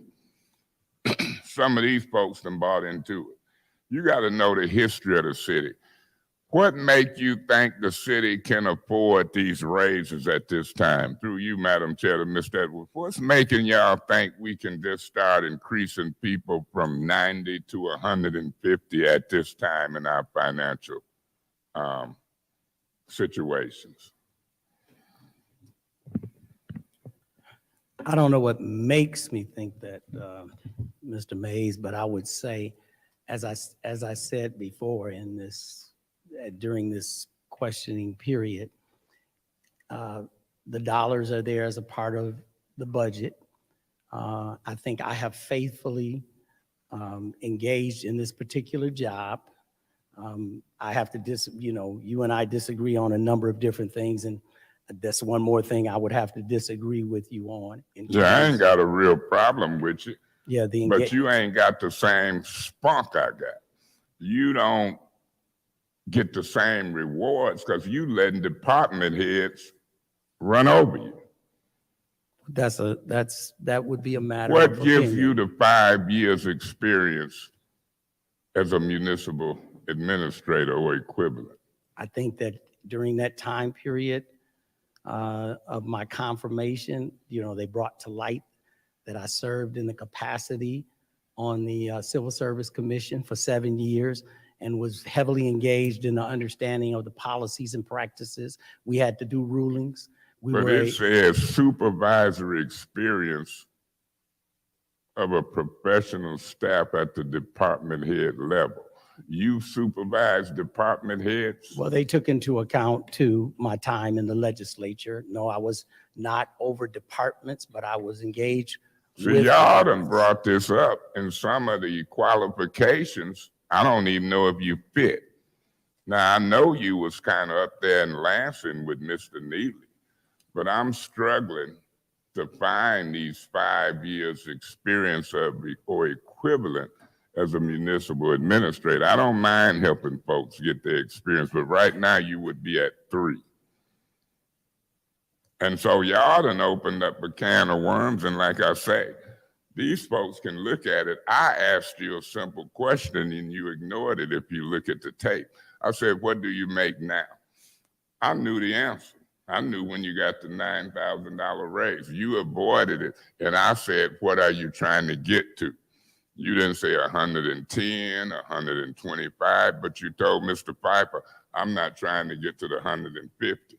What was wrong with answering my question? That made me suspicious, and it made me uncooperative with you if you can't publicly cooperate with me. All of these things I listen and look at. Now, they can move it for first reading, then it'll be discussion in between first and second reading. But I don't care who's standing before me. I done had your department head stand before me, flip me off, and ain't been back since. I don't fool with it. You should have corrected that. Y'all should have put the hammer down. Now he back in here. What he want to raise to, I don't know. But my point is, here y'all come one by one. I'm like this. Our department need help. Our people need a raise. Now I'm gonna appeal to the council specifically about this Janelle Johnson, this deputy clerk position, and another additional position. And I'm gonna see if you are sensitive to our legislative branch with the same type of nerve y'all got to come before us as the executive branch. I ain't gonna even let the bell go off. But I'm making my point, and I'm gonna see if it's falling on deaf ears.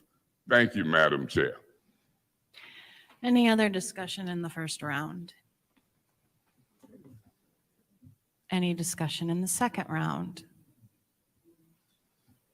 If it ain't no discussion in the second round, let me say this, Ms. Worthy. If I may. Mr. Edwards, do you know what's happening in our office right now? In the council office, you're Yeah, referring as it to? relates to our staff. No, I hear you alluding to. a Well, I'm number of alluding things. to it. I got information, one of our key staff might be going to another department for a mere $3 raise an hour. I'm looking at our staff work just as hard as you for 50,000, maybe a different, but you alluded over and over to how long meetings is. I've been here for going on 10 years. I done seen it all. I done seen different city administrators, emergency managers, staff, whatever. I'm seriously finna try to keep somebody from going to another department. Seriously. Serious enough to go from 50 to 80. Serious enough to go from 60 to 80 and an additional help. Because we handle minutes, agendas, long hours. Serious enough to make sure I'm watching who this deputy clerk gonna be because we've elevated our deputy clerk. I'm more serious about our staff and department right now than I am about your range of 150. Are you serious about our staff and our department as well? Do you hear me alluding to it? You didn't know? That's a question. Stop the clock. I'm interested in helping everyone within the context of this city environment, have been as a part of my role. So I'm always interested in helping all of our staff people. Okay. Well, let me do it like this, Mr. Edwards. I ain't mad at spending a little money. You still ain't answered me as to what you're trying to get to, because I might change the amended from 99 to 115, 120, and wait to see what's happening. But don't tell me what the average salary is when I got Google. Google means something to me. But I'm only willing to try to do that if y'all telling this council, y'all can, the only one who can bring budget amendments, and I'm knowing that ain't all the way true, but I'm looking at an employee or two missing and ain't up to par in the council office. Talk to me then. This ain't finna pass for second reading and adoption tonight. It's time in between first reading and second reading. I don't know if Ms. Johnson and anybody else gonna leave our department between now and Christmas, but I hear something, and I know 50 ain't 70 or 80, and I know $3 an hour ain't getting her up there. I wouldn't care if we had to create a job description, put the salary with it, get another position to help keep up with this work, but they here just as long as you is. And so that's my test. Okay, we in a political arena. I might listen to you. Let's see if you listen to me. In between first and second reading, if it make it, let me see what you tell me about what I'm talking about here. And I'm very serious about that. Now, remember, you don't even have to talk to me. They can do what they want. You can count to 5, 6, or whatever. They ain't me. And they ain't probably looking at what I'm looking at when it comes to our office versus what y'all doing down in the executive branch. We'll take it from here. I know where I stand. I know what I'm hearing. I know what I'm reading. And right now, don't blame me, blame Google. Everything ain't jiving. Any other discussion in the second round? Madam Chair, Ms. Burns? thank you.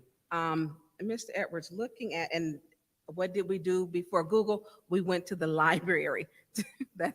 That's what we did.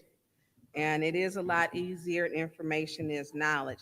When we look at the average salary, and it gives for the city administrator across the entire U.S., it is $67,305 to $94,239. Then if we look at other comparable states, state averages, Indiana is $98,945. Maryland is $91,744. Ohio is $90,937. Florida is $87,428. Colorado is $86,498. Georgia is $82,146. So when we look at comparables, those are for the state averages. Those are state average, those works cited are going to be ZipRecruiter, Salary.com, and it's a few more. And through you, Madam Chair, to Councilman Murphy, you had a question as to how much other council members or councils are paid. Detroit gets paid, council members get paid $82,749 annually. They are full-time. The president of the city council gets paid $94,000. So when we talk about how many hours we put in here, when residents called because they didn't have a water crisis, job losses, and a plethora of problems. So we get paid, was it $22,500? $22,500. And we look at if Detroit gets, if they were part-time, they still get paid more than we get paid by 50%. So when we look at, and you have to love what you're doing to stay and do this job on council. You have to care about people, and it takes away from your family. So my family's taken away too. My family, things are taken away when, through this administration, I had to learn how to work around this administration. I had to do that. You caused me extra grief that I didn't need. And I would not, if you ever ask something, I'm very transparent. And some things just could have been made easier. So when we talk about even for the holidays, I had to go to North Carolina to see my mom. And so we talk about that. My family's like, put your phone down. People call from every single ward. Because if they think you're doing something in your ward and they deserve to be serviced, and my colleagues are busy and people don't know who to call because we are short-staffed. When people call the police department and say no one answers the phone, 237-6800, they're like, I'm not able to get anybody. They expect us to figure it out. And it is really a figure it out. When I don't get a call, I hate to say it, I have to call the Michigan State Police.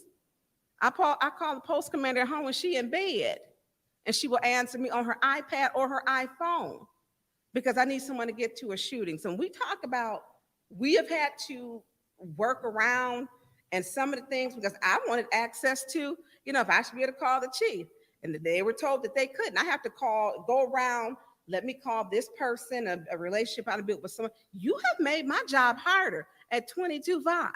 People call me every week, almost every day, for shots, for blighted properties. You name it, and we need to learn how to work together. You should be paid, but you also should make our job as hard. You should feel sorry for us at 22-5. It's hard.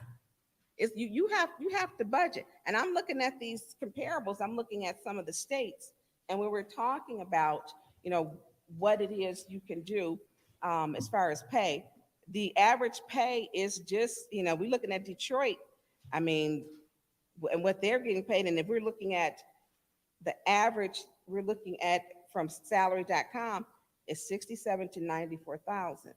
I don't know. I think we need more discussion on this because you brought us this, and this was sad.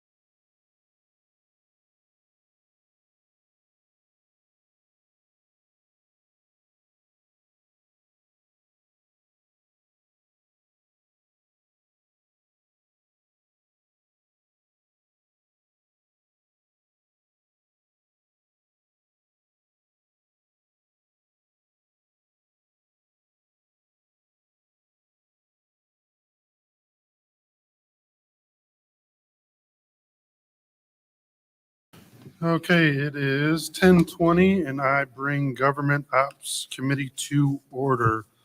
Madam Clerk, roll call.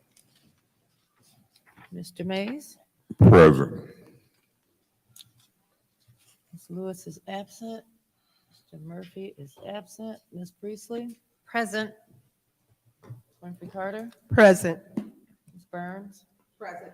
Ms. Reckler, Present. Present. Mr. Pfeiffer, Present. Ms. Worthing is absent. We have 6 members present. 6 members present. The reading of disorderly conduct is on the agenda. Public speaking. Anyone wishing to address the council? Please state your name.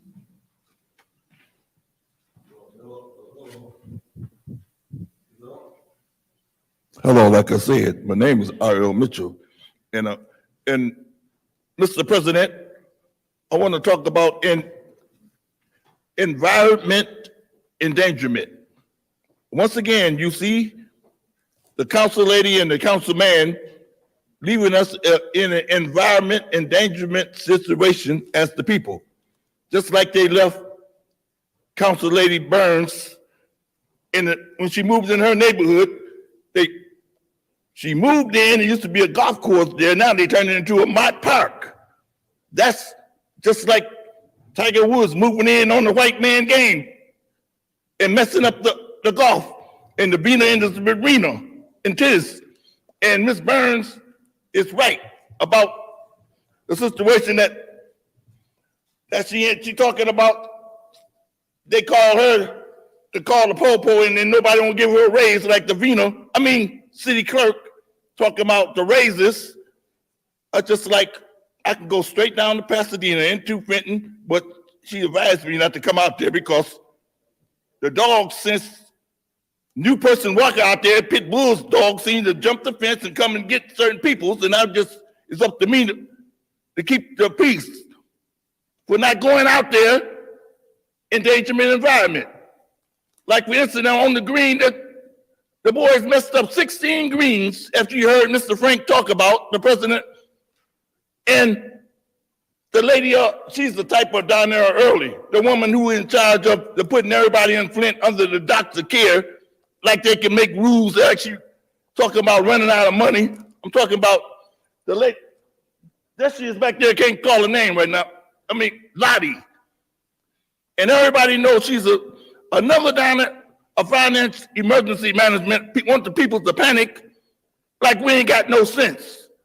In the Fifth Ward, sitting there like she don't know what I'm talking about. A darky move in and then the grass move out of the neighborhood because they actually all the little black boys to learn how to play golf. And ever since then, wrap it up, they burned up, they messed up every golf club in Flint and they getting away with all that money and them talking about.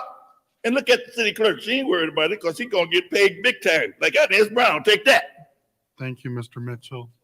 Anyone else wishing to address council? Anyone else? Anybody else? All right, that closes. You tried to get that third one out quick, didn't you? Arthur Woodson, 220478, special order. Pulaski Street Fire. You all voted to investigate, hold hearings. I don't know what y'all was gonna do, but some people say that you can't do anything and you can't investigate. Yes, you can. They're doing it down in Texas. Matter of fact, they did it to, I think it was their chief of police because he didn't act quick enough. It's appalling to see that these firefighters that made a mistake, they say, their mistake costs 2 lives. 2 kids' lives, man. Lamar, Zaire Mitchell. What they call a mistake, they able to go home and see their kids. Crystal Cooper can't see her kids. This is the first year that she'll be without her kids. And you're gonna have Bay City hire Zotac and say he investigated and didn't see anything wrong. You have them coming on the news. The funny thing is, you admit that you didn't go into the room and then you file a fraudulent report. If you made a mistake, why did you lie on the report? Because you wanted to cover it up. And it's a whole lot more along with it. But you all haven't investigated to find out what else goes along with it. It's quiet.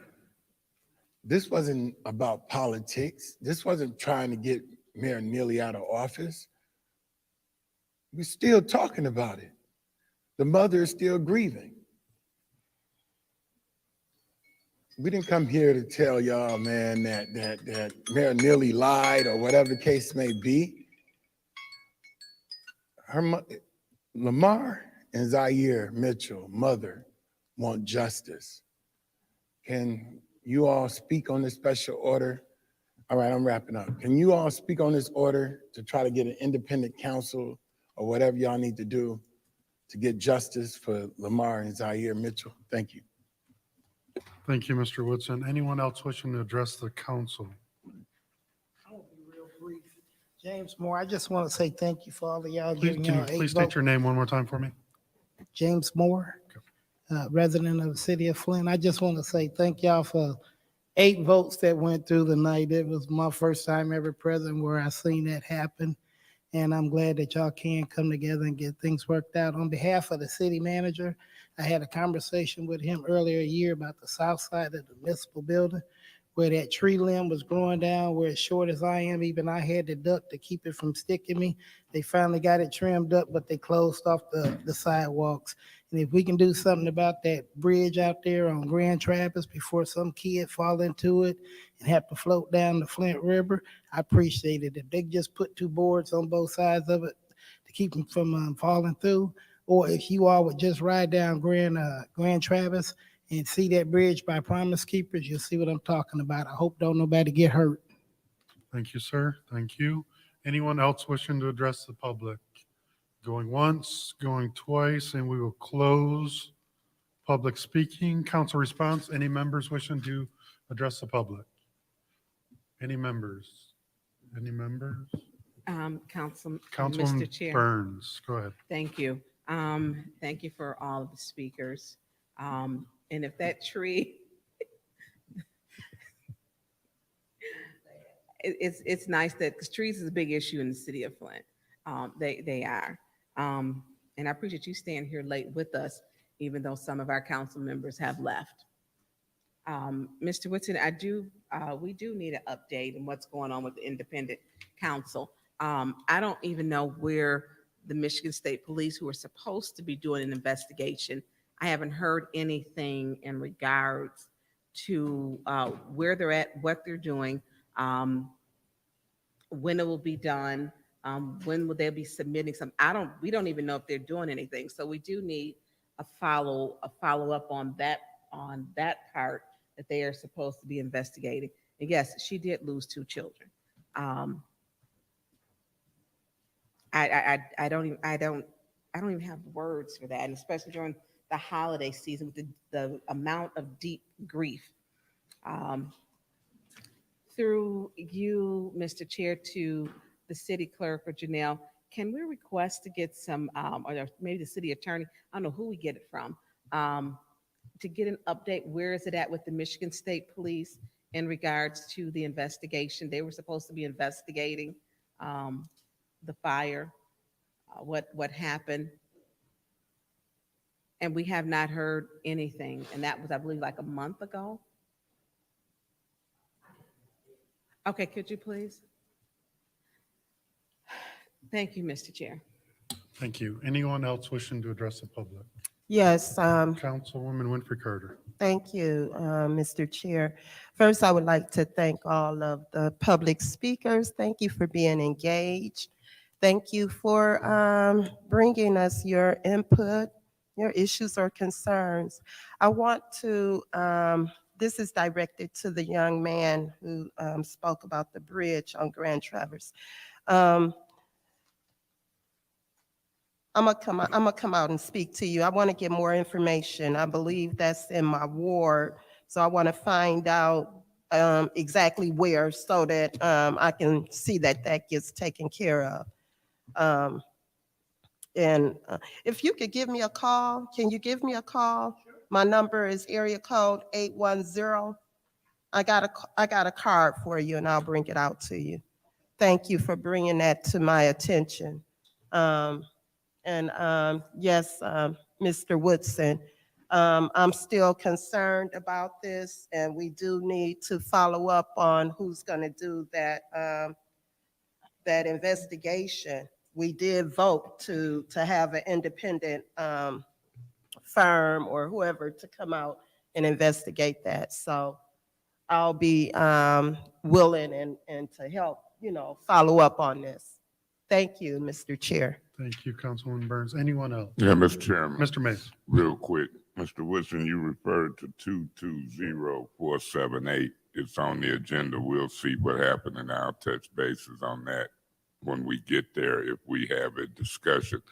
I see Mr. Wiggins here, who's chief now, so I'll just wait to see what happens there and I'll talk to my colleagues. RL is always a good thing. But Mr. Moore, you brought up an issue that I want Mr. Brown to hear. Not specifically what you brought up, but Mr. Brown on the corner of Fleming and Pearson Road. It's a church there. Right in front of that church, hanging down across the sidewalk. And the church is more, the tree is more church than sidewalk, but it's sidewalk, a little piece of it. And the deacons called me in. That's Mount Carmel Church, the corner of Fleming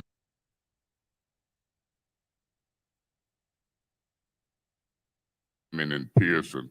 But if somebody can look at that branch hanging, I would hate to see the ice get up on it and it fall down wrongfully. I called it in once, but Mr. Moore reminds me to bring it up here publicly. And we'll see what happens, if anything, with that. Other than that, I'm looking forward to make it through these agendas and as we get ready to break for the holiday. Thank you. Thank you, Mr. Mays. Anyone else? Anyone else? Okay, I will close council response. We're on to special orders. Special order 220384, Councilwoman Priestley, I see your name on that. Yes, Would I'd you like look- that postponed. Okay, we will order that to stay on the agenda for the next meeting without objection. Next special order 220445. Mr. Mays, I see that. Would you like to discuss it or would you like to keep it on? Yeah, that had to do with police chases. I recently, in the past week or so, got in my mailbox the police chase policy I requested. I talked to the chief. He had showed up. Chief Green had showed up for this special order. I said to him, as I review that policy, because I'm concerned about what happened on Pearson Road and what's an alleged police chase. And I told him, yeah, we'll wait and I'll try to have this postponed until the first of the year. So I'm gonna ask that this discussion of police chase policy stay on until the governmental operations meeting in January. Okay, we will keep 220445 on the agenda without objection. The next one is also Mr. Mays, 220446. Would you like to discuss that or keep it on the agenda?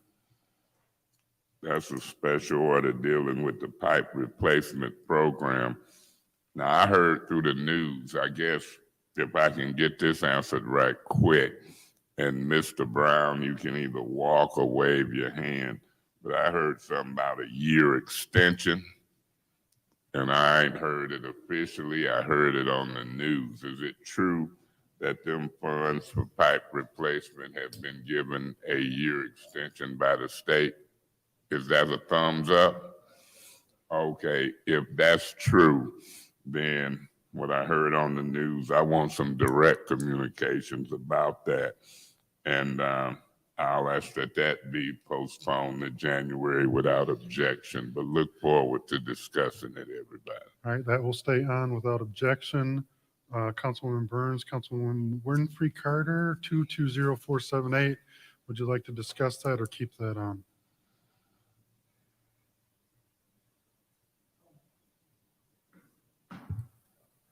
Yeah, keep it. I would like to keep it on until we get some information back. Okay, we will keep that on for the next, without objection. I'm gonna object to chime in on it. Okay, there's an objection, so we will move to, we move into that special order. Anyone would like the floor? Yeah, let me say this. Mr. Mays, you have the floor. Let me say this. I'm concerned about what I heard, false reports. I'm concerned when I seen the news and a union official was saying, get rid of the chief. I'm also concerned with the election aspect of the politics, in my opinion, because I look at politics and elections on how it was handled at the time. Through you, Mr. Chairman, to, I'm going to just say Chief Wiggins, can he approach? Chief Wiggins?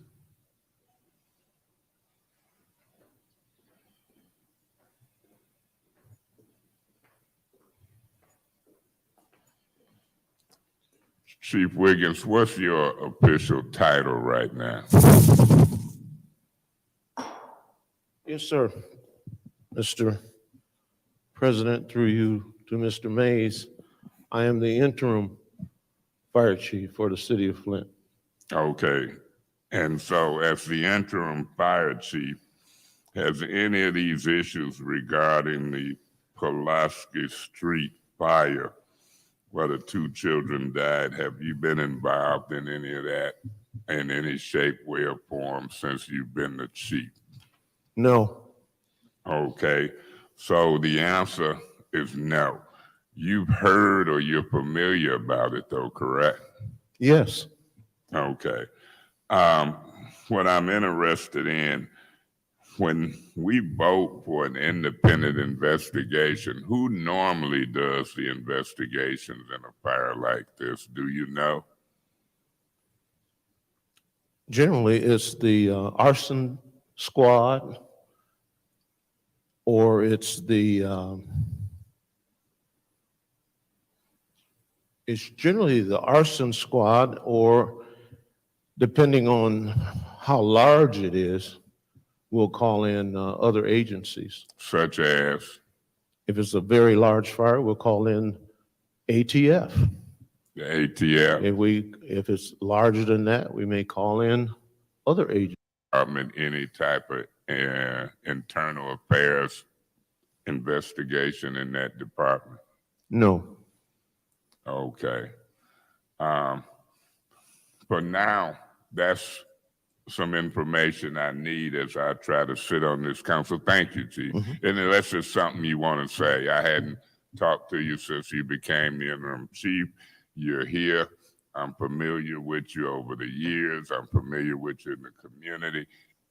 Before I move on, is it something that you want to say? Merry Christmas. Merry Christmas to you as well. Let me say this. When I listen to the answers of the interim chief, and I look at the motion we passed that Mr. Woodson brings up, I'm concerned. The ombudsperson is missing. I'm hearing you, Ms. Burns, refer to the state police. I'm looking at people who have now since, from my understanding, resigned the department. I've been in press conference with lawyers, and some of them allude to the fact as it relates to reports to it rise to the level of criminal proceedings. State police, prosecutors, anybody of that nature, to me, might fall in the independent investigation category based on what I'm hearing here. So I won't object any further, and I don't know how you'll handle it, Mr. Chairman. Maybe you'll get back to keeping it without objections, but I don't want it to go away right now.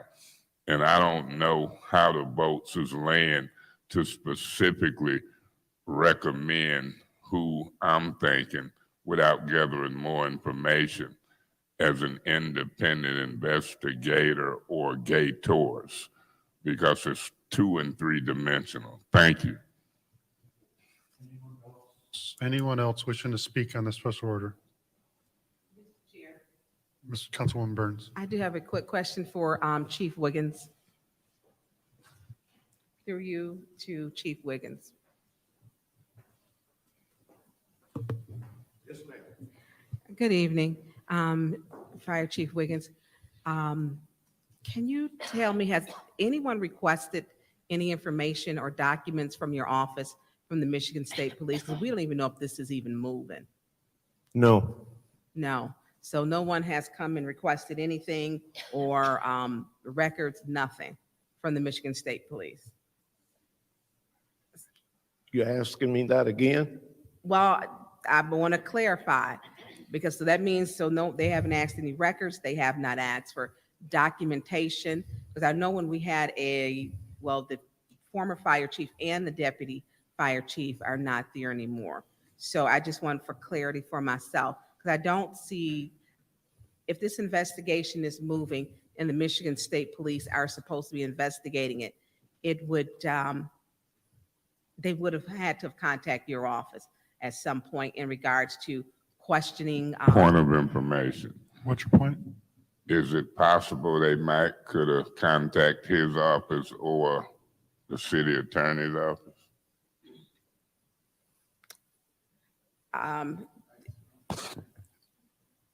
Well, and I will, and that is a possibility, but I would still think they would want some of the officers' personal, because they were there, the staff.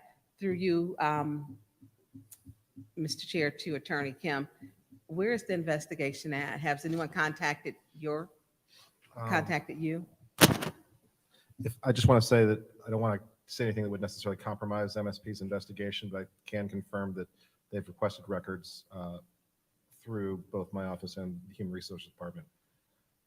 Okay. So, but for any status beyond that, at least in my experience, MSP doesn't really discuss Right, in any right, particular detail ongoing investigations. So, right. Okay. Thank you, Chief Wiggins. I appreciate it. Thank you. Anyone else wishing to speak on a special order? All right, we will close out that special order and go to resolutions. Of order. What's your point? Can that special order still be kept on the agenda?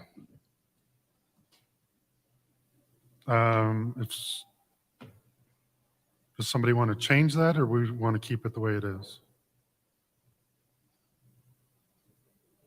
All right, then 220478 will stay on without objection. On to resolution 220530. What's the pleasure of this body? Mr. Chair, Ms. Herkenroder, I'd like to make a motion to keep resolution 220530 in committee. there's a motion, and Support. I will do that without objection, if there's going to be objection. No, I've got some objections in communication. Okay, then it's been moved and properly supported. Any discussion? Yeah. Mr. Mays. Mr. Chairman, I knew that we had sent it back to committee. I didn't know what the makeup of this council would look like when we got to it, but by me knowing this council and having some sense, I don't know if the votes are here to move it to council, and maybe Ms. Herkenroder see that too with the motion that she made. But if you look at the work I've spent and the time I've spent on it, you might can see from wherever you're at, yellow and blue. I went through every one of them. And for me, it warrants a special meeting, or it warrants good time in committee. For example, if you look at page 6 of 21, Rule 6.10, it says if multiple committee meetings are held on the same day, a consolidated public comment period may be held during the first scheduled committee meeting. Through you to Attorney Kim, you believe that to be true based upon the language of the Open Meetings Act?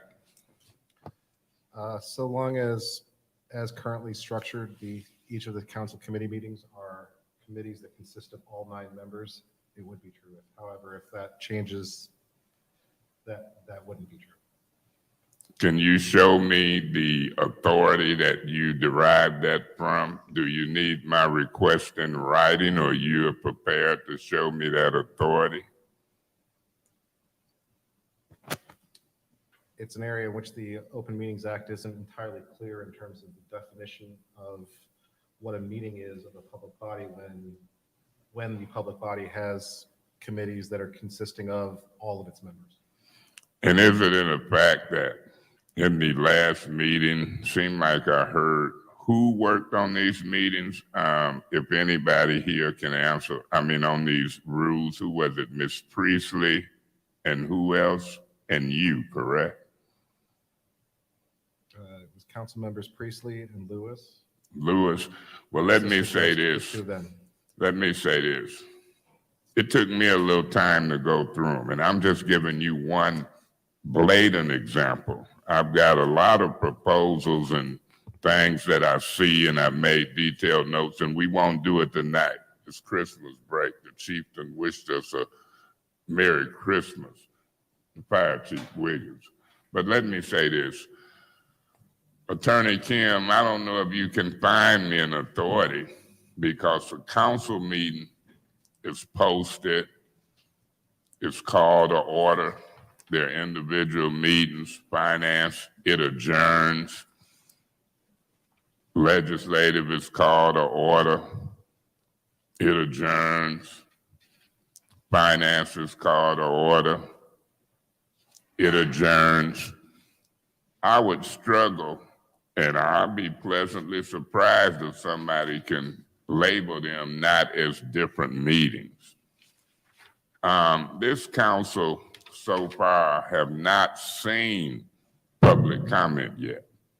Now, I know the Open Meetings Act gives us authority in our rules to limit public comment, but in each open meeting, my position is you got to have it to some extent. I don't think you can do it in Finance Committee meeting, adjourn, call 3 more committees meetings together, and oh, we had it in finance.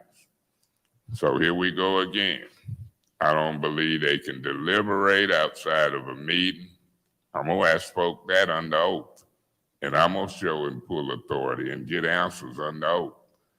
I don't believe you can do this as proposed in these rules that you and Liddell Lewis and Priestley worked on.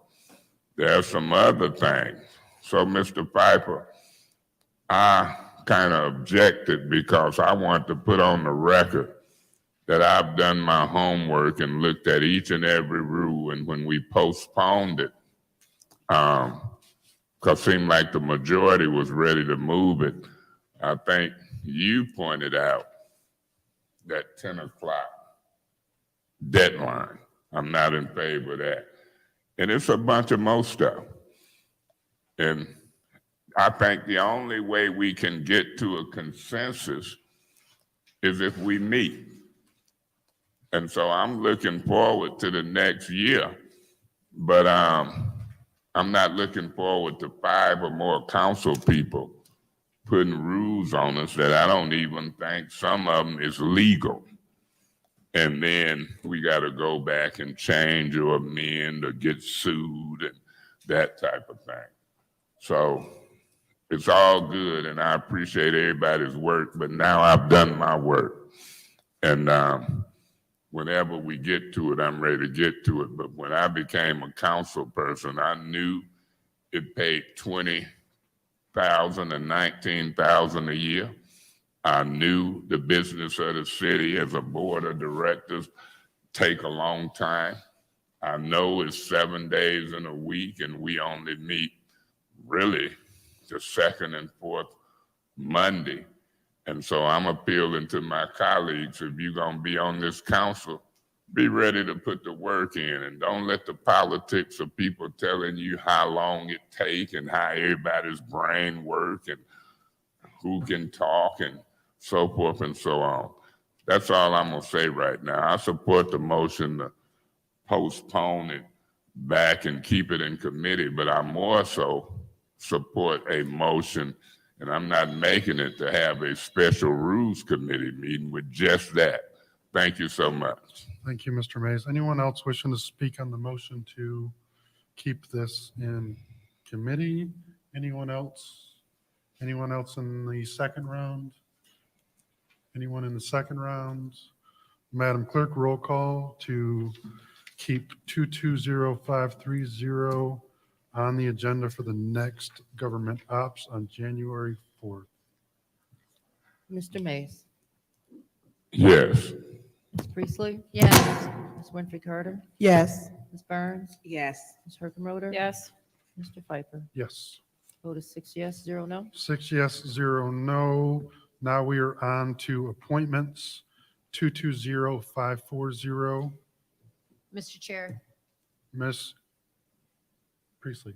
I'd like to make a motion to move 220540, 220541, and 220542 to council.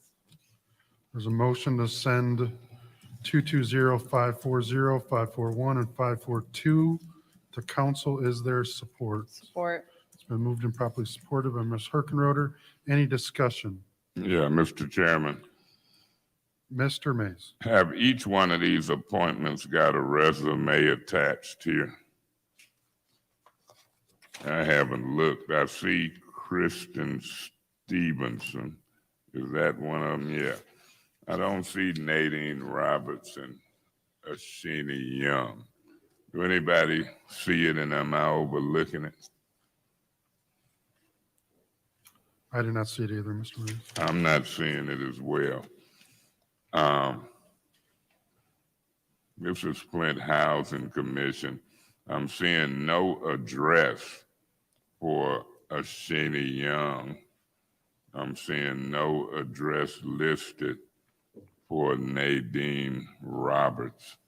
And they might be fine candidates and people who I might support, but I don't know if I got enough information and resume.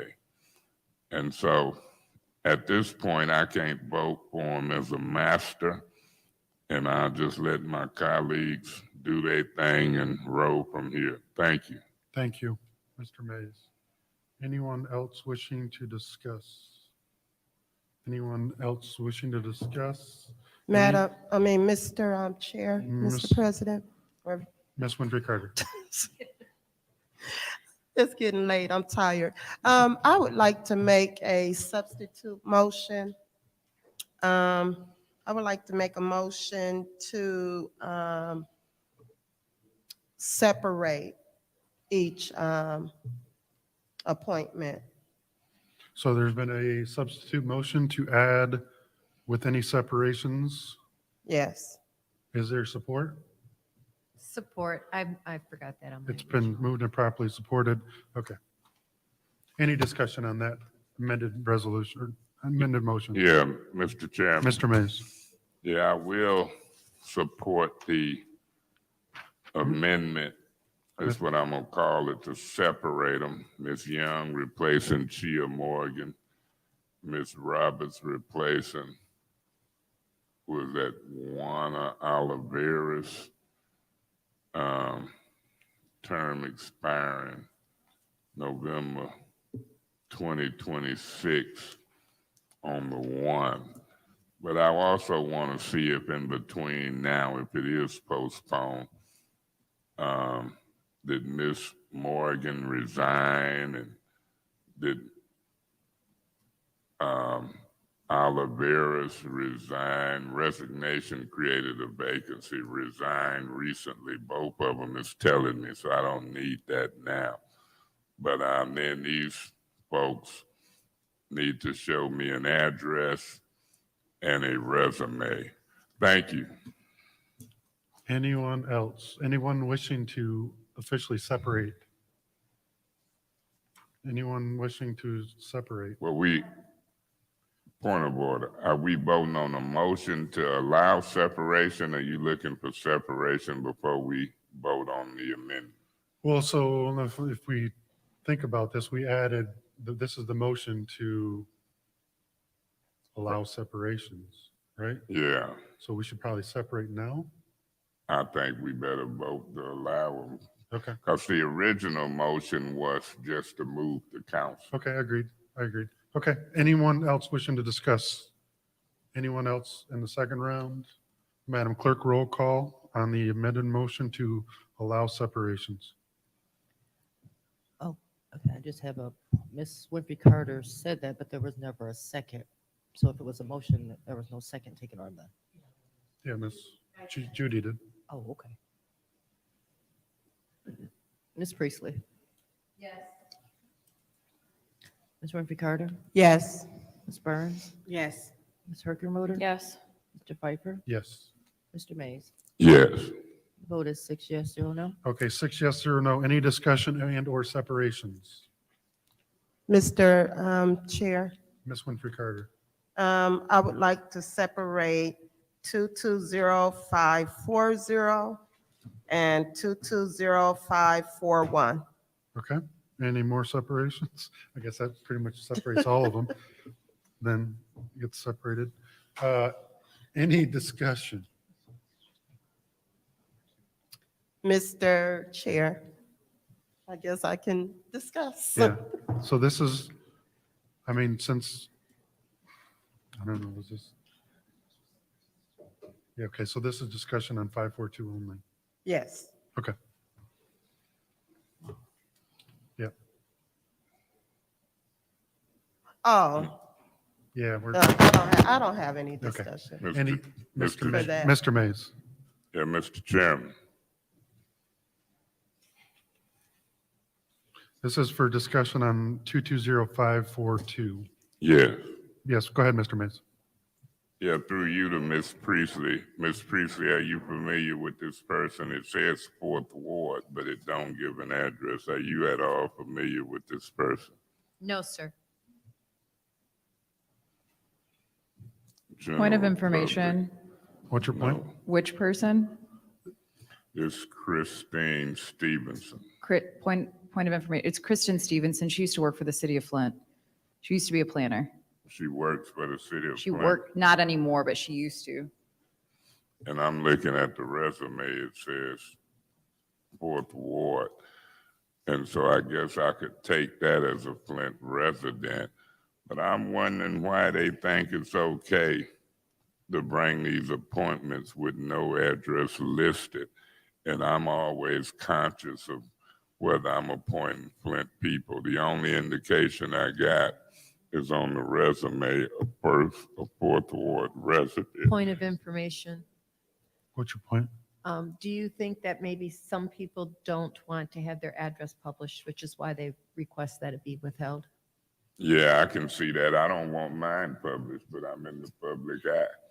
And it's public record and public stuff. So that's just my thoughts about it. But yeah, I can see that, Miss Priestley. But you know, when you come in this arena, I'm telling you that Flint Housing Commission and the calls that I get, I want to see before I appoint them if they're going to be accessible. Phone numbers, I get calls. Right now I do a 3-way with DeJuan Robinson. And so as we put more people on, I hope that they be available to the public. I see the phone number Point for of her. information, What's your point? through you, Mr. Chair, Councilman Mays, did you know she was in council chambers earlier? Okay. Kristen was, I believe she's Suzanne's daughter, Well, then who's the? Miss Wilcox. Oh, that's who it is. Okay, I'm gonna think about it a little, not more maybe. But you know, 1, 2, 3, 4, 5. So Flint Housing Commission, Christine Stevenson was here, Miss Wilcox's daughter. Point of information. What's your point? Yeah. Are you aware that Kristen Stevenson is not on this list to be appointed to the Flint Housing Commission Board of Commissioners? Say that again. Kristen Stevenson is not up to, That's the building code. No, I that's didn't building, not realize that. housing, correct? Yeah, I didn't realize that. That could make a difference. Is she no longer working with the city? Okay, I appreciate that. No, I hadn't noticed that. I had grouped them all together. Thank you, Mr. Chairman. Yeah, you have Thank to you. help me when I'm making a mistake. So I had noticed that that's the Building Code Board of Appeals, and I can maybe see that she had knowledge. Okay, I'm gonna leave it moving to council for now. All right, any more discussion on 220542? Any more discussion? This is any more discussion? This is a Well, motion. well, to send to yeah, council. I do have something to say Ms. Winfrey as Carter. far as this appointment. You know, I did look at the resume. Christian does have a very, very impressive and extensive resume. However, I do have concerns about, where is the address? Because I really want to make sure that the appointment, the person lives in the city of Flint. I do see that she did put Ward 4, but where in Ward 4? You know, and I don't think anybody up here will give out her address. So what's with the address on the resume? You know what? I think things need to be complete. Therefore, I'm going to make an amended motion to send this, keep this in committee until January. There's a motion to keep this. Point of information. What's your point? Through you to Ms. Winfrey Carter, before that amended motion is second, and I think I see where it's going. Do you have a problem putting all 3 of them in the same motion. No, I don't have a problem with that. I would say to, for all three of the appointments,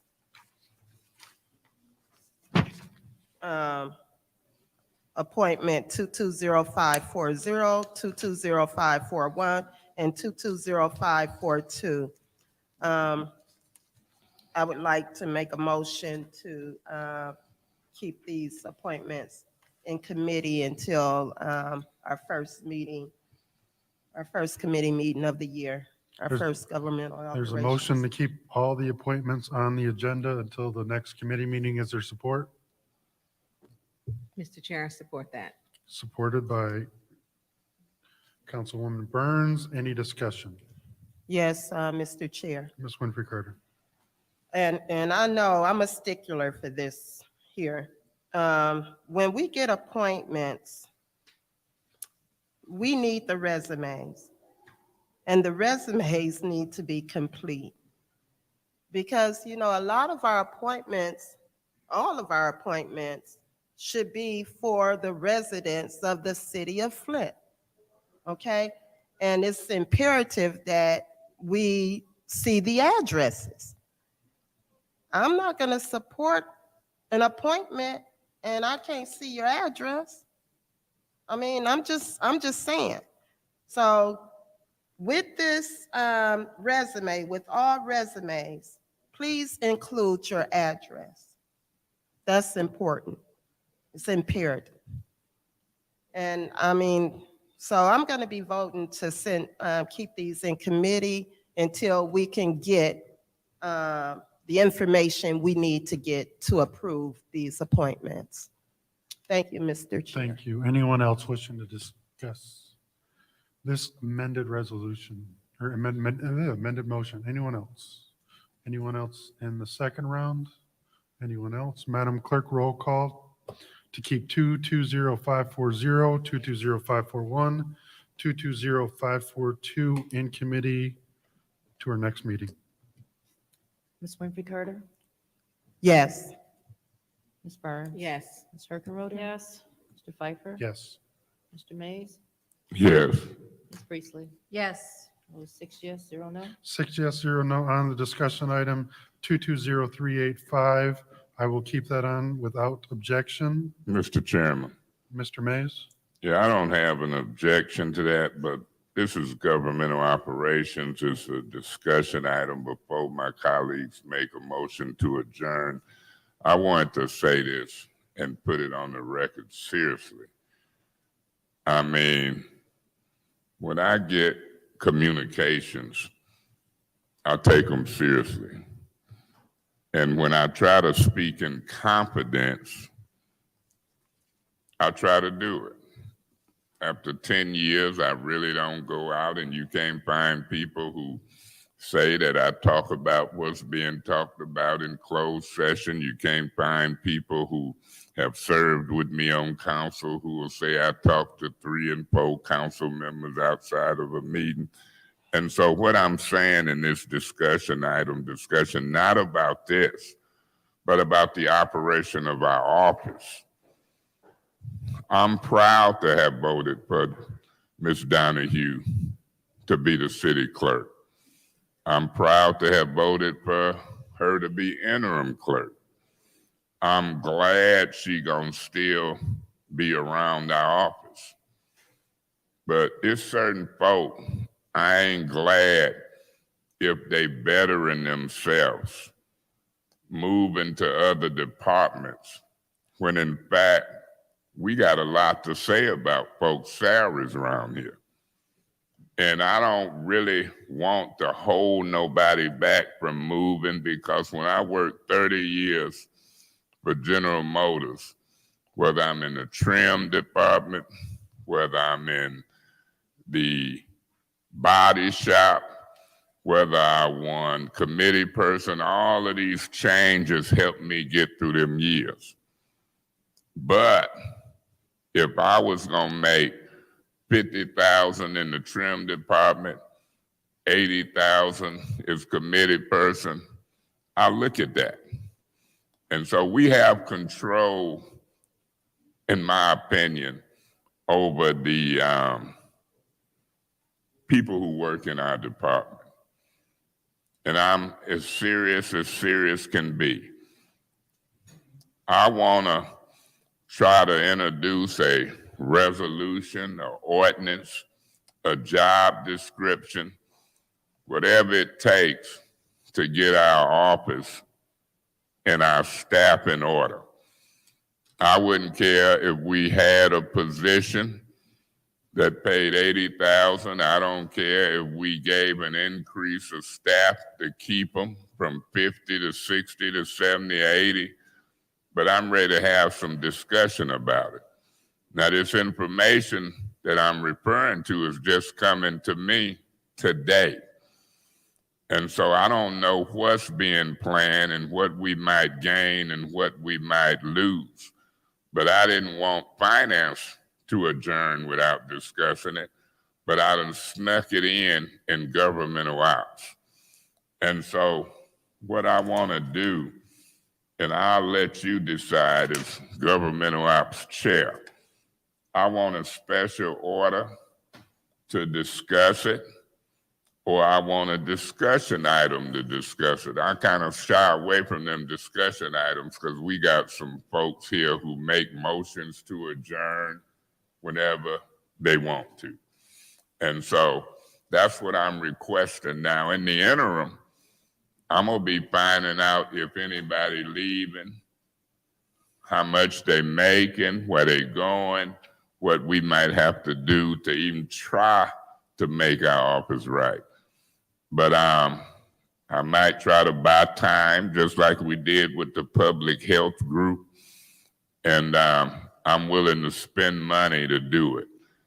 And so without saying specifically what I'm thinking, but anybody who got good sense should hear what I'm saying. And if you have information that I have, maybe I won't be the only council person thinking this way. We create ordinances, we create law, we do job descriptions. It's always a way to do stuff. And so I'm putting it on the table and I'm going to concentrate on how to do it. Our office is not staffed properly and it's a problem. I want to try to fix it. That's my discussion and I'm open and listening, but I ain't gonna just listen. I'm gonna try to move and shake some stuff as I gain more information as to what's happening. Thank you. Thank you, Mr. Mays. Motion to adjourn, please. So moved. It's been moved, Support. supported. Madam Clerk, roll call. Ms. Burns, Yes. Ms. Hergenroder? Yes. Mr. Pfeiffer? Yes. Mr. Mays? Yes. Ms. Priestley? Yes. Ms. Winfrey Carter? Yes.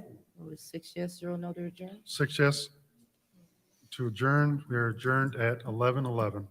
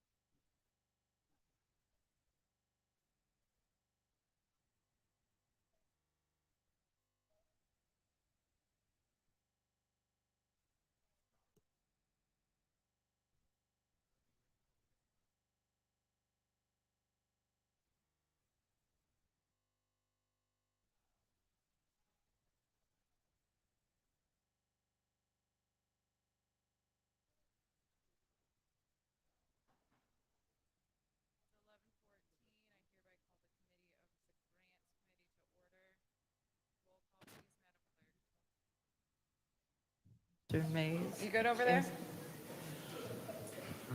That's a debatable question. All right, go ahead, Davina. Mr. Mays is not in. Ms. Lewis is absent. Mr. Murphy is absent. Ms. Priestley? Present? Ms. Winfrey Carter?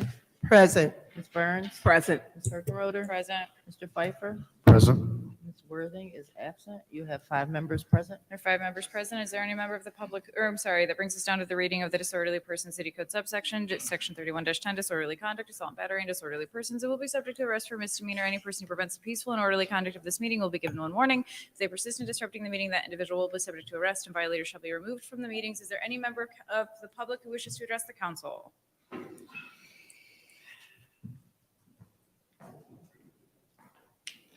Hello, good evening, Council. I'm Mario Mitchell.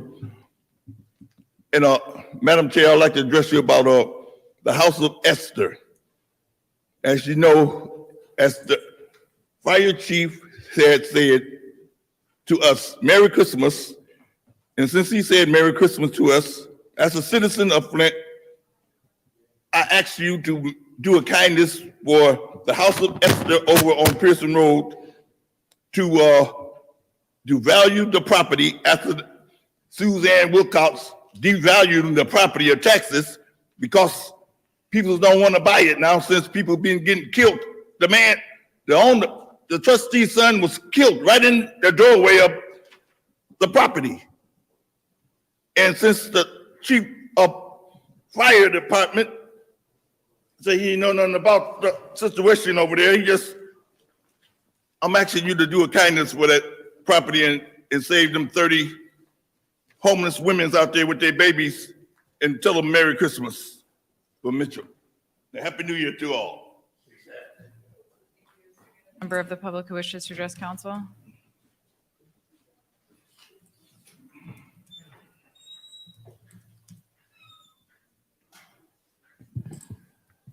Good evening, Arthur Woodson. Mr. Attorney Kim had left. I need, or could you all, when he come back, because somebody asked him, because I went to Law 360 and I wasn't paying to read everything. I just read the top of it, where EPA last week tried to get their case against where 350 adults sued EPA. I guess he would probably know about it. I don't know, but we need to find out because we are really getting screwed all the way around with all the money that's coming in to the city of Flint. I just found out that Genesee County has spent all their ARPA money, $79 million. And what did Flint get? And that was the only way that they was able to get it, really, was through Flint. And they said that they was going to be giving organizations ARPA funds next year. Well, that's out of the question. We won't be getting any from the county. So if you can you check that? And with the investigation, I didn't think that you all were asking for MSP or anyone like that to do the investigation. I thought you all would bring the mayor, the fire chiefs, Barton, and all the rest of them up here in front of you and under oath, explain what happened that day. Just like you did with the garbage, you could do with bid rigging. You can question what happened, yourself. You can do your own investigation. You don't have to wait on MSP or anybody else. Find out the truth. I mean, that's what you all are here for, is to make sure there's truth and transparency. Thank you. Thank you. Is there any other member of the public who wishes to address council? All right, public speaking is now closed. Is there any member of council who wishes to address the public? Yeah, you say, did council want to respond? Yeah, I do. Mr. Woodson, one of the highest authorities that I believe this council and others and future councils will have is the ability to investigate and subpoena folks and put them on oath. But This is the third council that I've worked with. And I don't know what it is. Maybe it's the $22,000 salary. Maybe it's I'm the only old retired guy with a lot of time on my hand. But you're right. In a variety of areas, we would be more respected. Just like the legislative body down in Washington, when they utilize their investigative power on various issues, not just the January 6th takeover of the Capitol, but they do it all the time. In Flint, I've watched legislative bodies, including this one, kill investigative hearings, vote no not to have them. Don't want to get to the bottom of stuff as we have the power to do. That concerns me. I pray for the day when we put the work in and make Flint a better place by doing what we've been authorized, sworn to do on a variety of matters. Mr. Ariel Mitchell, Merry Christmas and Happy New Year's to you, your family, Mr. Moore, and everybody in the great city of Flint. Now, we got a council meeting after this. I might say it again, but this is the holiday season. And so Merry Christmas to everybody under the sound of my voice, and happy holidays. Thank you. Is there anyone else in council response? Okay, hearing none, that brings us down to Madam Chair. resolutions. Ms. Make Priestley. a motion to move 220543 to council. Is there a second? Is there a second? Yeah, Madam Chair, You second that? I'll second that. All right. Is there any discussion? Yeah, Madam Chair, Go ahead.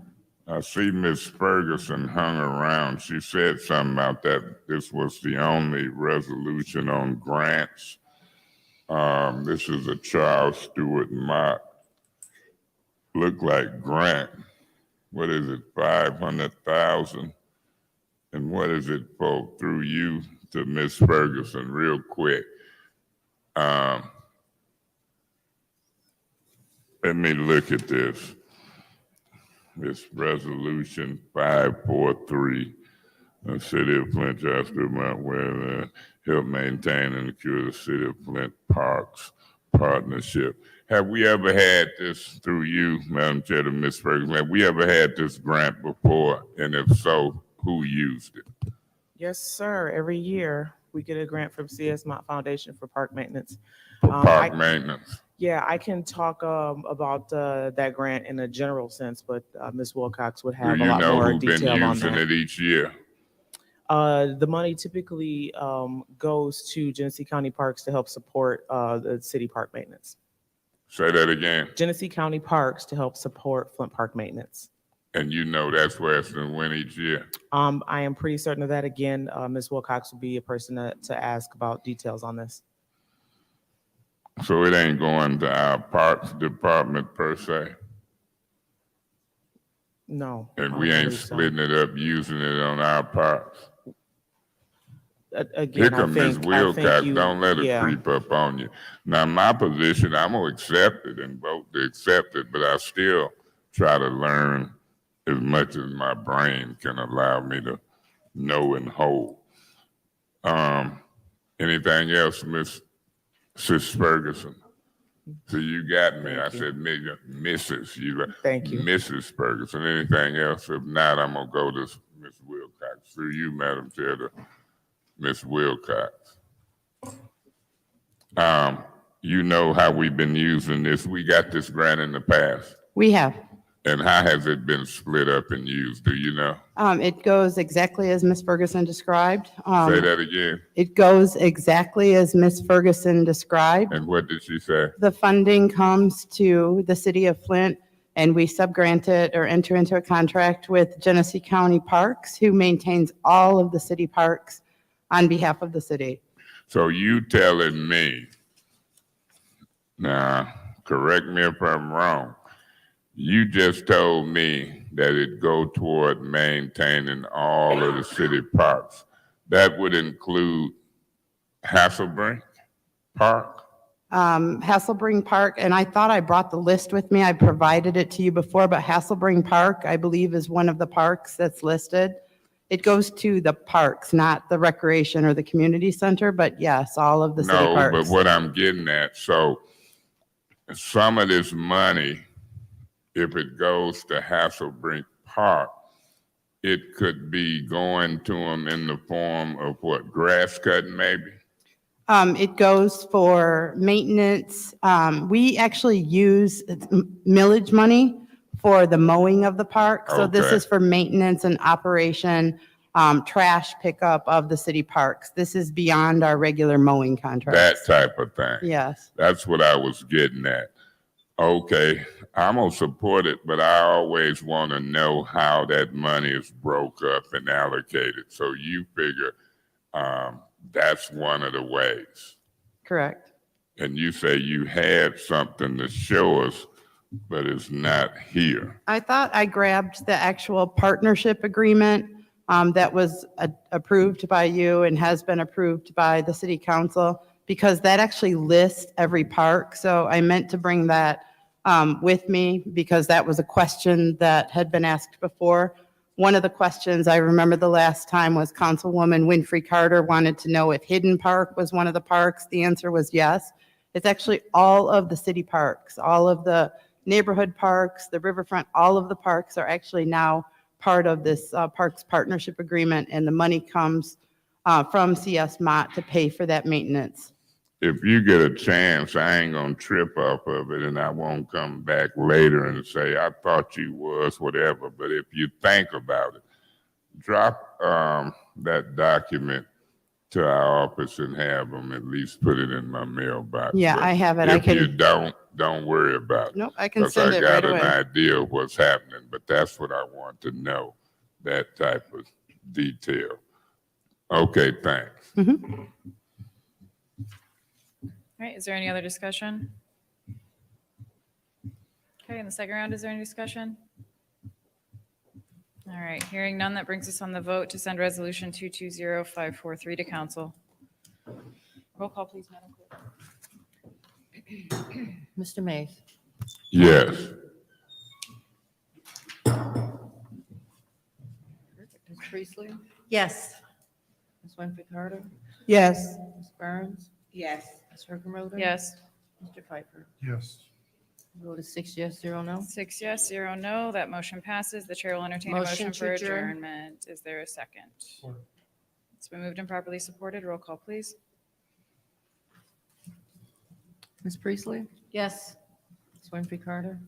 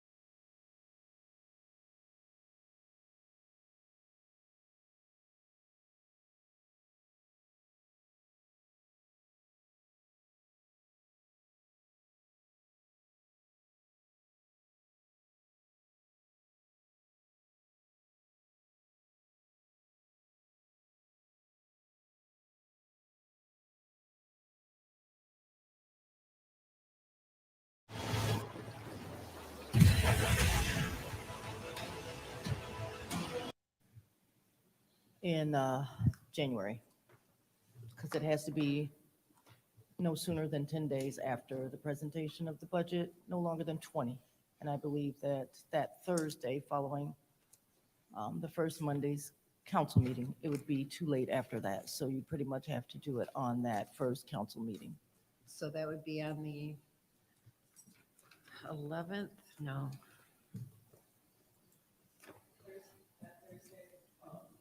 That would be, so the first council meeting would be the 9th.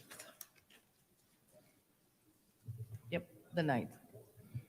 Because the 12th would be too late for, you'd have to have a special meeting otherwise. So can I go ahead and do that then? So, go ahead. At the risk of essentially disagreeing a little bit with the clerk, the charter says that it has to be between 10 and 20 business days. And the fact that we have Christmas and New Year's essentially means there are 4 days that are off that. So the public hearing could be scheduled basically at the first full meeting in January, which is, I believe, on the 9th, as we're discussing. It'll also be scheduled on the 4th, and I believe the 18th is always also within that, although I have to double check that because my brain is tired and doing math is hard this late at night. But I did count the business days. so I think it could also be done at the committee meeting on the 4th, as well as on the full committee, just to provide the plotting options. We generally don't have public hearings on committees. We have them on council days. We never scheduled a public hearing on a committee day. All right, so let's say January 9th. Cool. All right, is there any other discussion on this motion? Okay. All right, so we'll vote on the motion to add this Point of motion to order. order. What? Did you say any other discussion in the first round? I said, is there any other discussion? In the second round? Did you want to speak in this? You haven't spoken, you Yeah, I haven't mean, spoken in I the have first to round. be careful when people talk, you know. All right. You know, you've been Go the ahead, Mr. stickler Mays. on me. Go ahead, My Mr. Mays. position is this. When I've seen communications from the mayor and other city officials, some of that stuff I don't ignore. And I'm knowing there's some charter dictates and guidelines. So by me talking about two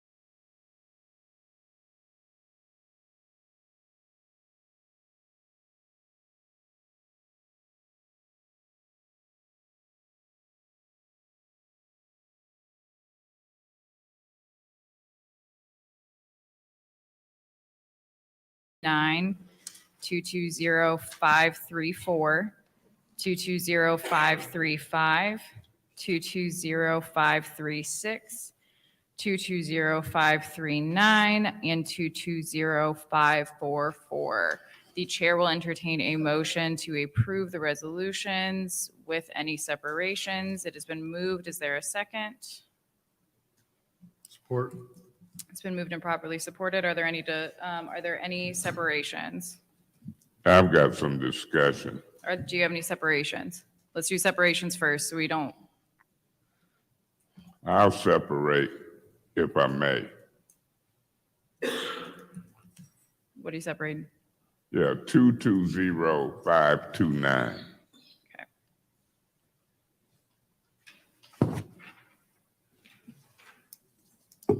Okay. Are there any other separations? Point of information. Yeah. Madam Chair, I know you just read them off, but can you read them off again? Yep, 220505.1, 220529, 220534, 220535, 220536, 220539, 220544. What? Madam Chair, if I may.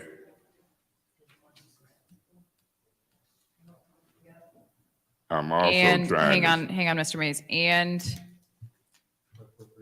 yeah, so it's not 544, it's 543. 544, maybe that was- Oops, I'm sorry. And okay, so 544 and 543. There we go. Hang on, Mr. Mays. Are you, okay, all right, Mr. Mays. Yeah, I'm trying to separate 220539 as well. Okay.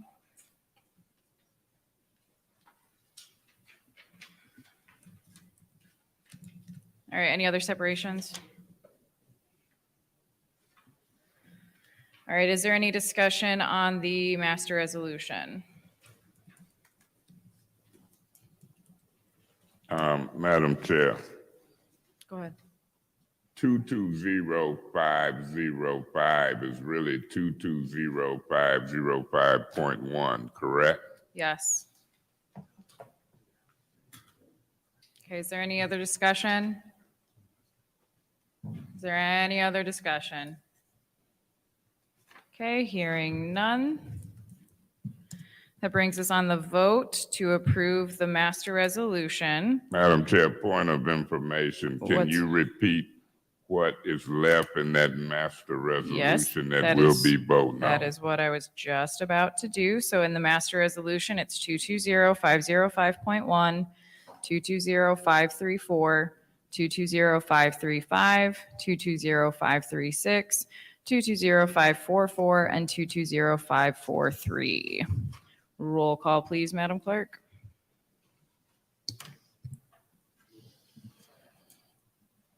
Ms. Winfrey Carter? Yes. Ms. Burns? Yes. Ms. Hurkenroder? Yes. Mr. Pfeiffer? Yes. Mr. Mays? Yes. Ms. Priestley? Yes. 6 yes, 0 no. 6 yes, 0 no. Where'd my mouse go? 6 yes, 0 no. All right, that passes. That brings us down to our first separation, which was separated by you, Mr. Mays, for 220529. The chair will entertain a motion for approval. Yeah, I make a motion to move 220529 for approval. Okay, is there a second? Support. Been moved and properly supported. Is there any discussion? Yeah. Go ahead. This year-end audit is coming up. Now, Raymond, resolution resolving the appropriate city officials authorized to do all things necessary to amend the city council budget to transfer $15,000 from the city council's equipment account to the city council's professional service account. Through you to Ms. Donahue, you know what that council equipment account is and what type of things it was doing.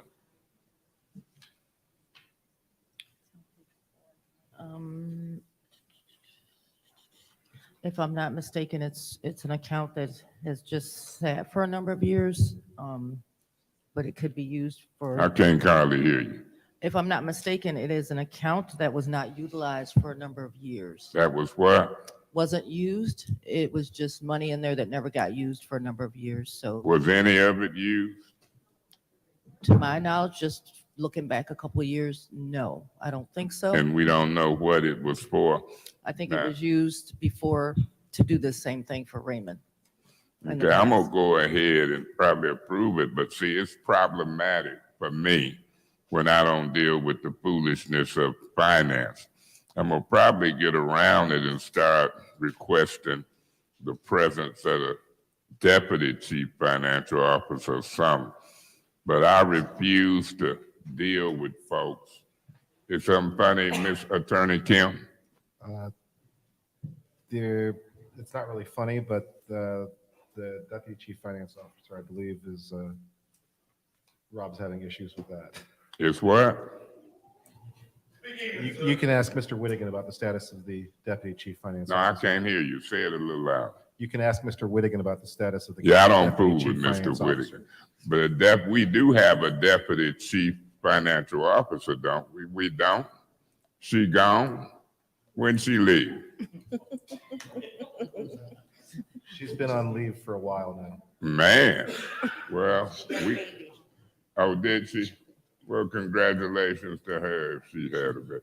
We're gonna talk about that more in finance committee meeting. Because like I say over and over, if y'all don't figure out how to make this chief financial officer, in my opinion, respect this council, it's problematic. And I'm just that type of person. I'm gonna ask Davina and them to get the information on these accounts. The budget process is gonna be very interesting because I don't bow down to foolishness. And for months, I've been dealing with foolishness, in my opinion, out of that department. And before it's over with, they can laugh and do, and I'm not talking about you at this point, Attorney Kim, but you know I got feelings about you and your legal department. But I done been around long enough to know it might not be Monday, it might not be Tuesday, it might not be Wednesday, but some of this gonna make sense. And if I can help it, these department heads gonna treat certain folk with respect. So, Ms. Donahue, I talked earlier about, and I don't know if I did on the record, what we did for Mr. Nolan and how our accounts, and I've talked about certain things. But I'm gonna be getting with you pretty quick. It might not be tomorrow because I got court hearings, but I'm gonna get with you pretty quick, Wednesday or Thursday. And when is the last day of City Hall open? Thursday, Wednesday? When is it, Ms. Johnson? Thursday? When? Thursday. Yeah, Christmas Eve is Friday. So Wednesday or Thursday, if we get a chance by phone, I'll come in. But it's time to get a handle on this coming back for the new year. All right, I'll let it go at that. But that's for Raymond there. Contract price $257,500. I'm gonna see how this finance chair and this president handle the audit. I've worked that audit from president and from the position of finance chair. It's a serious business for us, and the audit, they work with us. And so keep an eye on them as they interact with some of the administration, which particularly finance, who I'm calling folks publicly foolishness, and I'm waiting for an apology. But if they don't apologize, somehow, some way, I don't fool with them, but I'll still get the information. Thank you. Any other discussion on this motion? Second round, any discussion? Okay. We're on the vote for the motion to approve 220529. Roll call, please, Madam Clerk.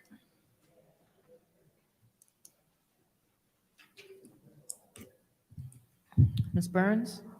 Yes. Ms. Herkenroder? Yes. Mr. Pfeiffer? Yes. Mr. Mays?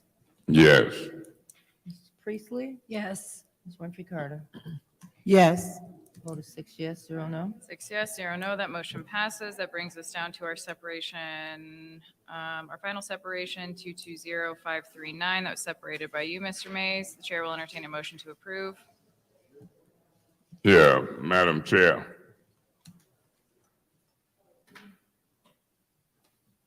Two zero 539. If I'm correct, that's where we at.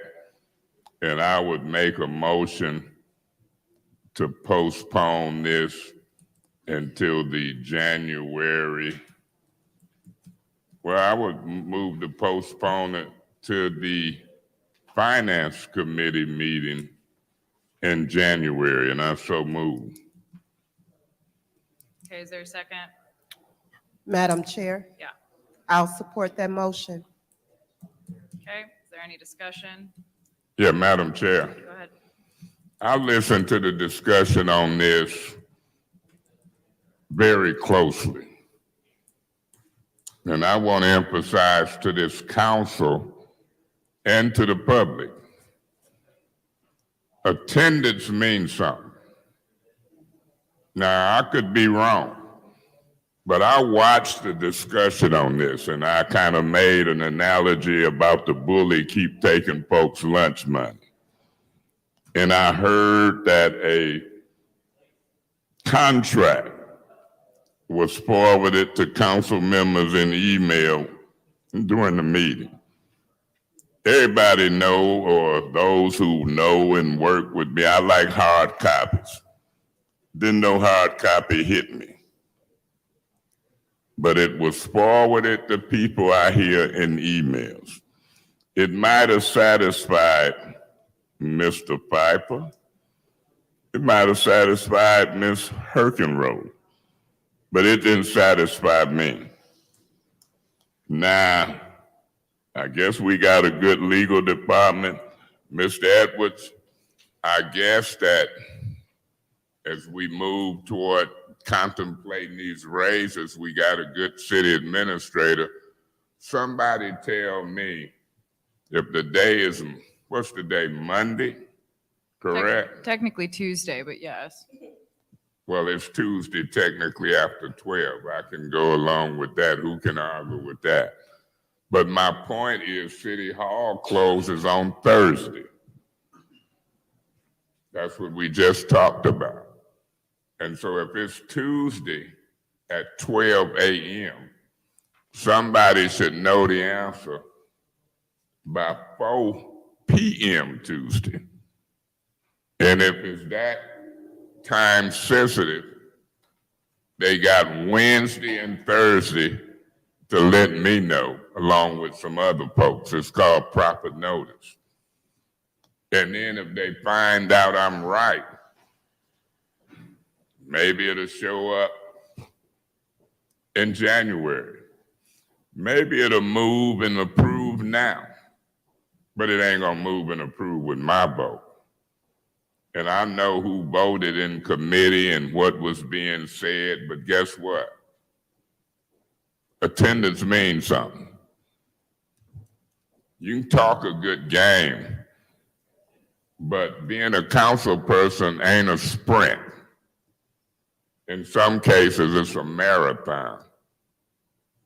And folks who go the distance, I've seen council people come and go, not just in a meeting, but over the years. So I'm willing to run the marathon. And for me, I'm willing to do try to get anybody's attention when you keep hearing me talk about fraudulent bond sales. City attorneys, city administrators, council people, I know what I'm talking about. So I'll be voting. The motion was made by me, I think. but I'm a little old. And the motion was to postpone this to January. If it fails, then maybe it'll be a motion to approve it tonight. I know what I'm gonna do in both cases. Thank you so much. Is there any other discussion on this? Madam Chair. Yeah. Yeah, I'm not going to try to sway any votes because I really don't think it's a great change. So I'm willing to pass it. But if we don't have the votes to pass it, that's fine too, because it really doesn't matter to me because it's not that much change. I don't think that it's a hill to die on. So if I'm not going to vote no to postpone it. And if there's not enough votes to pass it, then it is what it is. Okay, any other discussion? Yes, Madam Chair. Good.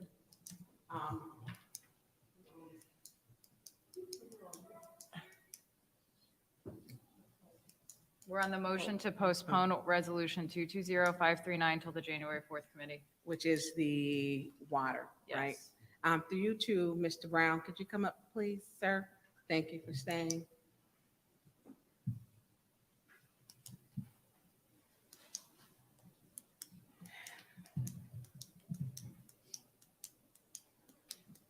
I'm sorry, is someone clicking a pen? It's all I can hear. Can you turn your mic off? Yeah, is it illegal? Can you turn your mic off? Oh, okay. Thank you, Mr. Brown. A couple of questions.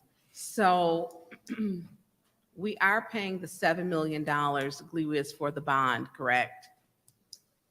I can't give you that answer because I don't see those payments going out. Okay. We're talking about the Okay, KWA bond? right. Okay, I'm not 100% sure on that because I don't pay those or see the payments go Okay. out. Point of information. Through you to the speaker, Mr. Brown, do you know whether or not that's a part of the contract? What I was told when I first came was that it was part of the contract with GLEWA, and we sent money to them. They took payments for that. Mhm. But So, I don't see that part of it, so I can't tell you that for 100%. and I know they do, so I know that's done.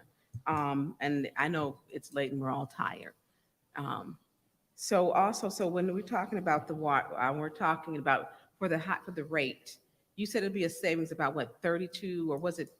I said, if we go down 500,000 gallons, it's like $18,000 savings a year.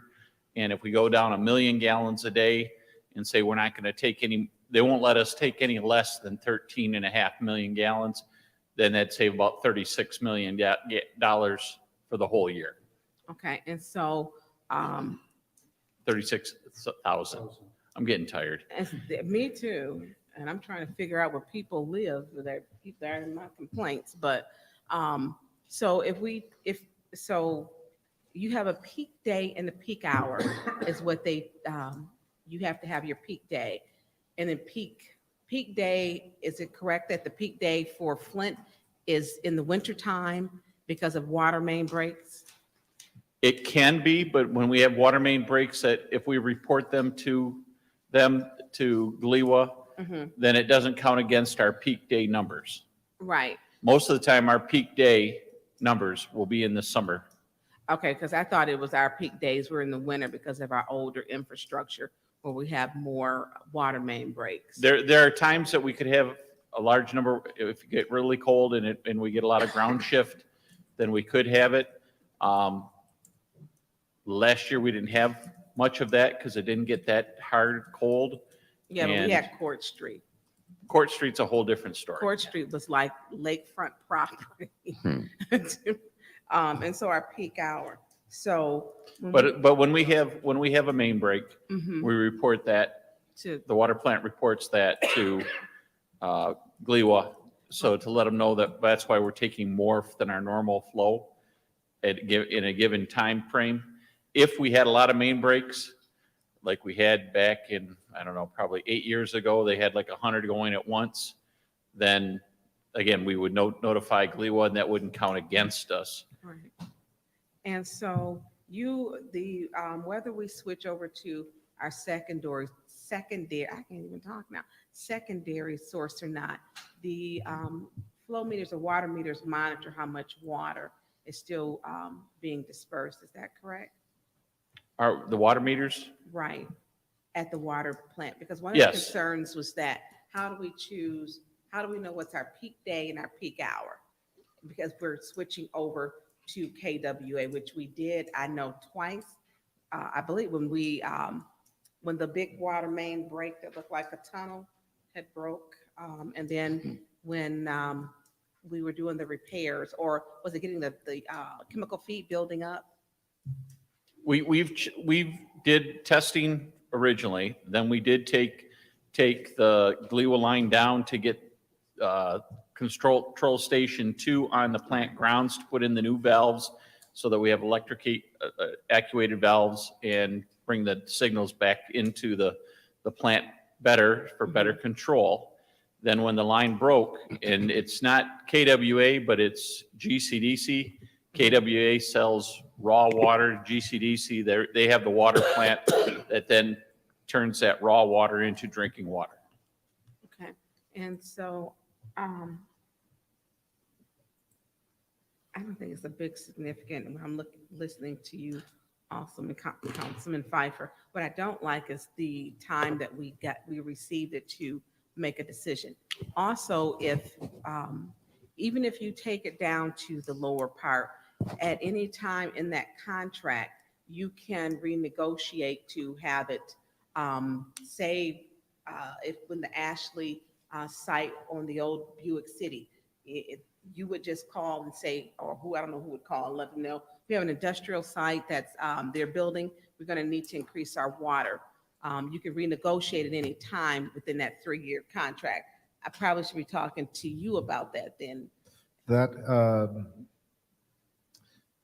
I did not believe that'd be correct, because while there are periodic reopeners, there's no essential right to open up any of the rates or anything else for renegotiation that just because we would like to. I mean, we could ask, but they would have no obligation to even engage in meaningful or good faith discussions with us.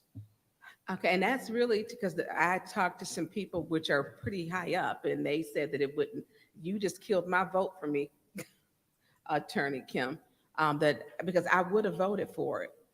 Because, I mean, I was told that, because my concern was, if we have the water at this rate, the amount of water, and we have new development coming on the Buick site, I was told that we could, anytime it's in that contract, I was told in the contract that we could actually renegotiate to let them know, because it's a new customer that's coming onboarding onto our water system. So until I get time, and I hate to say it, and I'm gonna go back and get some more questions, I didn't have adequate time. I thought I would have gotten good answer. I was going to support it. But now saying, that if we reduce this, and that Attorney Kim is stating that they don't have to exercise good faith. And I'm saying that they don't have to, there's nothing that would obligate them to reopen the contract, except as the contract already states.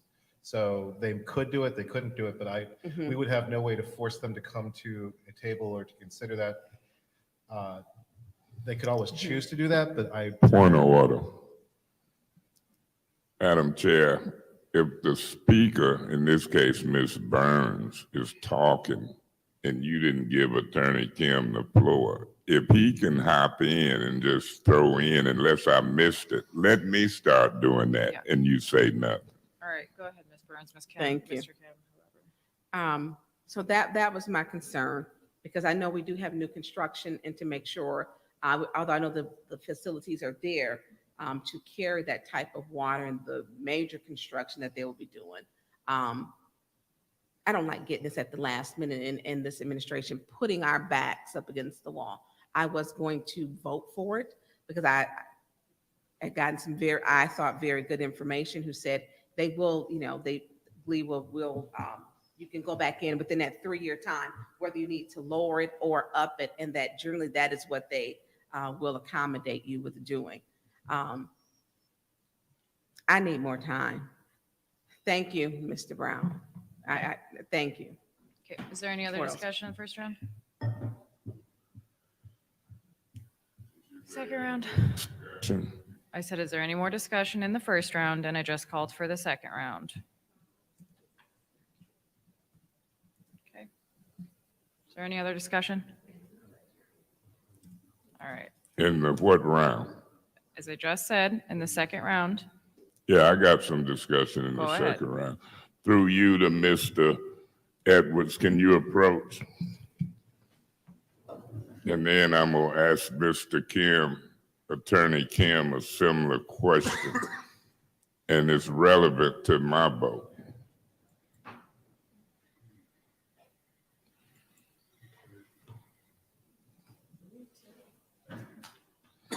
You know, to me, this is an important issue.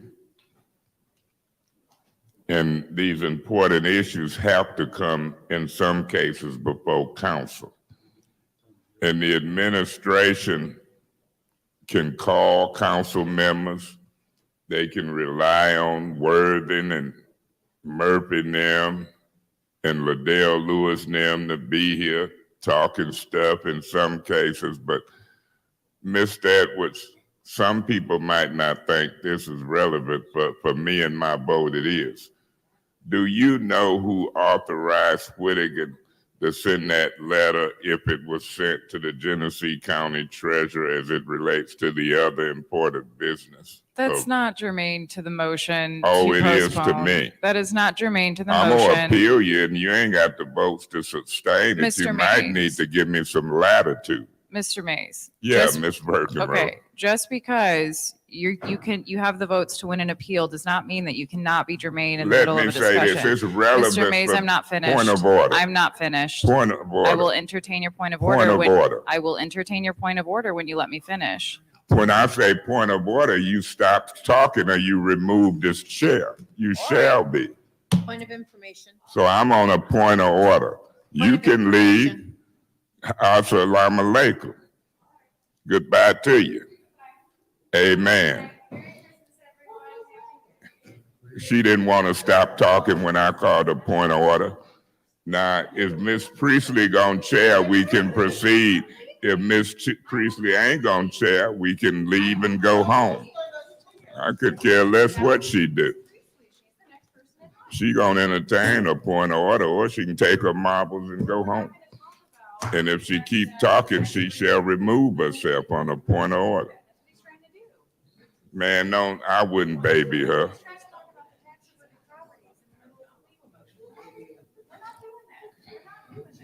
So, Miss Priestley, I'm gonna try to continue. Please stay germane to the question. I am, for my vote. No, sir, to the discussion. Okay, well, at you can hand. leave too, but my Okay. position is this. Well, it didn't get passed.